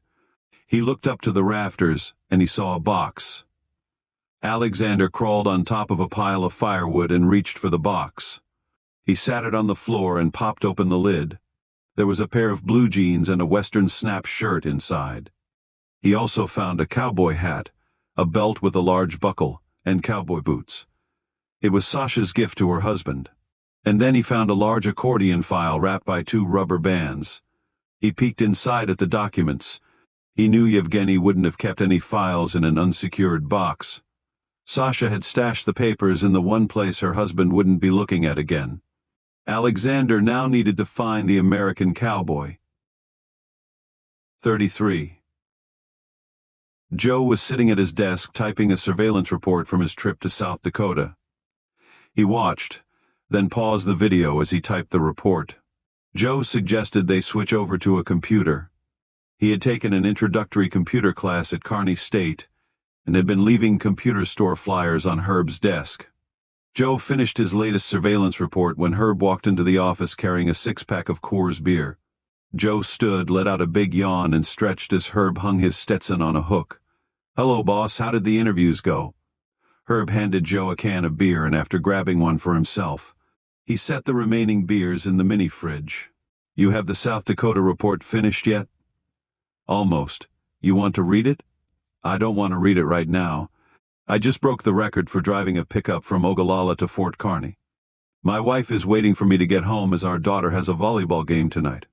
I thought I better stop and decompress before I go home. Tell me some good news." "Good news. Let's see. Besides the South Dakota case, I finished the case for High Plains Mutual. I shot tape last week of the subject changing his tire at a rest area on the interstate. What did the claims adjuster say?" Herb had started letting Joe deal with some of the adjuster clients. "She accused me of flattening the claimant's tire. The previous investigative firm they were using did that trick all the time until they got busted by a plaintiff's attorney. I swore to the claims lady I did not flatten the claimant's tire. I have never done that, and I'd never do that. And if she didn't believe me, maybe she should find another investigative firm to use out here in nowhere, Nebraska." Joe paused, opened the can of beer, and had a drink.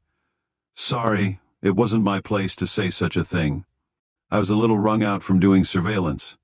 "What did the claims adjuster say?"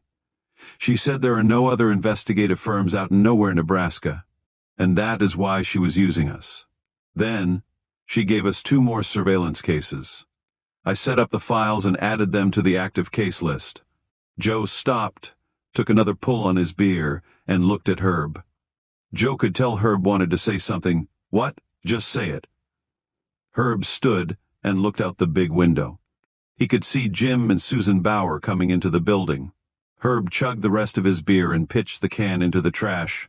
"We have someone stopping by for a visit." Joe continued typing his report. "Who is it? A new client."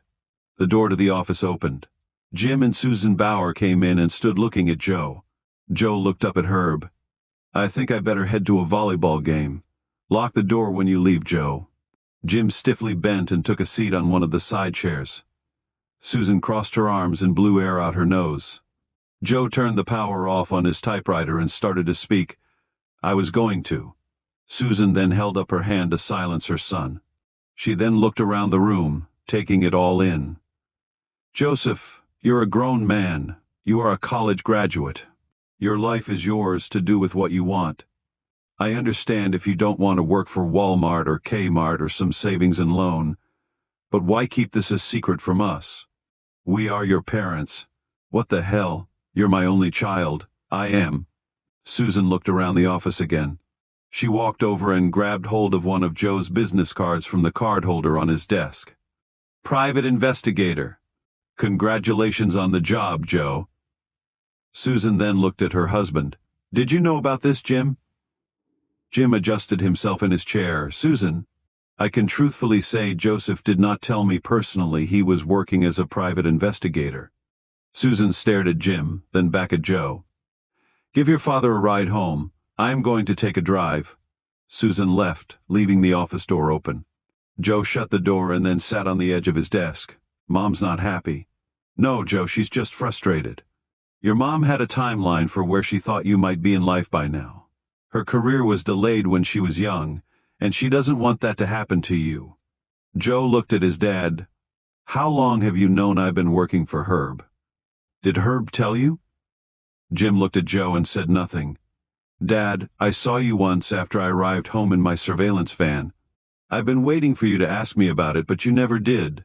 You're an investigator. I knew you would check it out." Jim looked at the mini fridge and pointed. "Does Herb have any beer in there?" 34. Joe returned to Herb's office one afternoon after a day of surveillance. While walking up the stairs, he met a young man wearing a dark coat with a priest's collar. The priest said hello, and Joe responded, "Good afternoon, Father." When Joe walked into the office, Herb was looking over pictures at his desk. "What's going on, boss?" "Just met with a new client. He's Father Jim Homolka, you know him. He's a priest at our church." Herb looked up at Joe. "When is the last time you've been to Mass, Joe?" Joe put his camera bag on his desk and plopped down in his chair. "It's been a bit. I've been pretty busy." Herb looked at Joe. "I guess you can't call him a client. Clients are paying customers. Father Homolka talked to my wife after a Catholic mothers' meeting and asked her about my investigative business. Patricia told the young priest her husband would be glad to help, and since it was for the Catholic Church, there would be no charge." Joe stood and walked over to Herb's desk. "What's this?" "These are pictures of vandalism which took place at St. Mary's. Some dumbass spray-painted graffiti on the side of the church. It happened on Halloween." Joe looked at the pictures. "If it's Halloween, that usually means kids up to no good. But this isn't kids' stuff, is it?" "No. Father Homolka didn't think kids did this either. He said these are satanic images." "Isn't this something for the police?" "Normally it would be. But Father Homolka's boss, an older priest at the church, witnessed the spray paint artists leaving the scene. He would like to hold off on reporting this to the police for now." "Why is that?" "He wants to make sure it doesn't involve a parishioner, or the child of a parishioner before he reports anything. I need you to run this license plate." Father Jim Homolka proceeded to the priest retreat at St. Francis Cabrini Catholic Church, in the Little Italy section of East Omaha. The retreat topic was exorcisms and satanic activity in the modern church. Father Homolka had signed up for the retreat several months prior. The speaker was an Italian priest based at the Salesians of Don Bosco Monastery, in the Philippines. Father Adolf Ferroni traveled the U.S., giving retreats on exorcisms and satanic activity.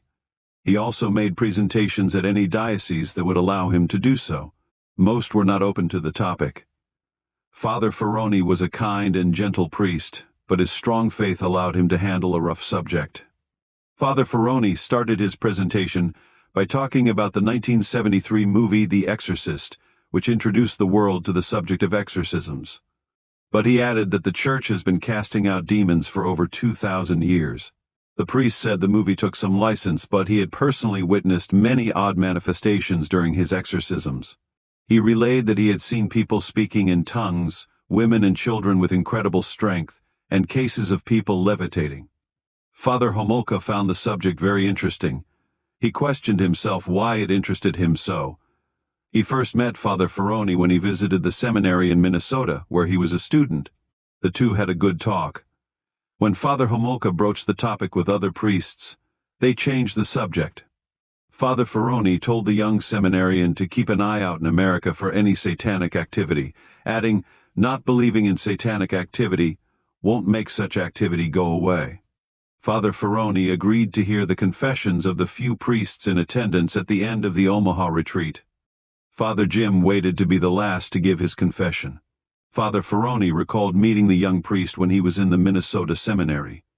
Father Jim relayed that something recently happened at his church, and he asked the exorcist if he'd mind looking at some pictures. Father Ferroni said he would and added, "I understand there is a good Italian restaurant nearby." A hostess greeted the two priests when they arrived at Digi's Cafe. "Good evening, fathers. My name is Teresa Loreto. Welcome." Teresa walked the two men to a corner nook with walls covered with Italian paintings. Teresa's mother spotted the two priests being escorted to the table. "Good evening, fathers. I see you met my daughter Teresa. She sat you at the Cone of Silence table. You know my daughter Teresa was the queen of the St. Lucia festival when she was a girl." Teresa shook her head, saying, "Oh, mother, that was long ago. I'm just a mother hen now."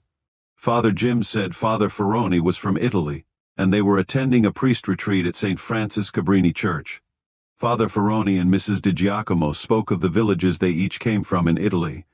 He asked Teresa, "Did you say your last name is Loreto? Have you ever been to Loreto, Italy?" Teresa said she'd never been to Italy, but she and her husband were saving for a trip to Rome. She didn't say her last name had 2 T's and she was married to a non-Italian. She then asked the priests if they would like a drink. Father Ferroni said he would take a glass of wine, and Father Homolka said that sounded good. Mrs. Di Giacomo spoke up and said she would grab a bottle of the good Italian wine in the cafe's wine cellar. "Don't worry about ordering. I'll bring you food and you will like it very much, and there will be no bill." She grabbed the menus and walked back to the kitchen. Teresa smiled, looked at the priests, and said she'd be back with their wine, adding, "Can you tell my mother is Italian?" The two priests made small talk for a while. Father Jim spoke about their meeting when he was in the seminary. He said, "Many American priests are not interested in talking about satanic issues." He wondered if it was the same outside of America. Teresa brought the priests 2 glasses and uncorked a bottle of wine, explaining that Mouton Rothschild was the white Bordeaux producer of a wine made from Semillon and Sauvignon Blanc. Father Ferroni took a drink of his wine and smiled at Teresa, who left the bottle on the table. Father Ferroni continued and said most priests shied away from the topics of exorcism and satanic activity as it confused and frightened them. He explained to Father Jim that most cases of alleged demonic possession were individuals with mental illness issues. Special training was required to interpret if a person was genuinely possessed. Much of the training should be done on the job with an experienced exorcist. It wasn't a vocation that could be learned by reading a book. You needed to participate in exorcisms to get a true sense and internalize what was involved. Father Ferroni said there are levels of possession, including levels of the specific satanic entities inside a possessed person. At some point an individual may do something to open a pathway that lets Satan inside oneself. The Ouija board game is a form of divination and one of Satan's tools to get inside. This game is a problem, especially for young people.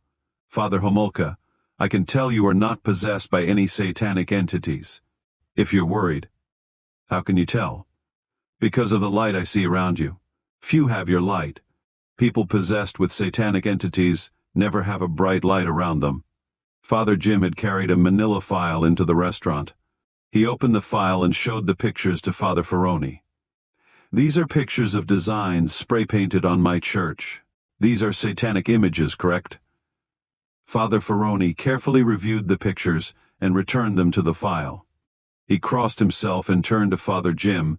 "Yes, these are satanic images." Teresa approached the table carrying plates of food on a large meal platter. "We will talk more after our meal." Joe reported to Herb that the license plate from the church vandalism had come back to Luis's used cars in Fort Kearny. "I guess someone local was driving the getaway car. What do we do now?" Herb wrote down the information. "I know this car guy, Luis Gilbert.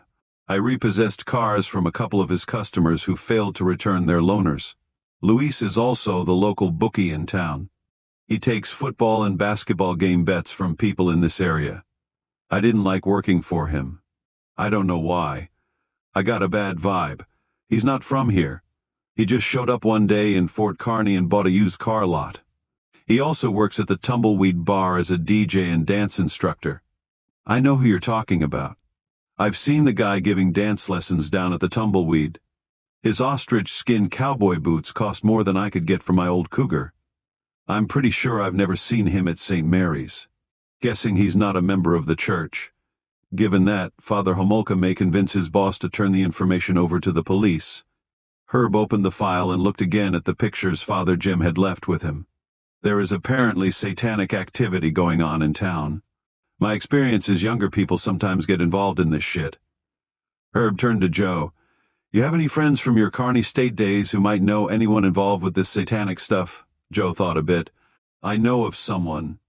She knows quite a bit about what happens on the Kearny State campus." 35.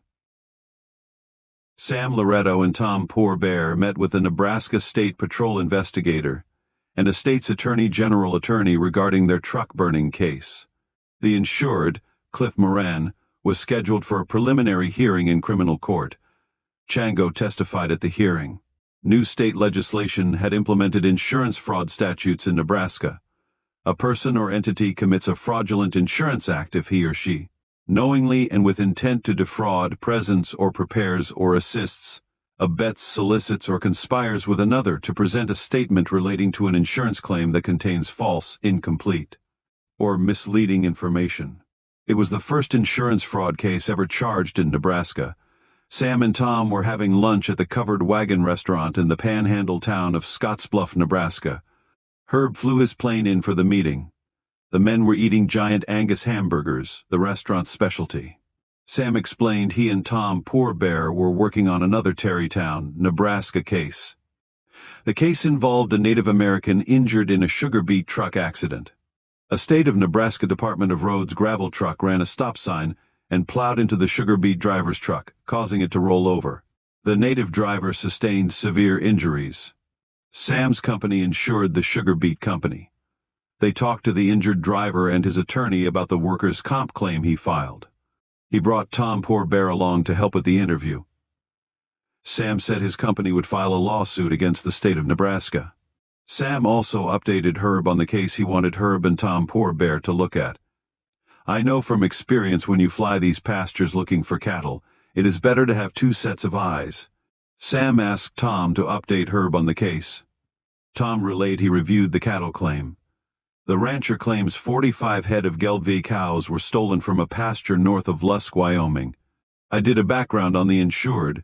He appears to be a straight shooter. He and his son have a ranch headquartered north of Lusk. But his wife inherited some pasture ground in Scottsbluff County a few years ago. Just to be sure, I thought we should fly the pasture and see if we can find any Gelbvieh cattle out there. It shouldn't take long. I got it mapped out." Herb asked Tom more questions while the men finished their meal. When done, Tom Poorbear and Herb headed to the airport. The two boarded Herb's taildragger airplane, a Cessna 185 Skywagon. Tom had already plotted out the map. It didn't take long to find the pasture. The pasture ground wasn't far from Chimney Rock, a prominent landmark along the historic Oregon Trail east of Scottsbluff. Tom Poor Bear relayed to Herb as they were flying over the top of the monument. According to fur traders, Indians named Chimney Rock after the penis of an adult male elk. Herb looked again at the natural rock formation and replied, "Well, that makes sense. Do you know where we're going, Tom?" Tom pointed Herb to a couple of sections of ground.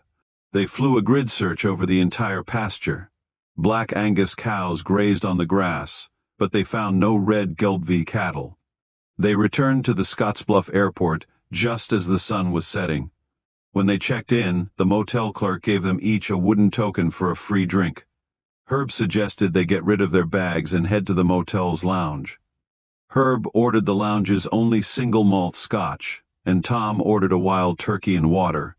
The two men handed over their wooden tokens and clicked glasses. Herb said, "It tastes even better when it's free. That free drink token is to get you in the bar. They know you'll likely spend money on more if you have one." Herb said that was also a car salesman's trick. They'll drop off a car at your house and say go ahead and drive it for a day or two, and sure as hell your wife falls in love with the car. She'll see how good it looks parked on the driveway. Before you know it, you're paying too much for more car than you can afford. Tom raised his hand and moved a finger in a circular motion for another round of drinks. "Tonight is my turn to buy, Cola. You landed me this client. I will write it off as marketing expense." Tom and Herb sometimes called each other Cola while drinking, which was Lakota for male friend. The two men talked about their case. They didn't find any Gelbvieh cattle in the pasture near Chimney Rock, but they needed to check to make sure. Tom said he thought the Wyoming rancher had a valid claim. Someone seemed to have stolen his cattle, and it didn't look like the insured was involved. He said he'd check livestock barns in Wyoming and would also check with the livestock barn in Billings, Montana, adding, "Many stolen cattle go through that barn." Herb then said, "Speaking of car dealers, I have a case involving a car dealer. Have you worked any cases involving satanic groups?" Tom drank and then spoke. "The old Catholic missionaries used to imply us Indians were satanic. I'm not sure of their reasoning. We may not be followers of your friend Jesus, but we have a great spiritual connection to the earth and the skies above." He shook the ice loose in his glass of bourbon. "I've seen younger kids leave the res and go off to a big town. They get caught up in satanic groups for a while. Most figure out it's all horse shit before they get in too deep, but by then they'd already opened a door. That devil stuff gives me the creeps." He shook himself, pulled off his Stetson, and ran a hand through his hair. "Yes, it gives me the creeps too." Herb relayed he was working on a case involving a vandalized church. Idiots spray-painted satanic symbols on the side. A witness identified a vehicle registered to a used car company in Fort Kearny leaving the scene. The witness doesn't want to go to the police yet. He hopes by not dealing with it, the problem will go away. Tom Poor Bear grunted, then said, "Denying you have a problem will not fix the problem. Where'd you learn that piece of wisdom, Cola?" Tom downed his second glass of bourbon. "My third wife." Alexander Gorkin also performed other intelligence gathering duties while in Colorado. One of his assignments included retrieving a dead drop from a security officer working at the Cheyenne Mountain Complex near Colorado Springs. Cheyenne Mountain was the operations center of the North American Aerospace Defense Command, NORAD. The security officer was a good-looking female, and Alexander took her for a honey trap. The woman claimed to have taken pictures inside the NORAD facility. She planned to leave photos for the Russians under a park bridge in Colorado Springs. She claimed access to the facility and wanted to give them a sample. Of course, she needed cash for any future intel she provided. Alexander conducted counter-surveillance to see if someone might be waiting for him to pick up the dead drop. He showed up early in a car he borrowed from another Russian agent. Alexander put on a Denver Bronco cap and dressed like your average Coloradoan. During his counter-surveillance of the area, not far from the bridge, he spotted the American intelligence agents laying a trap for whoever picked up the film. He shook his head and said to himself, "Durak, the Russian word for idiots." Alexander returned to his cabin in Breckenridge. He sent a coded report back to Russia, saying the female security officer was likely an agent for American intelligence. The Russian case handlers still felt she was a good source. Alexander shook his head. He thought she even looked like an FBI agent. Alexander felt he wasted enough time on these side assignments. He was ready to leave the Colorado compound and go to Nebraska to hunt down the cowboy. But he was ordered to remain on standby for another possible assignment in Colorado. The case handlers thought he should be available to go to Nebraska after the 1st of December. John Hansel periodically spot-checked the car salesman. After following Luis Gilbert one night, John learned the car dealer lived on the 3rd floor of an apartment near the college campus. John was in touch with his bosses at Oz. They relayed that the contractor for the Luis Gilbert operation was still recovering from a recurring case of malaria, a little something he picked up while he was in Panama. The contractor's replacement was to come in from Berlin, Germany. But he was stopped at Heathrow Airport in London for carrying marijuana. Finally, his boss, Robert, asked John if he felt up to looking in the car salesman's residence and office. They were hoping he might find the Russian contraband. John still hadn't told his wife about the Oz operation. He told Bob he would consider the assignment. One day at the office, John went to his large safe. He extracted a box and put it on his desk. He opened the box containing his operations field kit and looked over the items. 1 miniature 35mm camera, 13 rolls black and white film, 1 mini voice recorder, 1 covert pen camera, 1 Czech .25 caliber pistol, 2 boxes, snub nose bullets, .25 caliber, 1 suppressor silencer, Czech .25 caliber pistol, 1 bottle 15 snuff pills. John looked over his supplies. To get caught with these items in certain countries was enough to get you put in prison for the rest of your life. He set aside the miniature camera, the lock-picking tool, and the pistol with a box of bullets. Then he put the rest of the tools back in the box and placed the box back in the safe. He returned to his desk and took a test picture with the camera. It appeared to be in working order. John had a secret pocket in the black jacket he wore every day to work.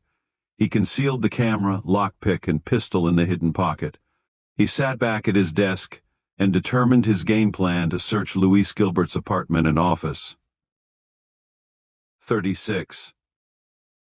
Joe was reading the textbooks provided by Herb on interviewing witnesses. Herb also reviewed with Joe how to conduct witness interviews best. He talked about developing rapport with the subject you're interviewing. He said most subjects spoke to people who were nice to them. Herb explained that sometimes police would overpower people with their perceived authority. This approach sometimes worked in their favor, but other times it made their subjects nervous or guarded in sharing information. Joe started accompanying his boss on criminal defense cases he handled for the Buffalo County Public Defender. Herb said criminal defense investigations were not about proving someone's innocence or guilt. He thought his role was better described as making sure the facts of a case were correct. Herb added, "At the onset of a case, people often lie or facts get muddled in the heat of the incident. There are times when the real truth of a case comes out later. By then, the police, who are busy, have moved on to other cases.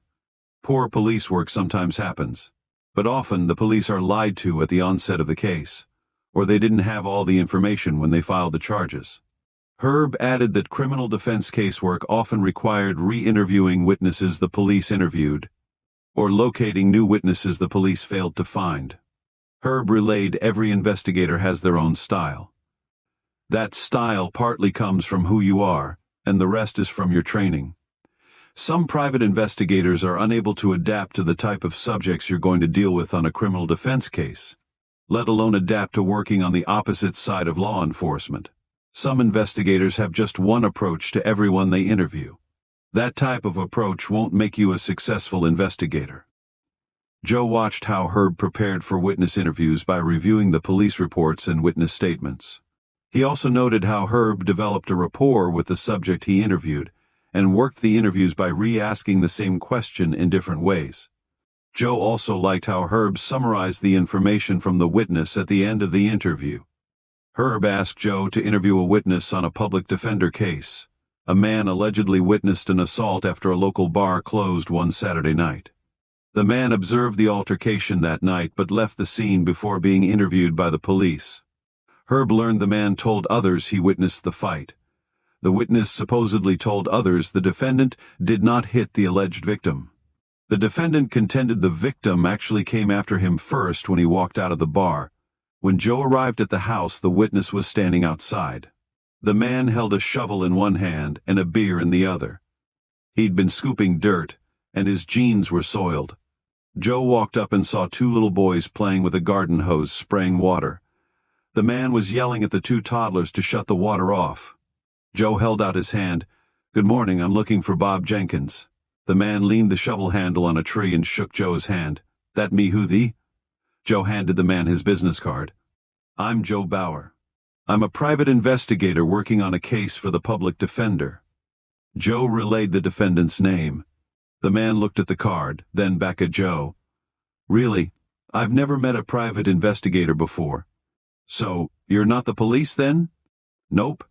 I don't carry a badge or a gun. I'm working for the public defender." Joe again mentioned the name of the defendant. "What's this got to do with me?" The man turned around as the boys again began spraying the garden hose. Joe watched the boys. "I've talked to a variety of people on this case, and your name has come up." "My name?" The man grabbed the shovel handle. "I didn't have anything to do with this." "No, I don't think you did. But I understand you were outside the bar and witnessed what did happen." The man looked again at the boys and then back at Joe. He drank the last beer and pitched the empty can to the side. "Who told you that?" Joe stood more upright and braced himself. "I heard you commented our defendant didn't sucker punch the alleged victim. And it was actually the alleged victim who sucker punched the defendant. And that was what started the fight." The man looked down at Joe's card. "So, you work for the public defender? You're not with the cops?" "Yes." Joe was interrupted by the boys' screams. Bob Jenkins walked towards the boys and Joe followed. Joe looked at where the boys were spraying. A small girl was on the ground wearing nothing but a diaper. The boys were spraying the water hose in front of the small girl. Mud sprayed across her face and body. The infant girl stuck out her chin and took the abuse without crying. Bob yelled at his boys, "Boys, hose off Pumpkin." Bob then turned back to Joe. "Okay, I admit I saw your guy get sucker punched. The other guy was drunk, and he slipped after throwing the punch and hit his head on the sidewalk. His brother then came out a few seconds later. Your guy didn't sucker punch nobody." Joe obtained a written statement from Bob. He relayed he was drunk and didn't want to get involved in the mess. Bob picked up his muddy daughter and yelled at his sons. "Come on, boys. Let's go hose off Pumpkin." Joe returned to the office and was typing his report when he heard a knock on the door and his mother walked in. Joe stood and said hello. The two hadn't talked since she had last been in Herb's office. She was carrying a sack. "I brought a peace offering." Joe's mom opened the sack and took out two heart-shaped frosted cookies. She handed one to Joe, along with a napkin. Susan sat in a chair across from Joe's desk. She took a cookie and a napkin out for herself. "I picked these up at Pat's Polish Pastries." Joe sat back down and said he recognized the cookies. These, however, did not have the frosted question mark drawn on the front. "Pat said you liked her cookies." Joe sat and took a bite. "I'm sorry I didn't tell you about the job, Mom. I didn't want to tell you just in case it didn't work out." Susan looked around the office. "What are you typing?" "I'm typing up a report on a witness interview. The case involves a guy charged with assault. I talked to a witness who said it didn't happen the way the police are saying it happened." Susan shook her head. "Honestly, it does sound interesting. I guess I never thought of you doing such work. But then again, you were always reading those mystery novels." Joe took another bite of his cookie. "I don't know. I just think I can do this work. For some reason, I have had my share of luck so far in getting cases to work out. Of course, not all my cases have worked out well." "And you're not considering working for one of the big corporations with the management trainee programs? Those types of jobs are a big deal now. I see they're always doing interviews on campus. I hear several graduates from Kearney State have taken such positions." Joe paused, then looked at his mother. "I wish I was normal, Mom. I did think about applying for such jobs, but there were my grades." Students who get offered such jobs did far better than me academically. Joe looked at his mom, trying to judge what she was thinking. It isn't that this job is exciting like on TV. It's mostly sitting and waiting and typing reports. But for some reason it seems to be working out. I talked to Patricia Compton about your job. Your father is an investigator, but it is nothing like what Herb and you do here. Pat and I had a good talk. She's a nice lady. Joe ate the last of his cookies, swept the crumbs off his desk and tossed them into the wastebasket. I asked Pat if she thought the job was dangerous. I told her I have one child, and I would hate to lose him. That is the problem. I have held on tight to you for so long. Now you're going out on your own. I guess I will have to let you bounce around until you figure it all out. Joe thought of watching tumbleweeds bouncing across the South Dakota prairie. I don't know if this job will work out. I guess nobody knows if things will work out until you do it.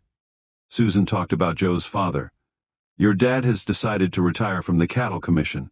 They say he can stay on, but he feels guilty he can't do the field work anymore, and well, he's just not going to get any better, physically. Susan said she better go and let Joe finish his work. Before she stood, Joe said, Mom, I have a question before you go. Herb and I are working on a case for the young priest at St. Mary's.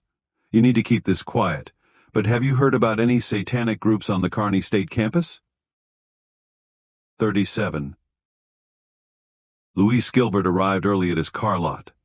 He kept a scale in the office bathroom and weighed himself daily. Luis stared at the number on the scale. He had gained over 25 pounds since he moved to Nebraska. Luis couldn't believe it. How could he be gaining weight? Then he thought of the food he consumed the previous week, including a couple of cookies, when he closed the sale on a car last Monday. At the Tumbleweed Bar, one of the waitresses brought in what they called chocolate no-bake cookies. He thought, how many of those did I have? Then there was the night he had 2 cheese runzas. The next night, he ate a whole pizza. Luis looked at himself in the mirror. The cheeks on his face were getting puffier. He'd increased his jeans size twice since moving to Nebraska, and he felt a bald spot on the top of his head. He usually wore a cowboy hat or baseball cap when he was out in public. He then yelled at the mirror, I need to quit eating. Then he thought of his time in high school when he was overweight with a face covered with acne. Luis looked at a red spot on his cheek. Is that a pimple? Luis looked at the calendar on his desk. The following day was Thanksgiving, and he was scheduled to work at the Tumbleweed Bar. He then looked at the list of cars with potential sales leads. 3 vehicles were loaned out to potential customers to test drive for a couple of days. The vehicles had all been returned to his car lot. None of the customers were interested in buying. He then looked at his answering machine. The message light blinked back at him. The first message was from a girl in the satanic group. When he first met the girl, she told Luis she had changed her name to Nina, which meant serpent goddess. She wanted to talk about what happened on Halloween. Luis could barely remember that night as he was high on marijuana. Nina talked Luis into driving while they went around and sprayed satanic graffiti on churches around town. The churches contacted the police, but apparently there were no witnesses. The newspaper article didn't mention any damage to the Catholic Church. Luis worried someone may have seen his vehicle at one of the scenes, but as the police didn't come for a visit, he assumed he was in the clear. Luis's gambling boss in Kansas City also left a message. Hey Hoppy, I've been leaving you messages. Give me a call. You asked something about a jeweled egg a while back. Luis regretted mentioning the egg to little Al Valentino. Luis didn't know why the Kansas City gambling group called him Hoppy. He didn't realize that little Al saw him dancing at the Tumbleweed Bar one night. After seeing Luis bouncing around on the dance floor, the mobster came up with a nickname. The name-calling reminded Luis of his time in high school, when the cool kids called him Walrus instead of his given name of Walter. Luis looked at his betting sheets. He started taking bets from the Garner shot kid again. Garner had been doing well at the beginning of the football season, but now the kid was down $800. Luis needed to use personal cash to pay the runner last week. John Hansel monitored Luis Gilbert's activities at his apartment and the used car lot. On the day before Thanksgiving, he parked his car around the corner from Luis Gilbert's apartment and walked up to his building. He had observed the apartment parking lot had emptied by 8 a.m. on weekdays. John also noted that Luis never returned home during the day, and worked at the car lot on the nights he didn't work at the bar. Red, white, and blue lights flashed when the car lot was open in the evenings. He also read in the paper that Luis was giving Western dance lessons at the Tumbleweed Bar that night. At 10 a.m., John Hansel walked up to the apartment building. He had observed Luis arrive at the car lot earlier that morning. John wore a business suit with a tie. He also wore thick black glasses and carried a briefcase. When John approached the building, he noted one car parked on the apartment's lot. John walked up the stairs.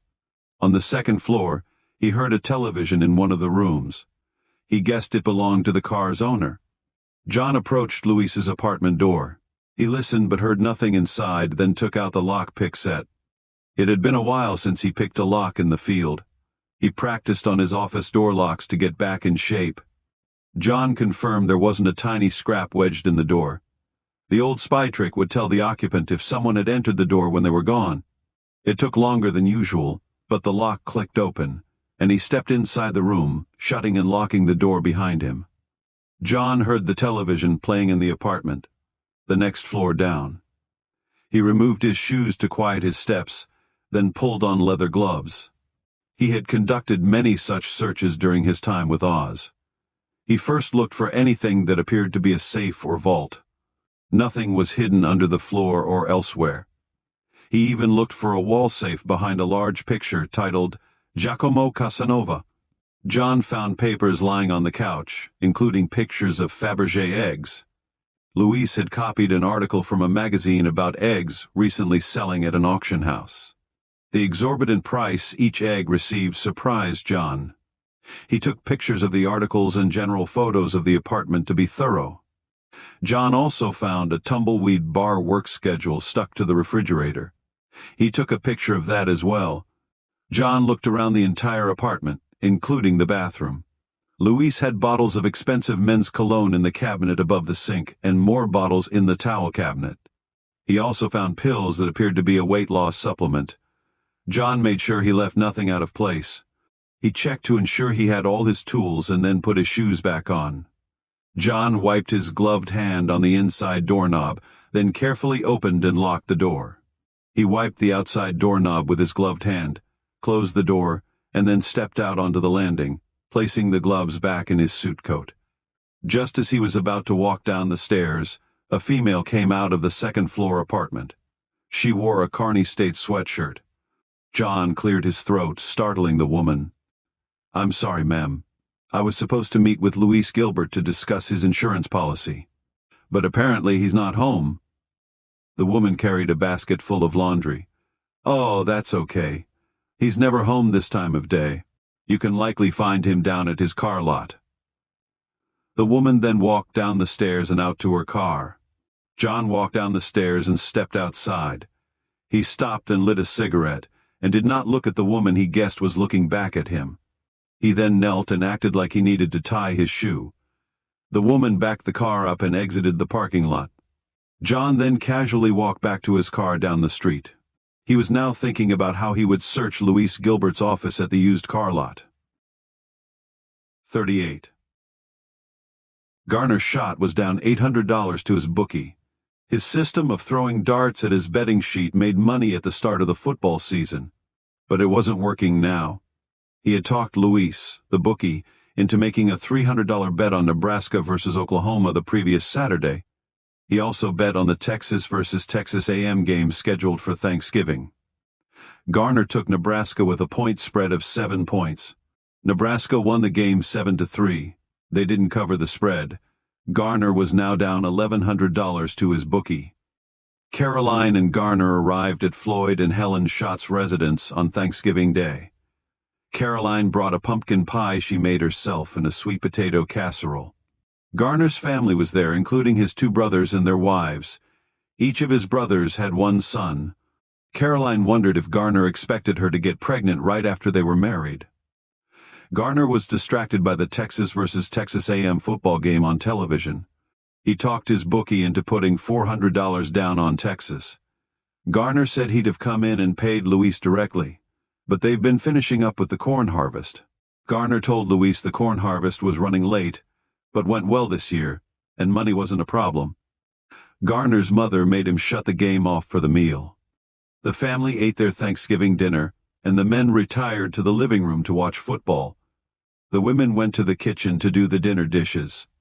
Helen Schott told her 2 daughters-in-law their food was wonderful. She said nothing to Caroline about her food. After Caroline helped with the dishes, she walked out to the living room and sat with Garner. He was intently watching the end of the football game. Caroline commented, "I didn't know you were such a big Texas fan." Garner sat on the edge of the couch until the game was over. After Texas lost, he said they should go. Caroline whispered, "Your mom would like to go over the wedding guest list, to make sure we have invitations out to everyone." He looked at his parents. "I need to go check a couple of water tanks on the cows and the corn stalks. Caroline and I will come back another night and we can review the list then." Garner stood abruptly and grabbed his coat. Caroline looked toward the rest of the family, who all looked perplexed. "Come on, Caroline, get your coat, let's go." They drove back to the house that was to be their new home. Garner was being snippy with her about commenting to his mom how she would like to get a pet for their new house. He shook his head and said, "I don't know about that." After they walked in, she noticed the unwashed plates and glasses in the sink and dirty clothes on the floor. Caroline carried her leftover pumpkin pie and sweet potatoes into the kitchen. Garner turned on the television and found a football game. He took his coat off and threw it on the couch. He then plopped down in a recliner. "I thought you had cattle tanks to check. I think I know how to do my job." His attitude hadn't changed since watching the football game. Caroline put the pie and sweet potatoes in the refrigerator. A tractor magnet on the refrigerator door held up a list of football games. She had seen a betting sheet before when a group at her office had bet on a game. "What's this? What's what? When did you start betting on football games?" "I just bet the occasional game." "It's no big deal. A lot of guys bet on football games." Caroline approached Garner and asked, "Why didn't you want to stay and go over the wedding invite list with your mother?" "I don't care who she invites. She can invite anybody they want." Caroline looked around the house. "I think I better go home." Garner stood and grabbed Caroline's arm. "Why don't you ever want to stay here? This is going to be your new home. You haven't even talked about how we might fix up the place. Most women would love to have this for their first house when they were married. It isn't like it cost you anything. Or maybe it just isn't good enough for you." Caroline pulled her arm free and stormed out of the house. She sped out the drive and back to Fort Kearny. She couldn't believe what an ass Garner was being. Just the week before they seemed to be getting along.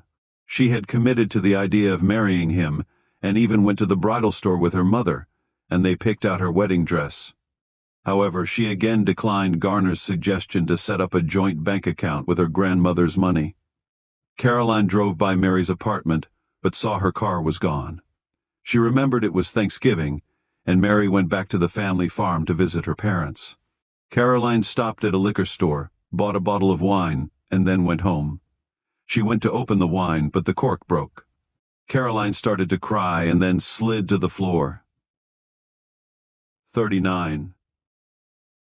Joe relayed to Herb what he'd learned about satanic group activity on the college campus. His mother, Susan, confirmed a group of students at Kearny State asked to have an information table in the student union on satanic holidays.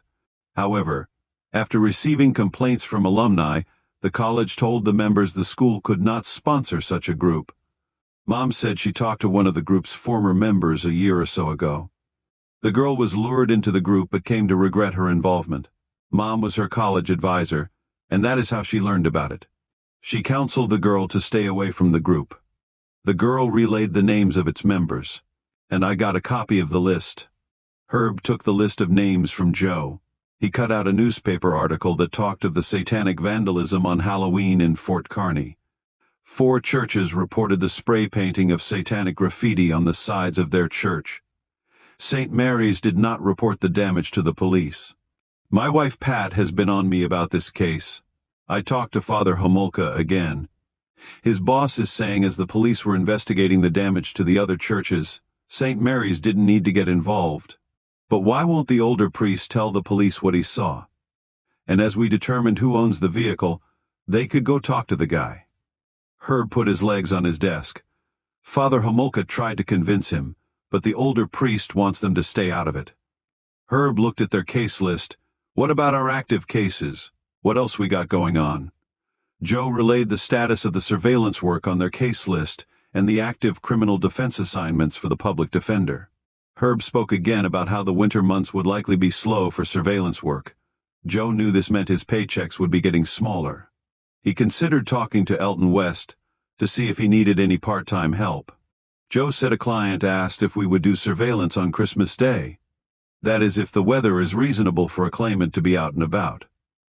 Joe had worked surveillance cases on Memorial Day, July 4th, Labor Day and Thanksgiving, so he guessed Herb would want him available. Joseph: I have a company policy. We do not work on Christmas Day or Easter. If the client doesn't like it, they can find someone else. Herb looked at Joe. Still haven't seen you at Mass lately. I thought you might find your way back to St. Mary's, now that the weekend work is lightening up. You know you can go to Mass on Saturday night as well. Joe looked out the window. Yeah, I know. Herb looked at the case list again. I'm feeling a bit agitated about this satanic case. I told you I repossessed some cars for this Luis Gilbert. Since the license plate observed by the older priest on Halloween matched up with a vehicle registered to his business. Maybe I'll stop and see the used car salesman. But I thought the older priest didn't want you to pursue that lead. Herb replied, The client can't fire me if they aren't paying me any money. You want me to go along? No. I want you to stay away from this case going forward. Tell your mom thank you for the names. But I think you should stay out of it. Herb didn't say it, but Joe's spiritual life appeared lukewarm. His wife Pat said a satanic case wasn't for someone in Joe's spiritual state of life. Herb delivered boxes of goodies to his clients for the Christmas season. He dropped a large sack of frosted Christmas cookies and flavored popcorn to his Fort Kearny meatpacking plant client made by his wife. He also dropped off similar gifts to various attorneys around town, including the Buffalo County Public Defender. He looked at the one pack of his wife's cookies left and decided to see if Luis Gilbert was at work. December was an excellent time to sell new cars, but not so much used vehicles. Luis hadn't had one customer in the last 2 days. Not even a looky-loo drove down his line of cars to check out his inventory. He was surprised when Herb Compton opened the door to his auto sales office. The ringing sound half scared him. Didn't mean to startle you, Luis, or were you catching a cat nap? Luis had to blink twice before he realized who it was. The repo man. Luckily I haven't needed you lately. How's it going? The two men shook hands and Herb handed Luis the bag of Pat's cookies. Herb wore a cap with a Navy vet logo. He removed his cap and sat on a chair across from Luis. Just wanted to thank you for the work you gave me this year. Luis looked over the cookies. They looked delicious. He then thought again about the weight he'd gained. He promised himself he would start watching what he ate after the first of the year. Well, thank you. Did your wife make these? Yes, she did. She's a good baker. Herb patted his stomach. How are car sales going? Luis said things were going great. He was happy with how the year had gone. The two men had spoken little to each other when Herb repoed the cars. Herb left the repossessed vehicles on the car lot overnight. Then he sent off a bill in the mail, which Luis paid immediately. Herb made small talk and asked about a picture on the wall. Luis explained it was a picture of a Frenchman named Casanova. Herb had heard of Casanova. Yeah, I bet he'd have made a good car salesman. Herb's face turned serious. I have another question for you, Luis. What's that? Herb cleared his throat and sat forward in his chair. There was an incident on Halloween. Several churches in Fort Kearny were vandalized. It appears the same person or persons were involved in each incident. Do you know anything about that, Luis? Luis about swallowed his tongue. No. No. Are you talking about the incident in the newspaper? The spray painting done to the Catholic and Christian churches? About that, Herb found a blunt question often revealed a subject's guilt. The newspaper article mentioned nothing about the Catholic Church. Luis was involved. Yes, satanic symbols were spray-painted on the outside of various church walls. Have the police been around to talk to you about this yet? Luis's voice tightened. No, why? Why would they want to talk to me? You see, Lou, I have a confidential source who says a vehicle owned by you was involved in the vandalism. By me? How's that possible? Herb said nothing. He kept the silence going until Luis couldn't take it anymore. I don't know anything about it. I often loan cars out for people to test drive. Maybe it was one of them. Or maybe they loaned the car out to someone when they had it. Yeah. I bet that is what happened. Herb stayed quiet a while longer. He tried not to laugh. Luis was one of the worst liars Herb had met. Maybe you're right, Luis. I bet that is it. Do you have a list of who was test driving your cars on Halloween? Luis shook his head. No. I don't keep such a list. I loan cars out all the time. It is kind of a trick I do to get people to buy cars. What kind of car was it? I keep most of it up in my head. I'm the only one who works here except for a periodic part-timer, so I can usually keep things straight. Herb relayed the make and the model of the car. Yes, I can't think who would have been driving that car off the top of my head. Pretty sure I sold it a week or two later. And it went to someone who wandered onto the lot one afternoon. Sorry, but I don't think I can be of any help. Herb tugged his cap back on his head, thanked Luis again for the repo work, and left the auto dealer's office. When he was driving off the lot, Herb spoke to himself. He's a lying sack of shit.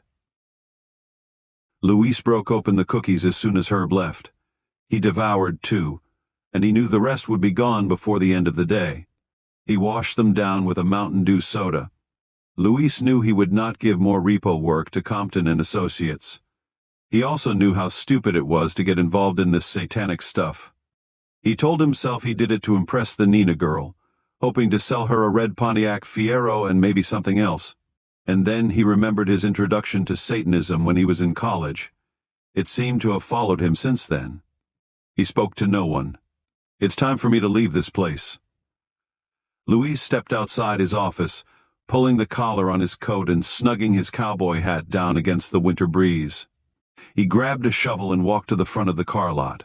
Lights encircled the base of the Chevy Nova parked on a berm.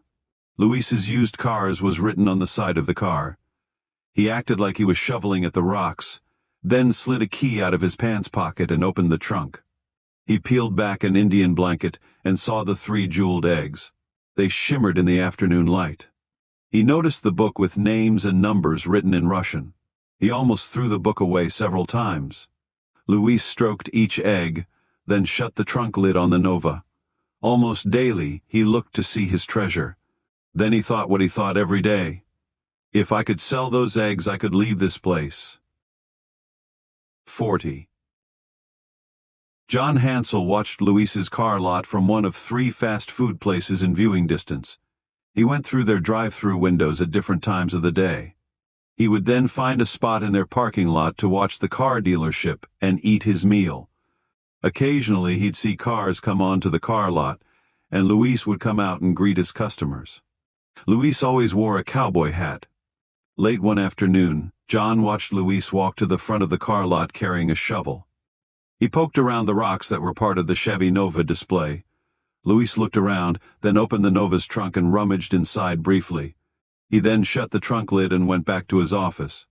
He'd noticed similar activity on previous occasions. John had been monitoring the car dealership on and off for several days. Christmas was a week away when he watched Luis drape colored lights over the Nova display. He didn't believe the office building had an alarm. Luis usually arrived each morning and walked into the building via the rear door. John knew he needed to check the office out. He was confident his search of the apartment had been thorough. He guessed Luis might have put the eggs in the contact book in a bank's safe deposit box. But he still needed to check the car lot's building. One evening, John told his wife, Marie, he was going to his office in the middle of the night. He said he needed to use his secure phone line to contact an overseas Oz agent. The time zone difference required him to make the call around 3 a.m. He added that the call might take a while. Marie noticed her husband's behavior had changed. After they first returned to Nebraska, he was more relaxed. She had lived with him at some of his operational bases and witnessed how he was tense and almost agitated during those times. However, in the last month, Marie caught him looking for a tail when they drove around, or, as people in his business called it, conducting counter-surveillance. She almost asked him if he was back on the job, but she knew Oz wasn't sanctioned to do covert work in the United States. Marie thought he was going through a phase. John had carefully planned to search the car dealership.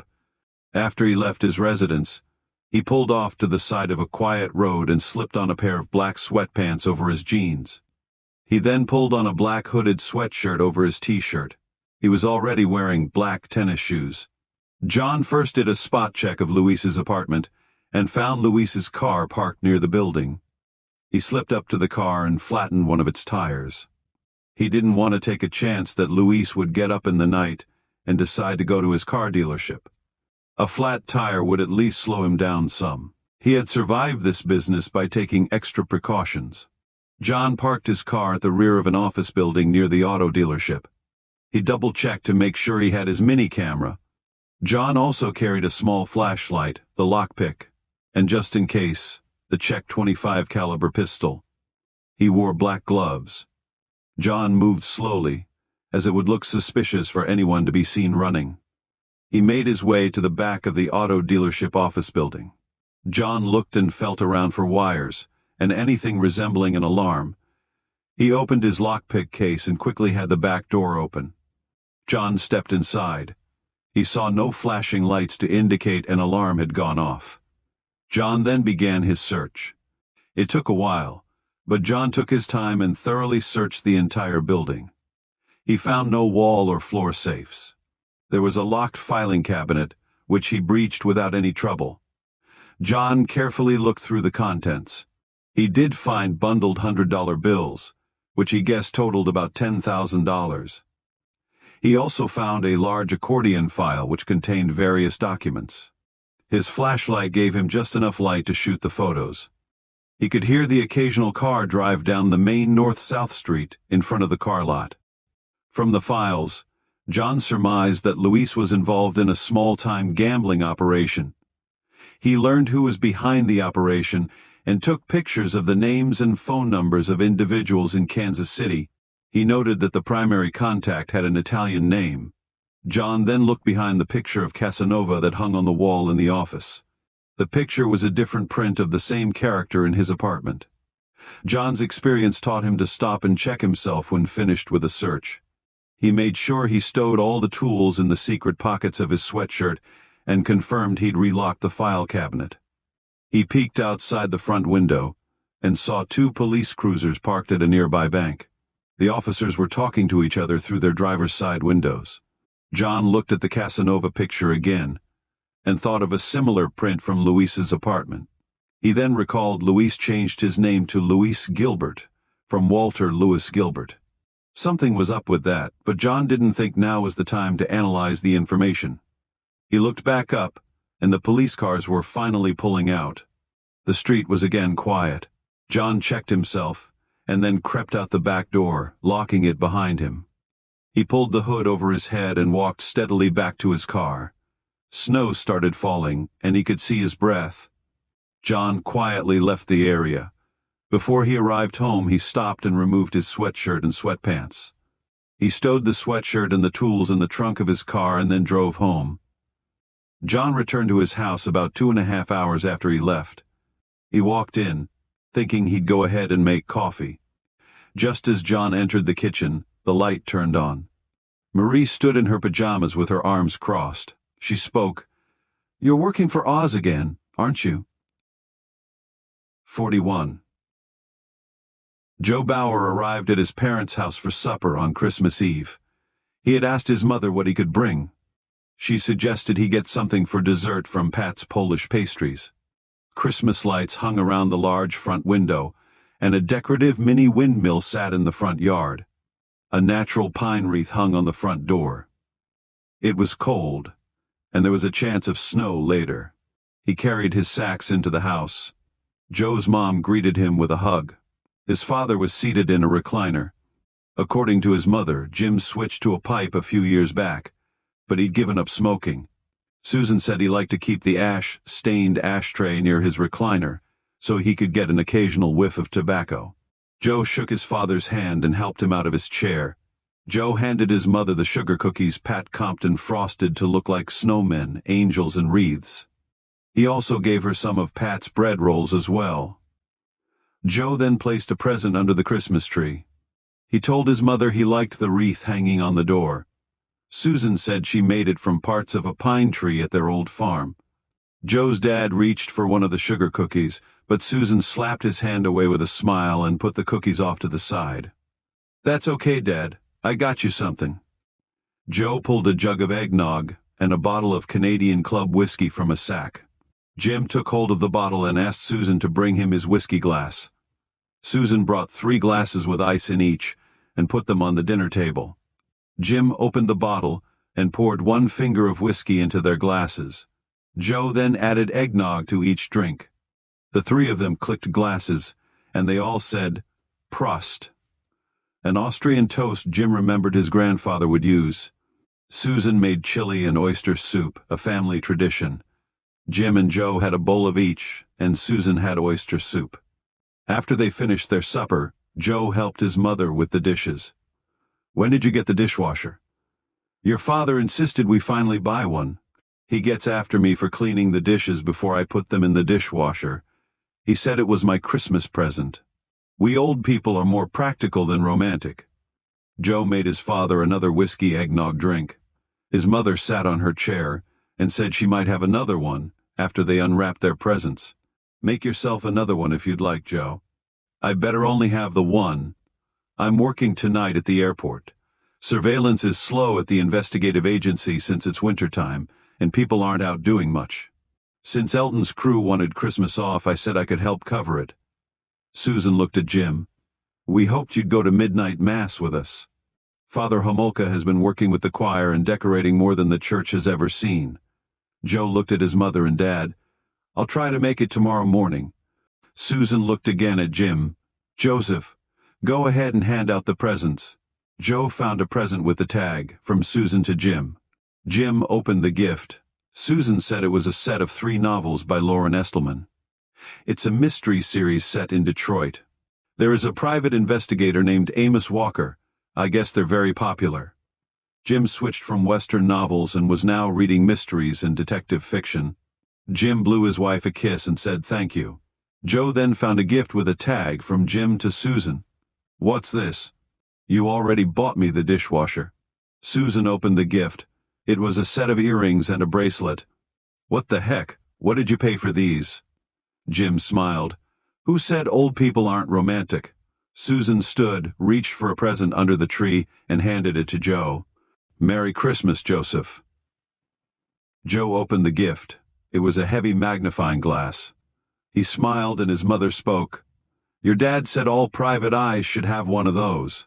Joe said he'd put it on his desk at work. Susan then slid a large box wrapped in Christmas paper. Joe opened it and found it contained several books his dad had collected over his years as an investigator. The state was always good about sending you off to this training or that training.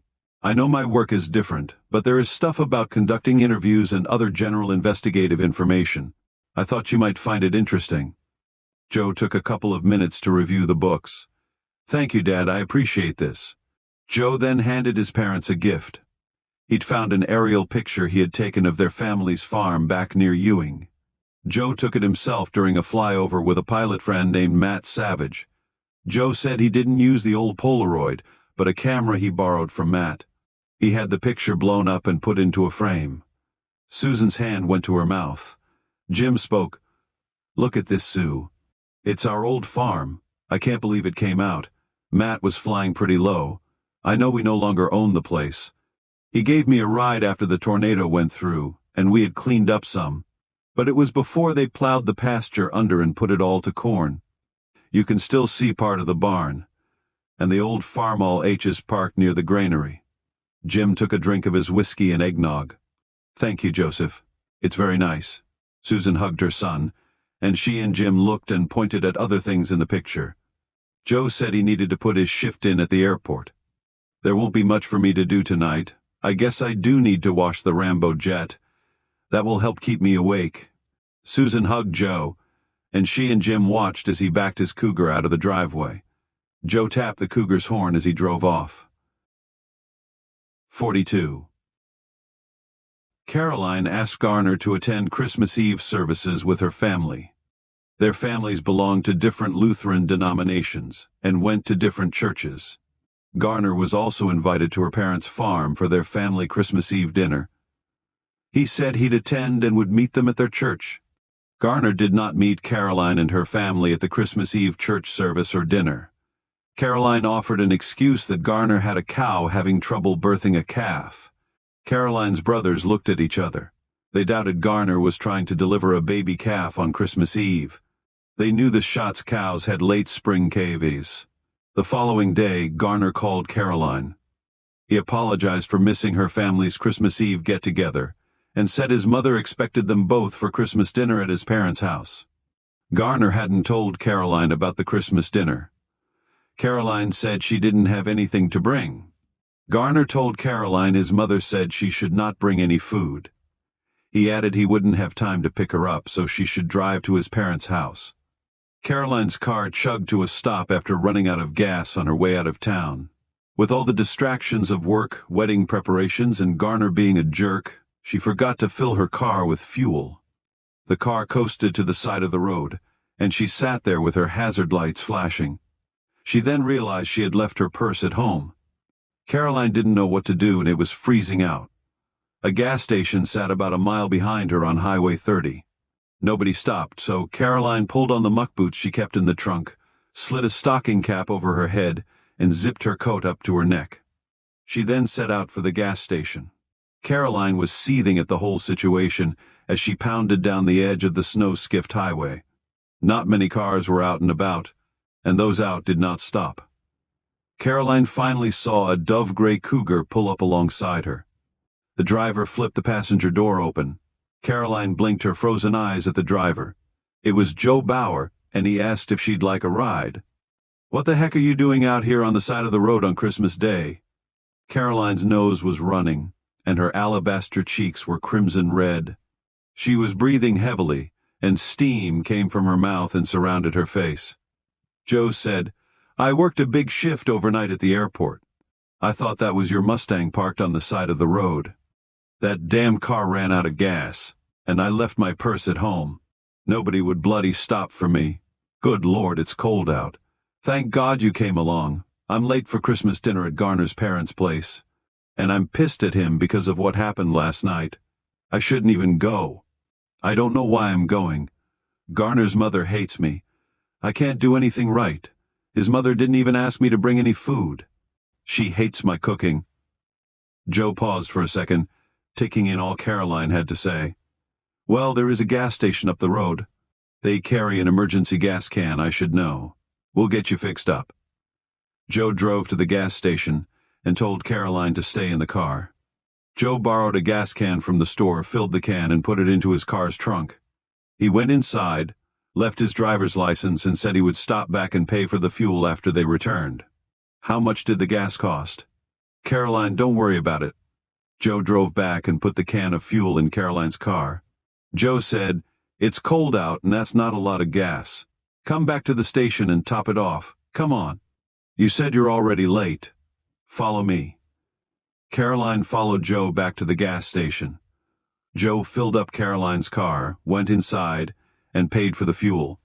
He came back out carrying a sack.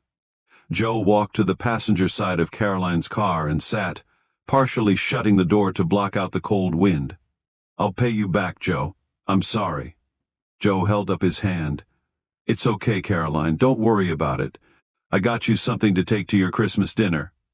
Caroline opened the sack. Inside were 2 paper plates of frosted Christmas cookies. "What is this?" "Those are Pat Compton's cookies. The gas station sells them here. I bet even Garner's mother will like them." Caroline thanked Joe and headed to her Christmas dinner. When she arrived at the Schott house, The family was still waiting to eat. She could tell Garner was pissed, and Helen Schott also appeared agitated. Caroline said, "Sorry for being late, but—" Garner's dad spoke up. "Oh, it's all right. We got a call from that Joe guy you had to help out. He wanted to apologize for making you late.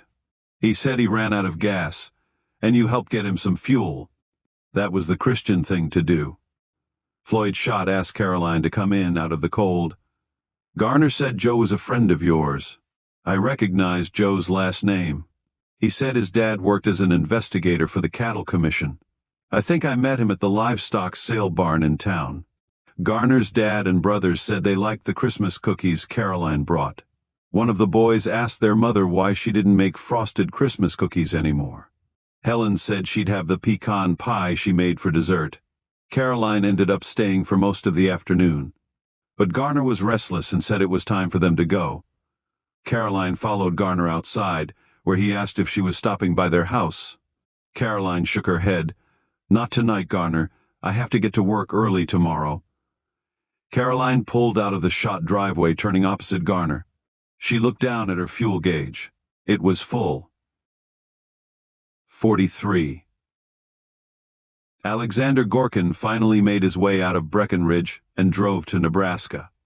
He carried a fake Colorado driver's license and drove a tan Cadillac with Colorado license plates. The car was registered to the same name on the bogus driver's license. His cover story was that he was a history professor from Slovakia, researching the American Old West. The cover helped account for his accent. Nebraskans wouldn't know the difference between Russian and Slovakian accents, and he doubted they would even know where Slovakia was on a map. Alexander's trip to Nebraska was delayed due to his recent espionage activity in Colorado. He told his boss of the aborted retrieval of the dead drop in Colorado Springs. Vladimir Antonov told Alexander to stay at the cabin in Breckenridge and let things cool down. If the Americans spotted him near the dead drop, they might come to question him, or they would be watching the Breckenridge compound. Neither happened, and Alexander felt he was secure. Alexander left the Breckenridge compound at 3 a.m., and no car lights followed. He drove over the western Nebraska prairie as the sun was rising. The snow-frosted grasslands glimmered in the morning light. Alexander found it to be quite beautiful. The open prairie was a profound change from the mountainous area where he'd been staying. Alexander arrived in Fort Kearny around noon. He located Luis's used cars, which appeared closed. Christmas lights hung over a Chevy Nova parked in front of the dealership. He carefully snapped a couple of pictures as he drove by. Alexander had also memorized the address of Luis Gilbert's apartment. He did a spot check of the apartment building. Luis registered one vehicle in his name, while the rest were under the car lot's name. He found the cowboy's vehicle parked at the apartment. Alexander thought this was going to be too easy. He hadn't been in town for 15 minutes, and the intelligence that noted where Luis Gilbert lived and worked was verified. Alexander found a motel.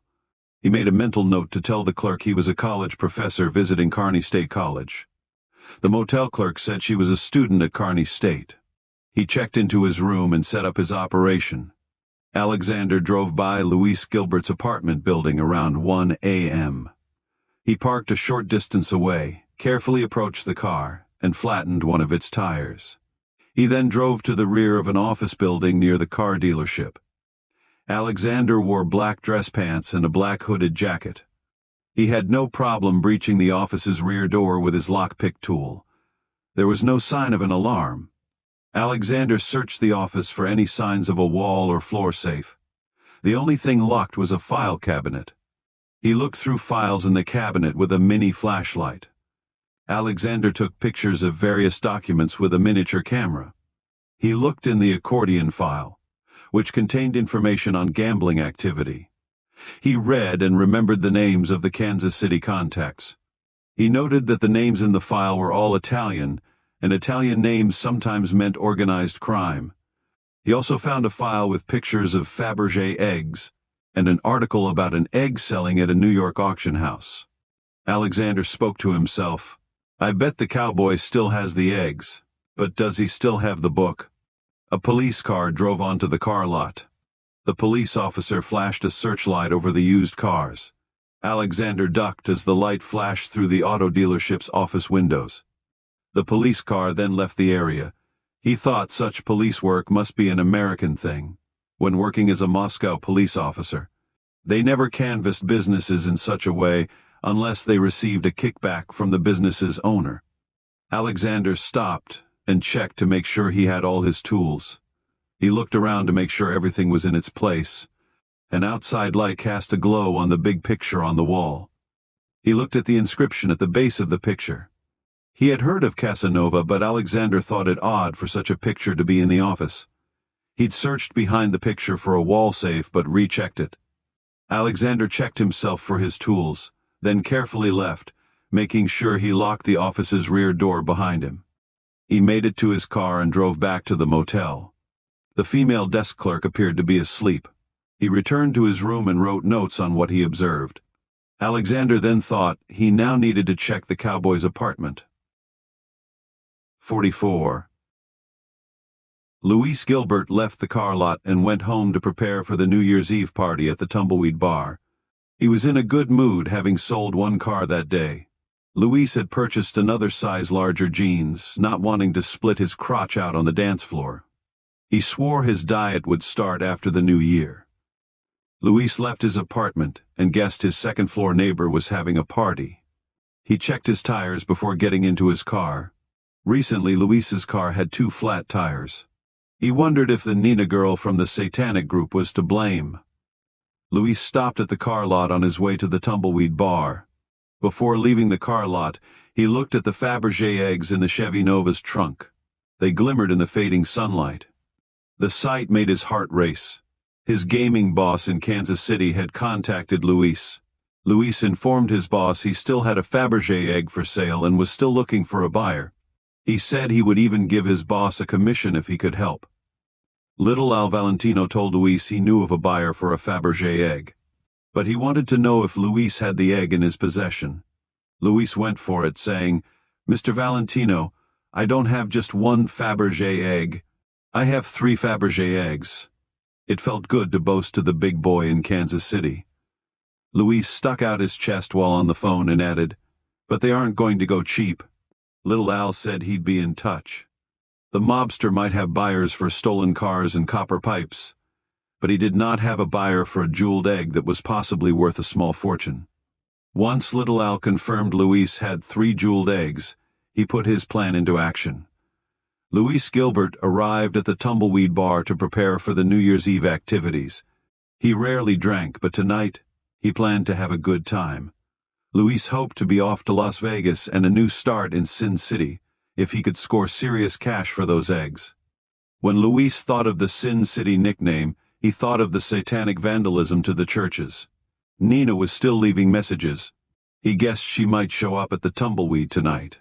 Luis scheduled line dance sessions for those wanting to get New Year's Eve started early.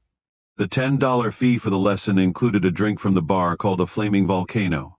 The beverage included a complimentary old-fashioned goblet with an exploding volcano painted on the glass. The cocktail included vodka and 151 proof rum. The waitress set the drink on fire before serving it to the customer. Luis ordered a flaming volcano for himself. He felt tonight would be a good night. He hoped he might meet a cowgirl to drive him home. Little Al Valentino arrived in Fort Kearny as the sun was setting. His sidekick, Jimmy Three Fingers Lozano, was driving. Little Al hadn't told his father, Big Al, about the jeweled eggs. He did say he needed to talk with Hoppy, the car dealer in Fort Kearny, Nebraska. Little Al told Jimmy they needed to meet with one of their bookies about being short on his weekly account. Jimmy Three Fingers' wife was pissed he left town on New Year's Eve, but she knew that was the job. After arriving in Fort Kearny, they drove by Luis's used cars. After seeing the car displayed at the front of the property, Little Al commented, "I had a Nova when I was a kid." The car lot was closed. They then found a motel with a ground-level room you entered from the outside. Little Al wanted to be close to his vehicle. He rented a room for each of them. While Jimmy Three Fingers napped in his room, Little Al thought over his plan and how he needed to have this Luis character show him the eggs. Then, He and Jimmy Three Fingers would take the eggs from Hoppy, and if necessary they'd get rid of the guy. He made sure his 9mm Springfield pistol was loaded.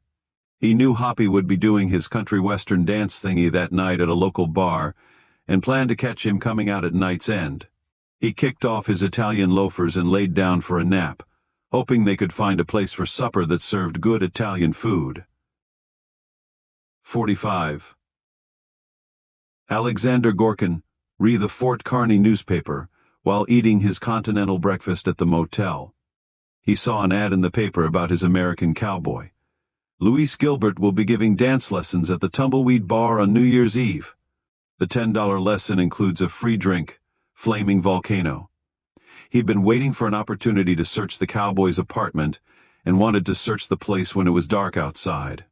But Luis had been home during the evenings since the search of the auto dealership, so maybe New Year's Eve would be his best chance. Alexander was tired of this case. He needed to find out if the cowboy still had his boss's contact book and the eggs. A thought went through his mind during the drive from Colorado to Nebraska. What if he found the eggs and kept them for himself? How would his boss in Moscow know? There was plenty of time to dwell on this idea during his wait to search the cowboy's apartment. The eggs were worth a small fortune. He could buy his freedom. Alexander also thought, what if he sold the contact book to the Americans? But he didn't know if he could do such a thing. Alexander drove through the bar's parking lot. He found the cowboy's car parked near the rear entrance at 5 p.m. He left his motel later, and again verified that Luis's vehicle was still at the rear of the Tumbleweed. He then went to the apartment building. Alexander knew Luis's apartment was on the 3rd floor. The windows were dark. He entered the apartment building wearing a suit coat with a long outer coat, a red tie, and donned horned-rimmed glasses. Alexander looked like nobody's idea of a thief. He quietly climbed the stairs. On the 2nd floor, Alexander could hear music and people talking in one of the apartments. He guessed it to be a New Year's Eve party. After reaching the 3rd floor, Alexander slipped the lockpick tool from his coat pocket. He made a quick entrance into the apartment, pulling the door shut. He could hear music from the apartment below. With the help of his small flashlight, he looked around the place. Alexander saw empty cans of Mountain Dew and an open bag of potato chips on the couch. He first did a general search for anything lying out in the open. He noticed a picture of Casanova hanging on the wall. It was the same person, but a different picture than the one in the car dealership. Alexander peeked behind the picture, but found no wall safe. He then started a serious search of the residence. When finished, he had found no Fabergé eggs or the contact book. He swore to himself in Russian. He'd considered the cowboy may have the eggs and book hidden in a bank's safe deposit box. When he searched the file cabinet at the car dealership, he obtained the name of the small bank the car lot utilized. Alexander contacted the bank, but they didn't have safety deposit boxes at their branch. He continued the search of the apartment, but to no avail. Alexander could tell the party downstairs was ramping up, and heard talking and singing. He knew he'd done a sufficient search of the place. He checked that his tools were in place and opened the door, remembering to lock the door behind him. Alexander stepped out onto the landing and started down the steps.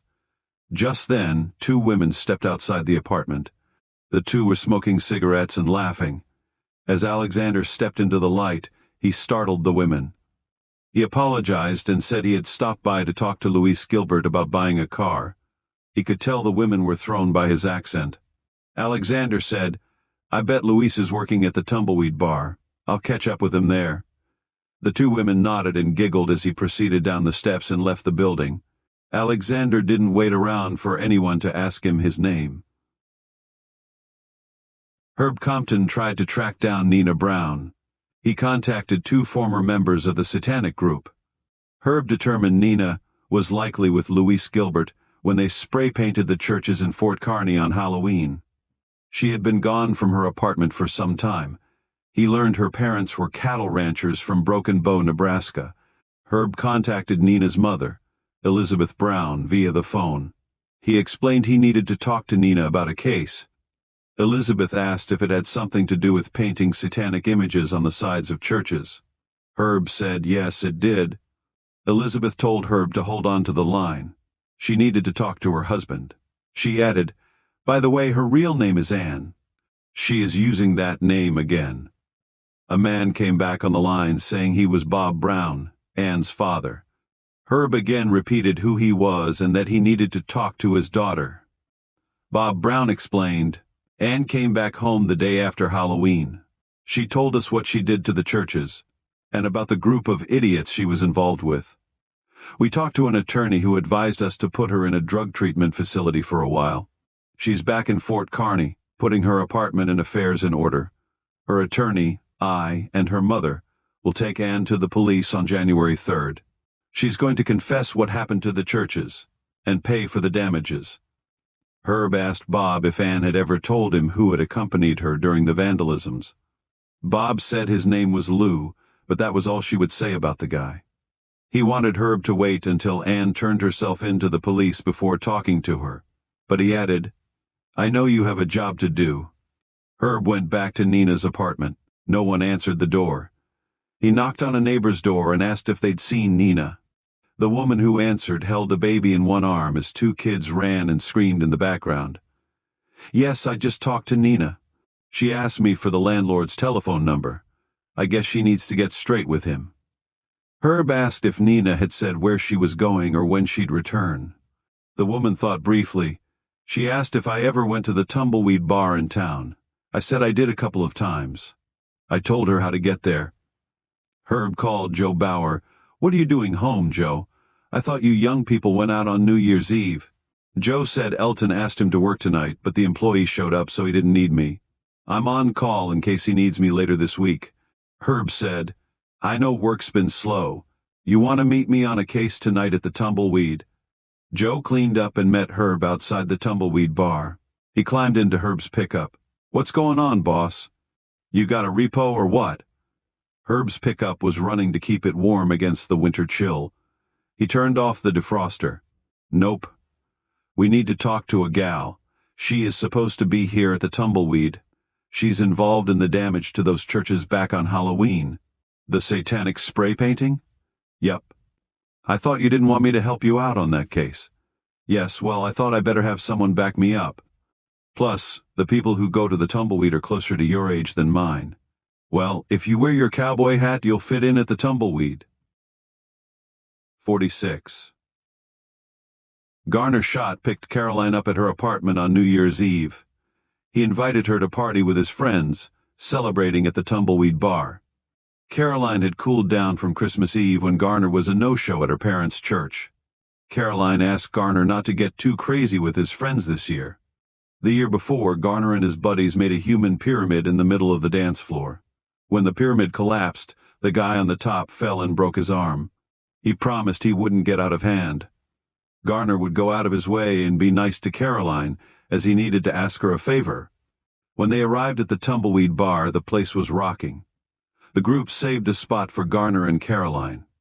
Caroline wasn't yet close with the wives and girlfriends in Garner's group. They watched a cowboy leading a line dance.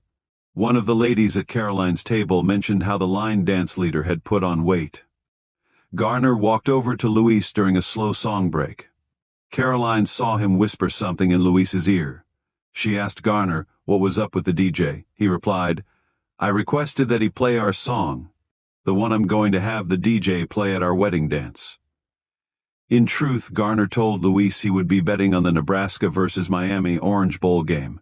He said he'd bring in enough cash on game day to pay his debt and have enough left over to put a wager down on the Cornhuskers. The Orange Bowl spread had Miami winning by 9.5 points. Taking the Cornhuskers was a risky bet. Luis wondered how much the kid would put down on the Nebraska team. Mary Soika came up to Caroline. Mary was at the Tumbleweed bar with single friends from work. She spoke to Caroline, trying to talk above the music, which was amped up. "I'm going to try one of those flaming volcano drinks. They light it on fire, you know. And you get to keep the goblet it comes in. I sprayed a lot of Aquanet hairspray on tonight. I hope my hair doesn't catch on fire." Mary gently touched the outside of her hair, which resembled a helmet. While they were talking, Caroline motioned to Mary. "Is that Joe Bauer over there? He's talking to the tall guy wearing the cowboy hat." Little Al and Jimmy Three Fingers came into the Tumbleweed Bar wearing suits. They hadn't found an Italian food place in Fort Kearny. Their motel clerk handed them a brochure from a rack near her desk. "I think Runza has an Italian Runza. I bet you'd like it. Everybody does." Little Al and Jimmy Three Fingers read how the Italian Runza was a masterpiece of black olives, ground beef, Italian sausage, mozzarella cheese, mushrooms, and tomato sauce stuffed inside breading. That sounded good to the Italian boys from Kansas City. They went to the Runza drive-thru and ordered 4 Italian Runzas and large orange cream sodas. After the mobsters parked in the Tumbleweed Bar's parking lot, they ate all the Runzas and slurped down their orange sodas. Jimmy Three Fingers ended up with an orange stain on his tie. Jimmy cussed like a mobster and dabbed at the stain. Little Al belched, then said they should go inside and make sure Hoppy was in the bar. The two men stood out like the proverbial turd in a punch bowl. After discovering their liquor brands were unavailable, they settled for the Flaming Volcano. After blowing out the flames, they toasted and took a drink. Jimmy said, "Hey, this ain't half bad. I think it's got 151 rum in it. I got to liking it when I was living down in Miami." Little Al looked around the bar. He had met Luis Gilbert on one other occasion. He then talked above the music into Jimmy's ear. "I think it's that cowboy over there in the DJ booth. He's put on weight, I think. I only saw him the one time." Little Al drank more of the Flaming Volcano. Luis played the best country music available. The dance floor was crowded, and he knew the songs needed to be sequenced to keep everybody going. The bar's owner paid Luis well to keep the vibe up, and Luis knew the right vibe meant more people would be ordering drinks and shots of liquor. Luis picked out his next set of tunes, and then received a tap on the shoulder. He turned around and had to blink twice because of the dancing lights. "It's me, Lou. It's Nina. Nina Brown," from the group. Luis couldn't believe how good Nina looked. Her face had color, her dyed black hair was gone, and her blonde hair looked clean and natural. He remembered how skinny she was when he last saw her on Halloween. She looked like she may have put on weight. "Hey Nina, it's been a while. I've meant to call you. I know you left several messages." Nina gave a half-hearted smile. "It's okay, Lou. I wanted to tell you something." "What's that, Nina?" Luis had to talk loudly due to the music. "It was my fault. I talked you into doing what we did on Halloween to those churches. And by the way, I'm back using my real name, Anne." Luis shook his head. "Yes, about that. I think we just need to forget about it. Doing what we did was stupid. We just need to let it go. You know, I was thinking about quitting the group." Nina looked at Luis. "I will not let it go, Lou. I'm turning myself into the police." Luis took Nina to the side. "What the hell are you going to do that for, Nina?" "I've checked, and the churches have all been repaired. Don't say anything. It will go away. Nobody cares." "No, Lou, I care." As Nina turned to leave, Luis grabbed her arm. Joe walked over to his cousin Mary. She and Caroline stood together and each was having a drink. Mary spoke first. "Why aren't you drinking, cousin? Didn't you know it's New Year's Eve? I haven't picked out who I'm going to let kiss me at midnight yet. But I have a couple of ideas in mind." Joe leaned into Mary and Caroline and talked above the music. "Either of you two know Anne Brown? She also goes by Nina. She used to be a student at Kearny State." The two girls looked at each other and shook their heads. Caroline finally said, "Oh yeah, I think she was in my first-year biology class. We were teamed up on a lab one time. You know, I think I just saw her. At least, I think that was her." Caroline looked around the bar. She was slurring her words, and she looked a little dizzy. "Yeah, there she is. She's talking to the DJ." Joe flagged down Herb. "I think I found her, boss. Come along." As they approached the DJ booth, they saw Luis grab the girl who'd been pointed out as Anne Brown. Herb thought about Luis lying to him when the two last talked. He put his big hand on Luis's shoulder. "Lou, what's going on? You asking this girl to dance?" Luis let go of his grip on Nina. She walked quickly toward the bar's door, and Joe followed her. Luis felt Herb's tight grip on his shoulder. "Herb, I was just talking to a friend." "Luis, You didn't look like you wanted to just talk to that girl. I'm guessing. Never mind, don't go out of town. The police are going to want to talk with you. Herb gave Luis a look and then headed for the bar's door. Little Al and Jimmy Three Fingers watched the action around their cowboy DJ. Little Al said, "I wonder what that was about." "What do you think, boss? We gonna take Hop-Along Cassidy outside and talk to him or what?" Jimmy Three Fingers was getting drunk and backed into a big cowboy who stepped on Jimmy's Italian loafers.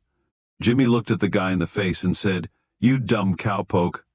Your shit kicker scuffed my shoe. You know what these shoes cost me?" Joe caught up with Nina after she made her way out of the bar. She reached for the keys in her pocket as Joe yelled behind her, "Ms. Mems, can you hold on, please, just for a second?" Nina turned. "What the hell do you want? Are you Luis's friend?" "No. We need to ask you a few questions." "Who the hell is we?" Joe heard Herb coming up behind. "We? I mean I and he, this big guy. We need to ask you some questions." Herb took off his cowboy hat and held up a hand. "Hold on for a second. Nina. Are you Nina? I mean Ann, right?" "Yais, who the hell are you guys?" "Nina, I mean Anna. I talked to your folks tonight. I've been investigating the Halloween vandalism at the churches. I'm not the police. I'm a private investigator." Nina took a breath and shook her head. "Yes, I was there and I did it. I'm turning myself into the cops." She stopped and folded her arms. "I've been through rehab and I'm trying to fix my life." "I understand. Did you tell Luis Gilbert you were turning yourself into the police?" Yes, I told him." "And Luis was with you that night, am I right?" "I wanted him to turn himself in as well. What we did was a terrible thing. But he's a businessman. If he comes forward, his name will be shit in this town. We did damage to several churches. Everyone will know. He won't be able to live or work here anymore. I put him up to it. I told him I wouldn't give the cops his name. I want him to do it on his own." Herb looked at Joe, rubbed his head, and put his hat back on. "It's okay, Ann. You do what you must. Since you're turning yourself in, we will not tell anyone what you shared with us. But I think you should share Luis's name with the police." Herb walked Ann to her car. He gave her his business card and said to give him a call if she needed anything. Ann left and drove out of the parking lot. Herb climbed back into his pickup. Joe said he might stick around for the New Year's Eve countdown. "Have a happy New Year, Joe, and thanks for the help." 47. John Hansel monitored activity at Luis's used cars for the last week. At one point he noticed someone else also watching Luis. He spotted a man in a tan Cadillac with Colorado license plates. John snuck a photo of the man. He sent the license plate number back to Oz. They traced the name on the car, but it didn't make sense. It was John's boss, Bob, who had put it together. John called Bob from a payphone not far from the car lot. He could still see the man in the Cadillac watching Luis. Like John, the man also switched which fast food place to monitor the activity at the lot. "Bob, do you know who this character might be?" "Yes, I believe he is Alexander Gorkin. He was Yevgeny Antonov's bodyguard when he was still alive. Antonov was the Russian businessman who passed away in Breckenridge, Colorado, a while back. The one who had the Fabergé eggs and contact book stolen. I guess we know why he's watching our car salesman." The Russians finally figured out Luis Gilbert made off with the contact book and the eggs, and they sent their man after him. Robert added, "He appears to be taking orders from Yevgeny's brother, Vladimir Antonov. Vladimir is the head of Russian intelligence. The Fabergé eggs are apparently a family thing. I can't imagine what they're worth. You still have no idea where this cowboy is hiding them?" John said he had no idea, but he would keep watching. "I might have to go and have a heart-to-heart talk with the man." John confirmed the motel where Alexander Gorkin was staying. It was New Year's Eve, and Marie wanted them to stay up and watch the ball drop on TV with Dick Clark, but that wasn't going to happen. John caught Alexander leaving his motel and followed him to the Tumbleweed Bar. Alexander drove through the parking lot behind the bar. John recalled that the ad said Luis worked at the bar that night. John thought, "He's looking for the cowboy's car." John then followed Alexander to Luis Gilbert's apartment. Alexander parked around the block and walked up to the apartment building. He was confident his search of Luis's apartment had been thorough and was sure his Russian cohort wouldn't find any eggs or contact book there. He guessed Alexander had already searched the car dealership's office. John waited for Alexander to return to his vehicle. He had seen an ad in the local paper about the New Year's Eve celebration at the Tumbleweed Bar. The ad mentioned DJ and line dance instructor Luis Gilbert. John brought all his tools with him, as he didn't want to take any chances, and he had a feeling about tonight. He had such feelings during previous Oz operations. John watched Alexander return to his vehicle. It was dark, but the street lights let him know Alexander wasn't carrying anything. But of course he likely would have stowed any items he found in his coat. John followed Alexander back to the Tumbleweed Bar. When John entered the bar, he found the place packed. It took a bit, but he found Alexander seated at a table on the second tier. The Russian could watch the DJ's booth from his location. John found a seat to watch Alexander, and he could also see Luis Gilbert. At one point, Alexander stood and watched activity near the DJ booth. John observed Luis grab a girl's arm, and then a big cowboy came up and put a hand on him. The girl left. The big cowboy and Luis had a few words, and then the cowboy left the bar. Luis returned to his DJ and line dance leader duties. During that activity, Alexander walked down the bar's top tier to better see Luis and what was happening. John made his move. He walked down the tier until he stood beside the table where the Russian had been sitting. John casually dropped 2 snuff tablets in the flaming volcano drink on Alexander's table. He then returned to his seat. As Joe walked back into the bar, 2 big bouncers escorted 2 men in suits outside. Another bouncer was talking to a cowboy with a bloody lip. The cowboy said the dude in the fancy suit started the fight. The guy's Stetson sat askew on his head. Joe thought, it must be getting close to midnight. Joe walked to the bar and ordered a bottle of Coors beer. The barmaid asked if he wanted a Coors Light. Joe said no, a Coors Regular, please. He took his bottle and walked through the crowd. He found his cousin Mary sitting at a table with other ladies. "Hey cousin, can I squeeze in here?" "Joe, you still here? I thought you left." "Well, I stepped outside to do a little work, but I'm off duty now." "You find that guy to kiss at midnight?" "No, but I'm still looking. How about you? You looking for anyone?" "No, I thought I'd hang out for a bit." Joe paused and drank his beer. "So cousin, is your friend Caroline still here?" Mary looked at Joe and shook her head. "She's an engaged woman, Joseph. What's the deal with you two?" "She said you saved her bacon on Christmas Day when she ran out of gas. What, are you following her around, or what?" No. I was coming home from work, and I saw Caroline's Mustang on the side of the road." "Uh-huh. Sure, just dumb luck, right? Well, Caroline's sitting over there with her future husband. She's looking a little tipsy, so I better check on her and make sure she's okay. Good luck finding a midnight kiss, cousin." Joe looked around the bar.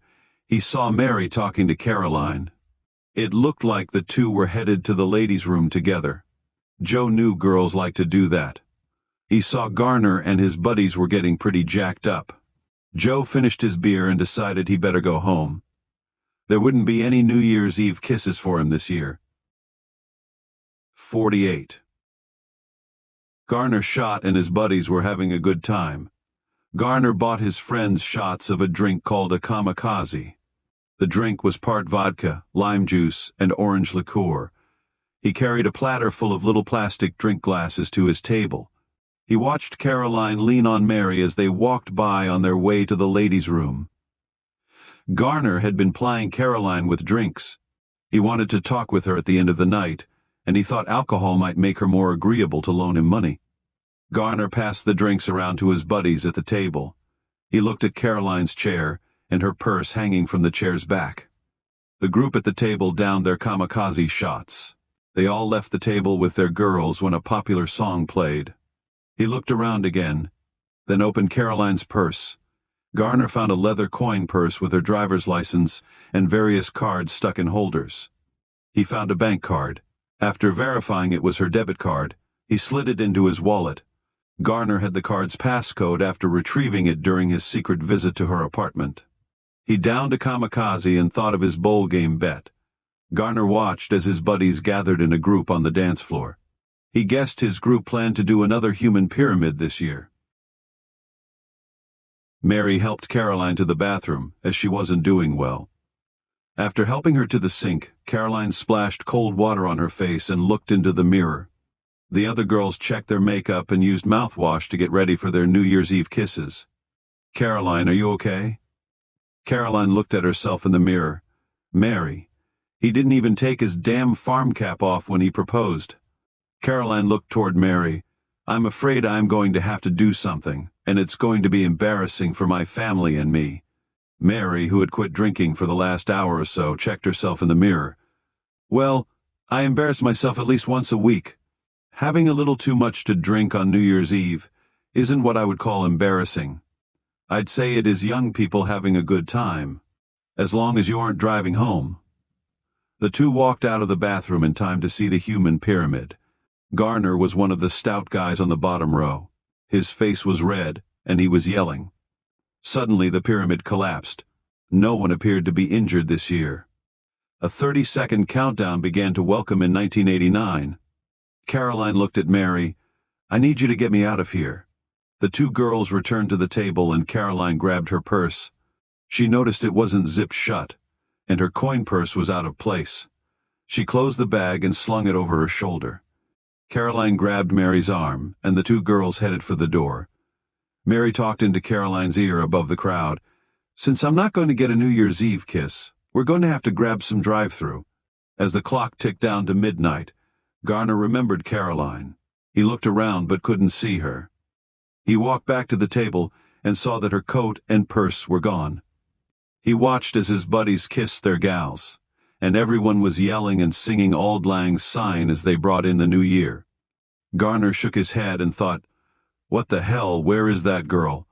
Then he thought about Caroline's debit card. John Hansel watched as Alexander almost slipped from his chair in the tumbleweed bar. The Russian caught himself from falling. He then drank the last of his flaming volcano. Alexander stood for a second and he sat back down after wobbling. John thought the snuff pills mixed with 151 rum was the perfect tool. He walked up to Alexander and carefully helped him to his feet. He draped the Russian's coat over his shoulders, reached under his arm and said, "I'm taking you back to your motel, comrade. You can thank me later." Alexander had no reply. He just followed John's lead. John guided Alexander into his car. He would pick up the Russian's vehicle later. John drove to the motel thinking I might need a luggage carrier to get him into his room. He parked the car at the rear of the motel, and then found Alexander's motel key with the room number stamped on the plastic key ring. John half-carried Alexander down the hallway to the motel room. He leaned him on the wall while he unlocked the motel door. John then guided Alexander to his bed, sat him down and rolled him onto the mattress. He was panting. "Good Lord! I need to quit smoking." John used the room's phone to call his wife and apologize for missing the New Year's Eve ball drop. He needed to pick up a car later and asked if she could give him a ride. He said it would be a couple more hours. Marie could tell by her husband's voice he was in the middle of an operation. John went through the few documents he found in Alexander's room. He'd found handwritten notes, but they were in Russian. John stuck the notes in his pocket. He pulled Alexander's wallet from his pants and found the Colorado driver's license with Alexander's picture. He thought Russian intelligence did an excellent job creating the fake driver's license. John rummaged through the motel room but found no Fabergé eggs or a contact book. John looked again at the papers he had stuck in his pocket. Alexander wrote the notes in Russian, or maybe it was code. But after looking in the notebook again, he found the word Casanova. John sat down and thought about that. He found a bottle of Jim Beam on the table and poured bourbon into a paper cup. John took a drink, and then it came to him, the two pictures of Casanova, One in the apartment and one in the car dealership. Casanova? Casanova? The Nova. 49. Little Al and Jimmy Three Fingers returned to their vehicle after being escorted from the bar. They were both pissed and a little drunk. The flaming volcanoes wore off by the time the bar's front parking lot emptied. They assumed the cowboy likely parked near the back door with the rest of the employees. They moved their vehicle to watch the cars that were still there. They weren't sure which one belonged to Luis Gilbert, but they guessed they would soon find out. "I think you got some blood on your jacket there, Jimmy." "Yeah, I know. I'm gonna have to take this to the cleaners. My foot still hurts from when that dumb cowpoke stepped on my loafer." The two men were tired and wanted to get back to their motel rooms. "So, boss, we're just gonna brace this guy because he's short on what he owes, right?" "Listen, Jimmy, there's more to it than that. The car dealer's got something I want. You just step on Hoppy's neck if I say so. And don't ask any more questions." "Sorry, I just wanted to know what the score was." "The only score you need to worry about is that when we drive out of this flipping cow town, I have a smile on my face. Capiche?" "Yes, boss, I get it. I just want to make sure what's going on here." The two mobsters watched as the waitresses stepped out the back door. They were all huddled up. Little Al spoke. "What's the freaking deal? It's bloody cold out. Just go home already." After Little Al finished talking, Luis Gilbert walked out the back door. He spoke to the waitresses for a while, then left the area. "Come on, Jimmy, don't lose this dumbass." Jimmy Three Fingers and Little Al followed Luis after he left the bar. They followed him past the used car dealership, and Little Al spoke. "He's heading home. Or don't lose his ass, I don't know where he lives." The two mobsters managed to follow Luis to his apartment building. They drove past as Luis parked his car. Jimmy then circled back around. They watched as Luis walked into the building. "Jimmy, park the damn car. Now, let's see what light turns on. Man, this place is a dump." They saw a light flick on up on the third floor. Little Al pointed. "Okay, he's in that apartment up there. Park the car on the lot, and let's go have a talk with this gumball." John Hansel was sure the Russian wouldn't wake up for a while. Alexander was already half-crocked on the flaming volcanoes when he spiked his drink with the snuff pills. John double-checked the motel room to ensure he had secured everything he wanted. He didn't think Alexander needed to be tied up. Besides, he had no rope in his toolkit. John returned to his vehicle.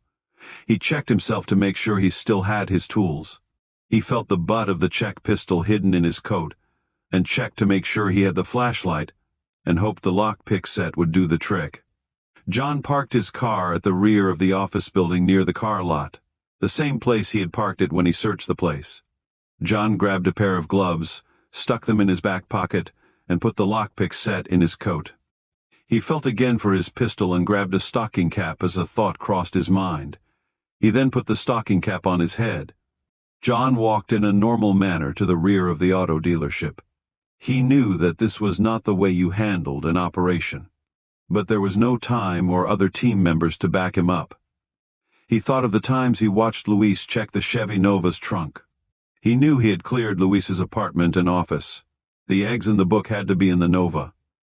John made his move and headed to the car. 50. Little Al and Jimmy Three Fingers knocked on Luis's apartment door. Luis opened the door, holding a Mountain Dew and chewing on potato chips. "Remember me, Hoppy? It's your friends from KC. Happy New Year." The two mobsters pushed their way into the room. Jimmy shut the door and pulled an automatic pistol from his coat pocket. Luis held up his hands. "Put your hands down, Hoppy. I don't want you to spill your sody pop." Luis put his hands down. Little Al looked up and jutted his chin at the picture of Casanova. "Who the hell is that?" Luis didn't answer. His mind was racing. He was caught up with his payments to the Kansas City group. Why were they bracing him? Then he thought, they're here because of the eggs. "Listen, Hoppy. Me and Jimmy here are tired. We've had us a long damn day. Jimmy's foot is hurting him. It might even be broken. I'm here to make one simple request." Luis looked at the two men. "What? What kind of request?"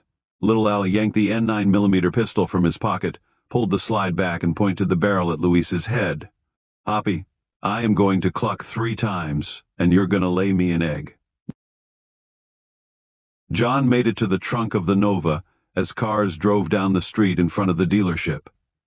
He told himself, "Act as if you belong here. Pay no attention to the cars, just work the lock." And that is what he did. John deftly worked the pick into the trunk's lock. He heard a click, and the trunk popped open. He put the lockpick back in his pocket, raised the lid, and took out the mini flashlight. He shined the light in the trunk but saw nothing except an Indian blanket. He blinked a couple of times and pushed the blanket aside. 3 Fabergé eggs glimmered in the glow of the flashlight. There was also a leather-bound book. John took a deep breath, slid off his stocking cap, and gently set the eggs inside. He put the contact book and flashlight in his coat pocket. Then he closed the Nova's trunk. As instructed, Jimmy Three Fingers drove down the alley behind the car dealership. Little Al held a gun on Luis. They were both in the back seat. "Jimmy, don't worry about nothing, just park the car behind the car lot's office. And kill the lights." The 3 men got out of the car and went into the office. They breathed heavily and could see their breath after walking into the building. Little Al said they better keep the office lights off. "So where are the eggs at Hoppy? You told us they were at the car dealership." Luis knew the cops sometimes checked his lot at night. He was hoping tonight was one of those nights. "Listen, I know I said I'd give you a commission if you could find a buyer for the eggs." Little Al waved his hand. "Forget about it, Hoppy. I ain't no salesman, and I don't get paid no commissions. You are going to find me these eggs, and if you don't piss me off anymore, I'm going to let you walk out of here without dying. You walking away from this deal without getting killed is going to be your commission. You got me, you dumbass cowboy." Luis knew there was no way out. If he cooperated, maybe they'd throw him a bone. The eggs are in the trunk of the Nova." The Nova parked out front. Little Al looked at Jimmy Three Fingers, then back at Luis. "Cock-a-doodle-doo." John Hansel was about to run down the alley behind the car dealership when he saw headlights coming his way. He jumped behind a trash dumpster, telling himself to act small. John heard the car park, and then heard doors opening. He peeked out. It was Luis, and there were 2 guys in suits. One of them had a gun, and they walked into the rear of the building. John gripped the stocking cap full of eggs so tight he had to let his hand relax. The tight grip and the cold air were making his fingers throb. He knew he needed to get back to his car without anyone seeing him. He thought he might walk down the alley away from the building and circle back around the block. Or perhaps he should make a break for his car. John could tell he was out of practice. He'd been sitting on the sidelines for too long. John then saw the rear door of the office open, and the 2 men and Luis walked out. They walked around the front of the office building out of view. John thought to himself, "They're headed to the Nova." John moved carefully and quietly. When they walked out of view, John headed down the alley. He stopped until Luis and the 2 guys were behind cars on the lot. Then he made a break for his car. John opened his car's door, and then quietly closed it behind him. He almost started the car but held off. John knew he was awfully close. They likely would hear the car start. Then he said, "The hell with it." John started the engine, slowly backed the car out, and then drove down the alley with no lights. He was breathing heavily, and the fog of his breath filled the inside of the vehicle. After John pulled out on the main drag, he saw a city police cruiser parked in a store parking lot. John pulled up beside the cruiser and rolled his window down. The officer also lowered his window. He'd been writing something in a notebook. "Say, officer, something is going on over at Luis's used cars. I think I saw guys with guns." Little Al talked to Jimmy and Luis. "We all look like a bunch of dumbasses out here. Just get that trunk open and get me those eggs." Luis saw Little Al's hand was in his pocket. He knew he was holding a pistol. Luis opened the trunk and moved the blanket aside. He couldn't see the eggs. They weren't there. Luis felt around the trunk and then threw the blanket on the ground. He turned around and held up his hands. "They're gone," What the hell, my eggs are gone. Luis felt around the trunk again but didn't feel the eggs. He didn't think about looking for the leather-bound book. When they returned to the office, Luis begged the mobsters. I don't know. I just checked on them. The eggs were there earlier today. Or I swear to God, you got to believe me. Well, we don't believe you, you dumb putz. Little Al said, Jimmy, let's get the cowboy back in the car. We're getting rid of him. Luis held up his hands. Wait, I truly don't know what happened to those eggs. But I have some cash. Please give me a chance. Little Al looked at Jimmy and then back at Luis. How much cash? Luis's hands shook as he opened the lock on the file cabinet. He pulled out the bundled $100 bills, spilling them onto his desk. I think it's about 10 or 15 grand. It's yours. Just let me go, okay? Little Al and Jimmy Three Fingers followed Luis out the back door of the dealership office. The mobsters had their pistols pointed at the cowboy. Luis. Jimmy carried a trash bag with the cash. As they were about to get back into their car, police cruisers entered both ends of the alley with their light bars flashing. The cars slid to a stop at the same time. The cops climbed out of their cruisers with their pistols drawn. It was a textbook takedown. The police officers yelled at the group, "Put your guns down, put your guns down." 51. John Hansel drove down the street in front of the car dealership. He could see the police cuffing everyone. 2 more police cruisers had arrived on the scene, and police lights danced around the car lot. John smiled as he glanced at the Nova, whose trunk lid was left open. He then thought, I better call Marie. John returned to the motel room and found Alexander Gorkin still asleep on the bed. Alexander hadn't moved since he left. John rummaged around the room and found a mini camera in the Russian's coat pocket. He couldn't believe he'd forgotten to search the Russian's coat. John thought about how he was out of practice. He pocketed the camera and then pulled a pistol from the coat. It could have been a deadly mistake to miss the gun. He emptied the pistol and dropped the bullets in the toilet. John flushed the bullets along with other trash. He also found other rolls of film. John would let the techs at Oz develop this evidence. John grabbed a white towel from the bathroom and spread it out on the motel's credenza. He wiped his fingerprints off the Fabergé eggs and placed them on the towel. He took pictures of the eggs. John then snapped photos of each of the contact book's pages, wiped down the book and put it on a towel. He also snapped pictures of Alexander Gorkin lying in bed. Alexander moved, catching him taking the last photo. John grabbed his pistol and let it hang on the side of his leg. Alexander sat up in bed. He could tell the man had a massive headache. You might want to take an aspirin, comrade. That headache may last a while. Alexander rubbed his eyes. Who are you? Just another guy, a guy like you. Alexander pulled himself up and leaned back on the headboard. I guess you won't tell me your name? No, but I left you a little present. John pointed his pistol at the Fabergé eggs and the contact book on the credenza. I think you were looking for those. Alexander looked back at the man. What do you want? I don't want anything. As a matter of fact, I am thinking of retiring from the game. But I left you a phone number on the towel there. Just ask for Robert. That is, if you'd like to help us out. Help who out? John looked around the room. He put the pistol in his coat pocket and felt for all his tools. John then reached for the door handle. Your car is parked on the lot. I will leave your keys under the seat. Das Vidania, Alexander Gorkin. John walked out and found Marie waiting for him. He crawled in with his wife, who drove him to the Tumbleweed Bar. He returned Alexander's car to the motel parking lot, and just as he said, he left the keys under the seat. John entered his car and met Marie on the lot, and they both rolled their windows down. The wind had quieted overnight, and the sun was slowly creeping into the sky.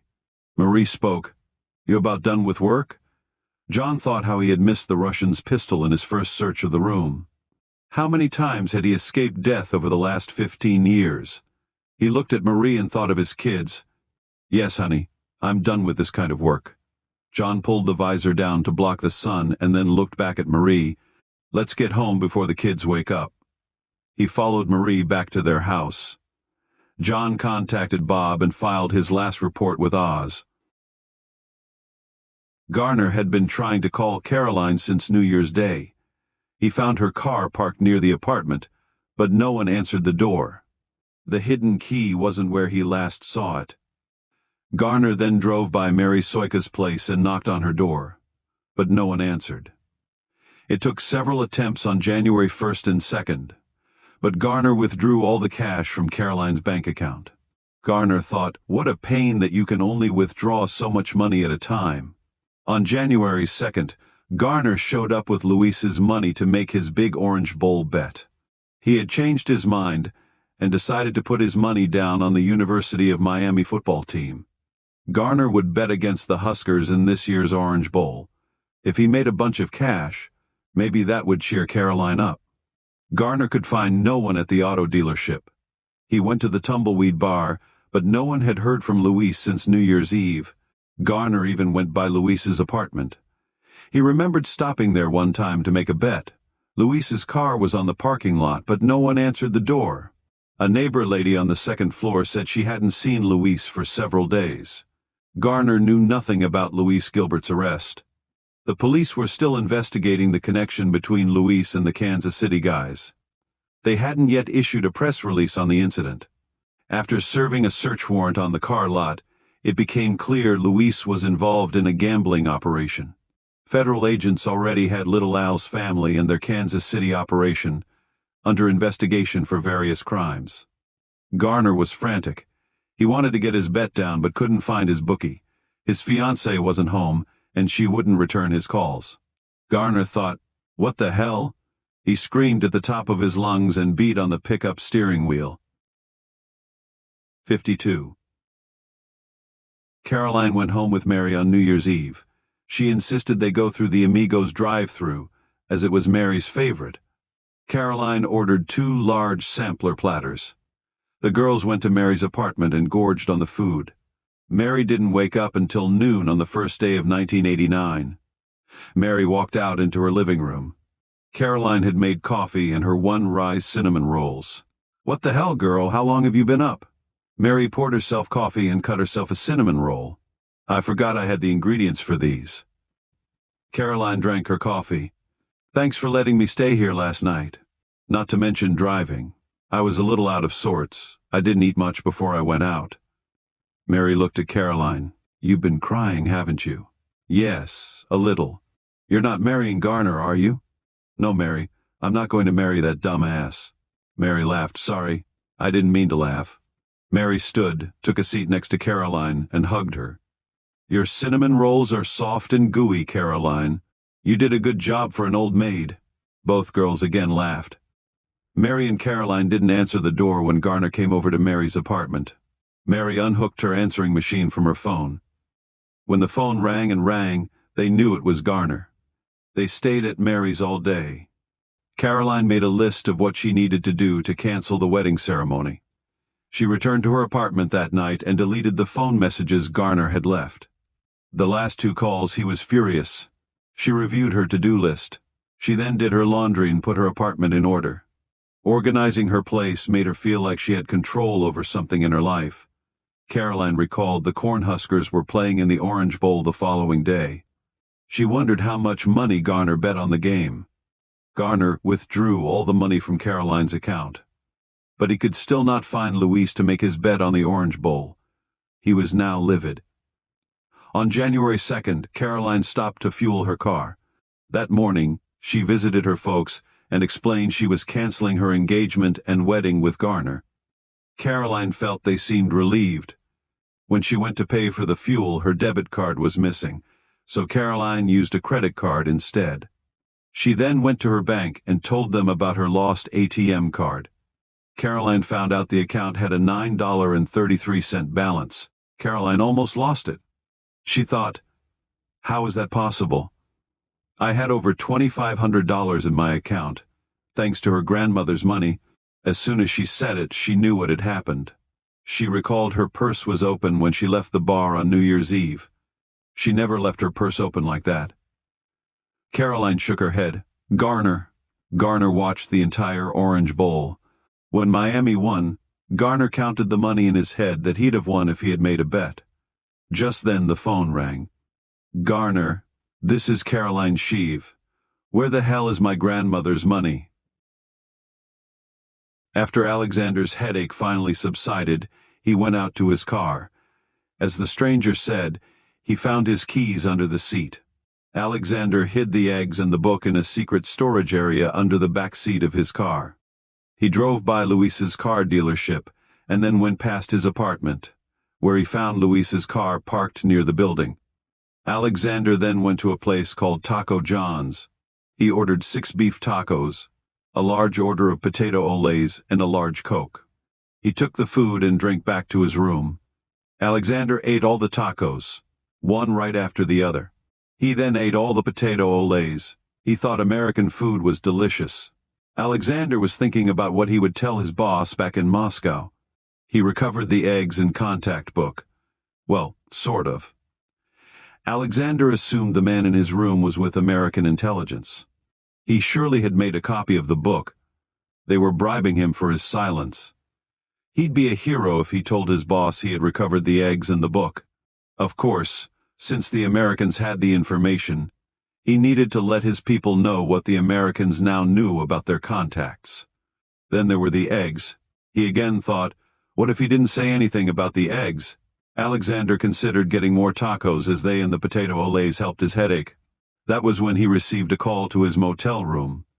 In a thick Russian accent, a voice spoke to him. Call Mother. Alexander found a pay phone, called the secure number, and spoke with Vladimir Antonov.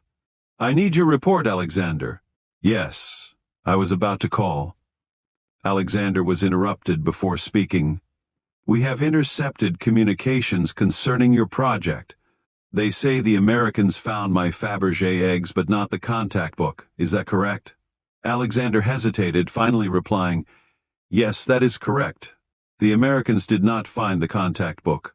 I have it in my possession. But it appears they may have your eggs. Alexander explained he had entered a location last night and had found the contact book. It appears American intelligence has not compromised that information. Alexander thought some more. But again, I was not able to find the eggs.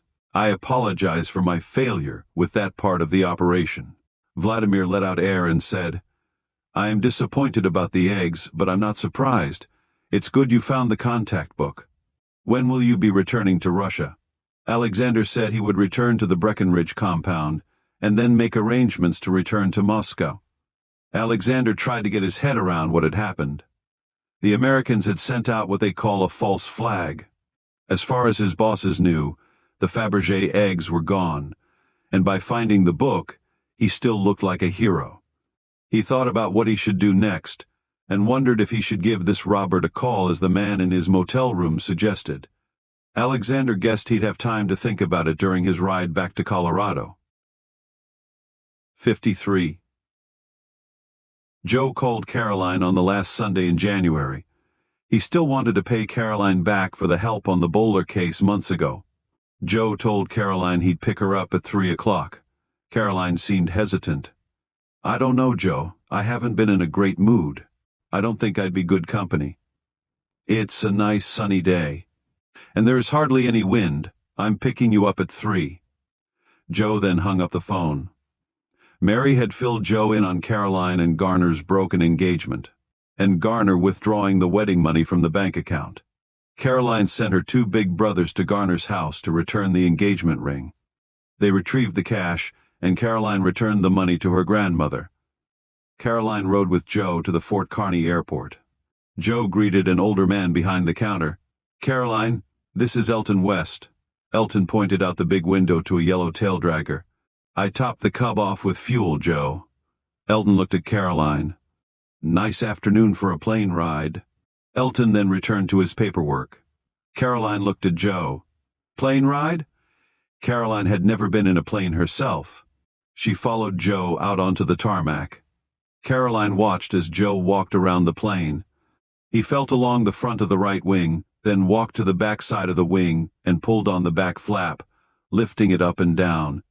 Then he walked down the plane and checked the rear tire. Joe moved the tail rudder back and forth. He then traced everything on the aircraft's left side with his hand, gently feeling and pulling. Joe then walked to the front of the plane, and Caroline watched as he carefully traced his fingers over the propeller.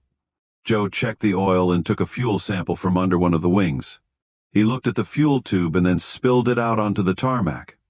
Caroline looked off toward the runway and saw another plane coming in for a landing.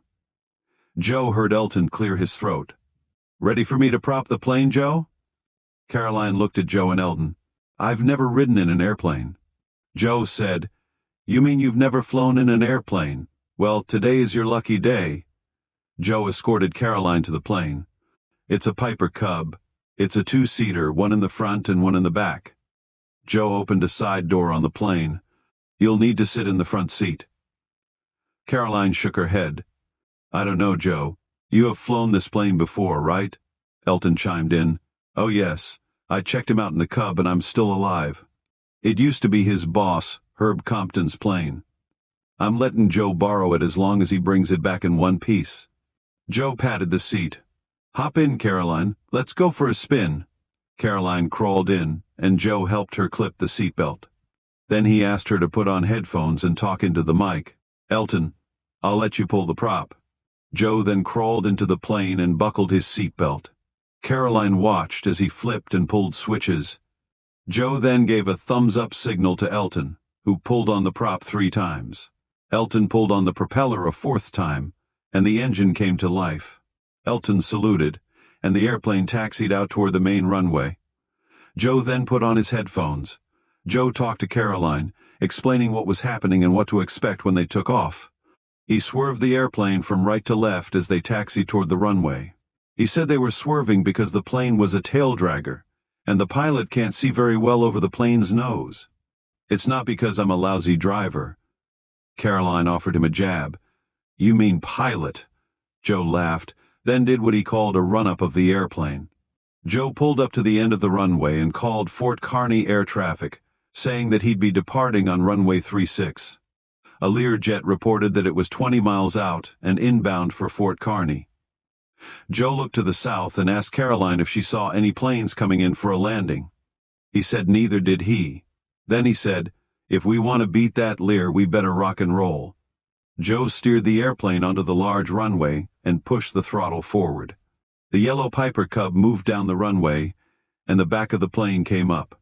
After gaining more speed, the plane lifted off the ground. Caroline looked to her right and saw Elton standing outside the flight office, watching them take off.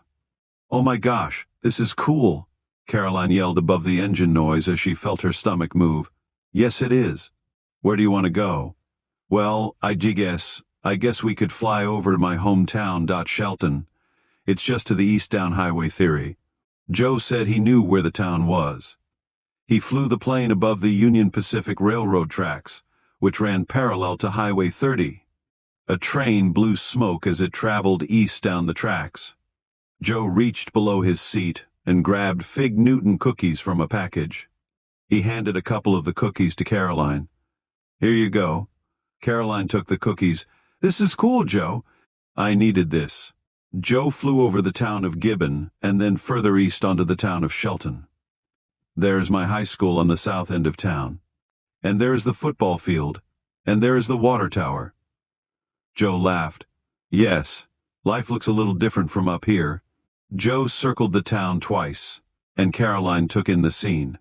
She pointed to various houses and businesses and asked Joe for a favor. "Yes, Caroline, what would you like? Can we drive north of town toward my parents' farm?"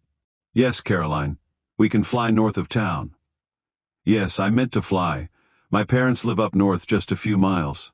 Caroline looked outside the airplane, taking in the aerial view of the Platte Valley. Joe followed the highway north of Shelton, and then Caroline said, "Turn to the west at the intersection. It's just north of that grain bin site." Joe banked the plane. "Our family's farm is up there on that side hill. It overlooks the valley." Joe lowered his altitude to give Caroline a closer look. Joe then flew over the Sheave farm. Caroline yelled, "I can see my dad and brothers down there. My mom is there too." They all looked up, and one of the brothers waved at the plane. After they passed over, Caroline yelled at Joe, asking him to go around again. Joe banked the plane and brought it down closer. Caroline's family all waved this time and then went into the house. My mom always makes my father a 4 o'clock snack. Caroline paused a minute. Joe, can we fly off to the south? Caroline directed Joe toward a small farmstead. Joe banked the plane around, followed Caroline's directions, and found the place. There was a house, barn, and 2 small grain bins on the farmstead. Joe saw a man standing by a pickup as they were flying over. The man looked up toward the low-flying plane, crawled inside the truck, and drove off the property. That's Garner, Caroline said in a flat tone. Do you want me to follow him? No, Joe, I don't want you to follow him. Caroline paused, and even though Joe couldn't see her, he felt her sadness.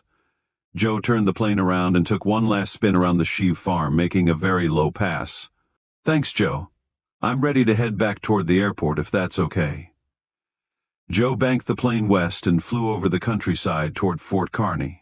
The setting sun was casting an amber glow over the dormant fields. Neither of them spoke. Joe arrived back at the airport.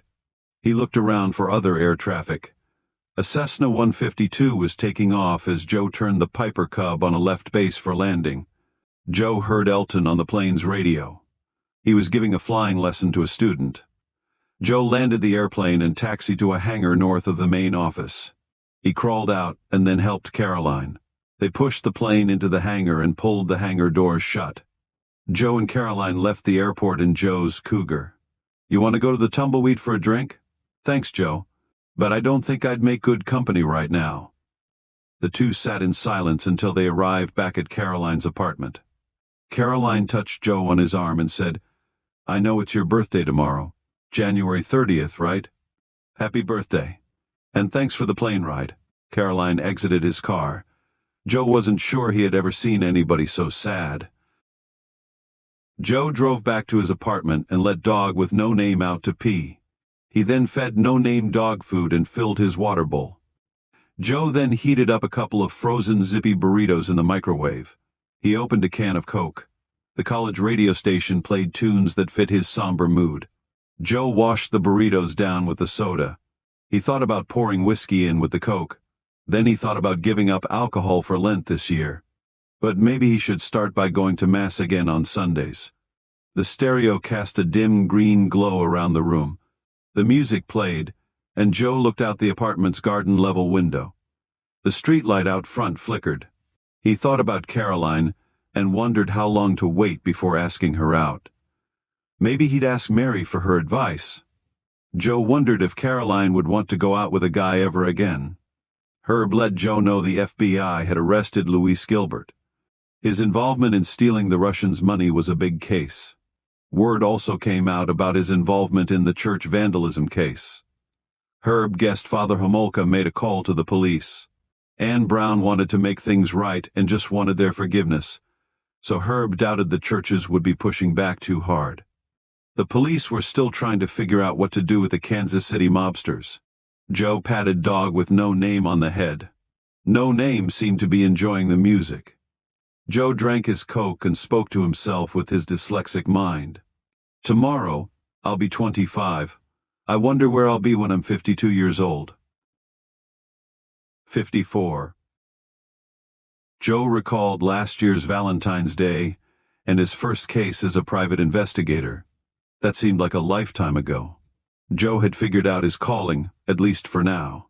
He turned his back on being a management trainee or a professional pilot. However, he knew the aviation bug would never entirely leave him. He remembered pilot Matt Savage giving him his first ride in an airplane when he was 12 years old, telling him, if it ever gets in your blood, you're in trouble, and how Herb told him the same thing about being a private investigator. Joe had been a private investigator for an entire year. He did hundreds of hours of surveillance and followed subjects in towns and rural environments. He interviewed and located witnesses and served court papers. Joe trained with a former FBI agent and survived many rookie mistakes.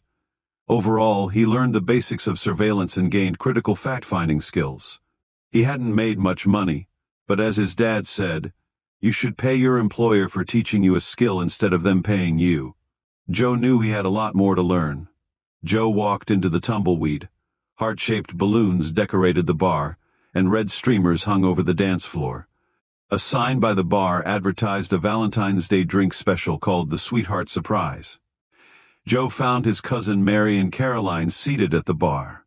Joe said hi to the girls and asked if he could buy them each a sweetheart surprise, adding, "I bet they'll light it on fire." Joe was glad to see Caroline. He recalled all that happened on Valentine's Day a year earlier. "No drinks for Caroline, cousin. She's got a long trip ahead of her. I told her to wait until tomorrow, but she said Valentine's Day would be an appropriate moving day. I gave her my St. Christopher medal. St. Christopher is the patron saint of travelers, motorists, gardeners, and—" Joe turned to Caroline. "Moving day?" Mary looked at Caroline. "Oh, sorry, I thought you told Joe about—" Caroline stepped down from her bar stool. "Let's go outside, Joe." Caroline hugged Mary and thanked her for helping pack for the move. She told her to come and visit, adding, "When you visit me in Kansas City, we'll go to a Royals baseball game." Caroline handed Mary an envelope, and she and Joe walked outside. Joe followed Caroline to her car, which had a U-Haul trailer hooked to its rear. Joe commented, "Kansas City?" Caroline took Joe by the hand. "I'm sorry, I didn't tell you."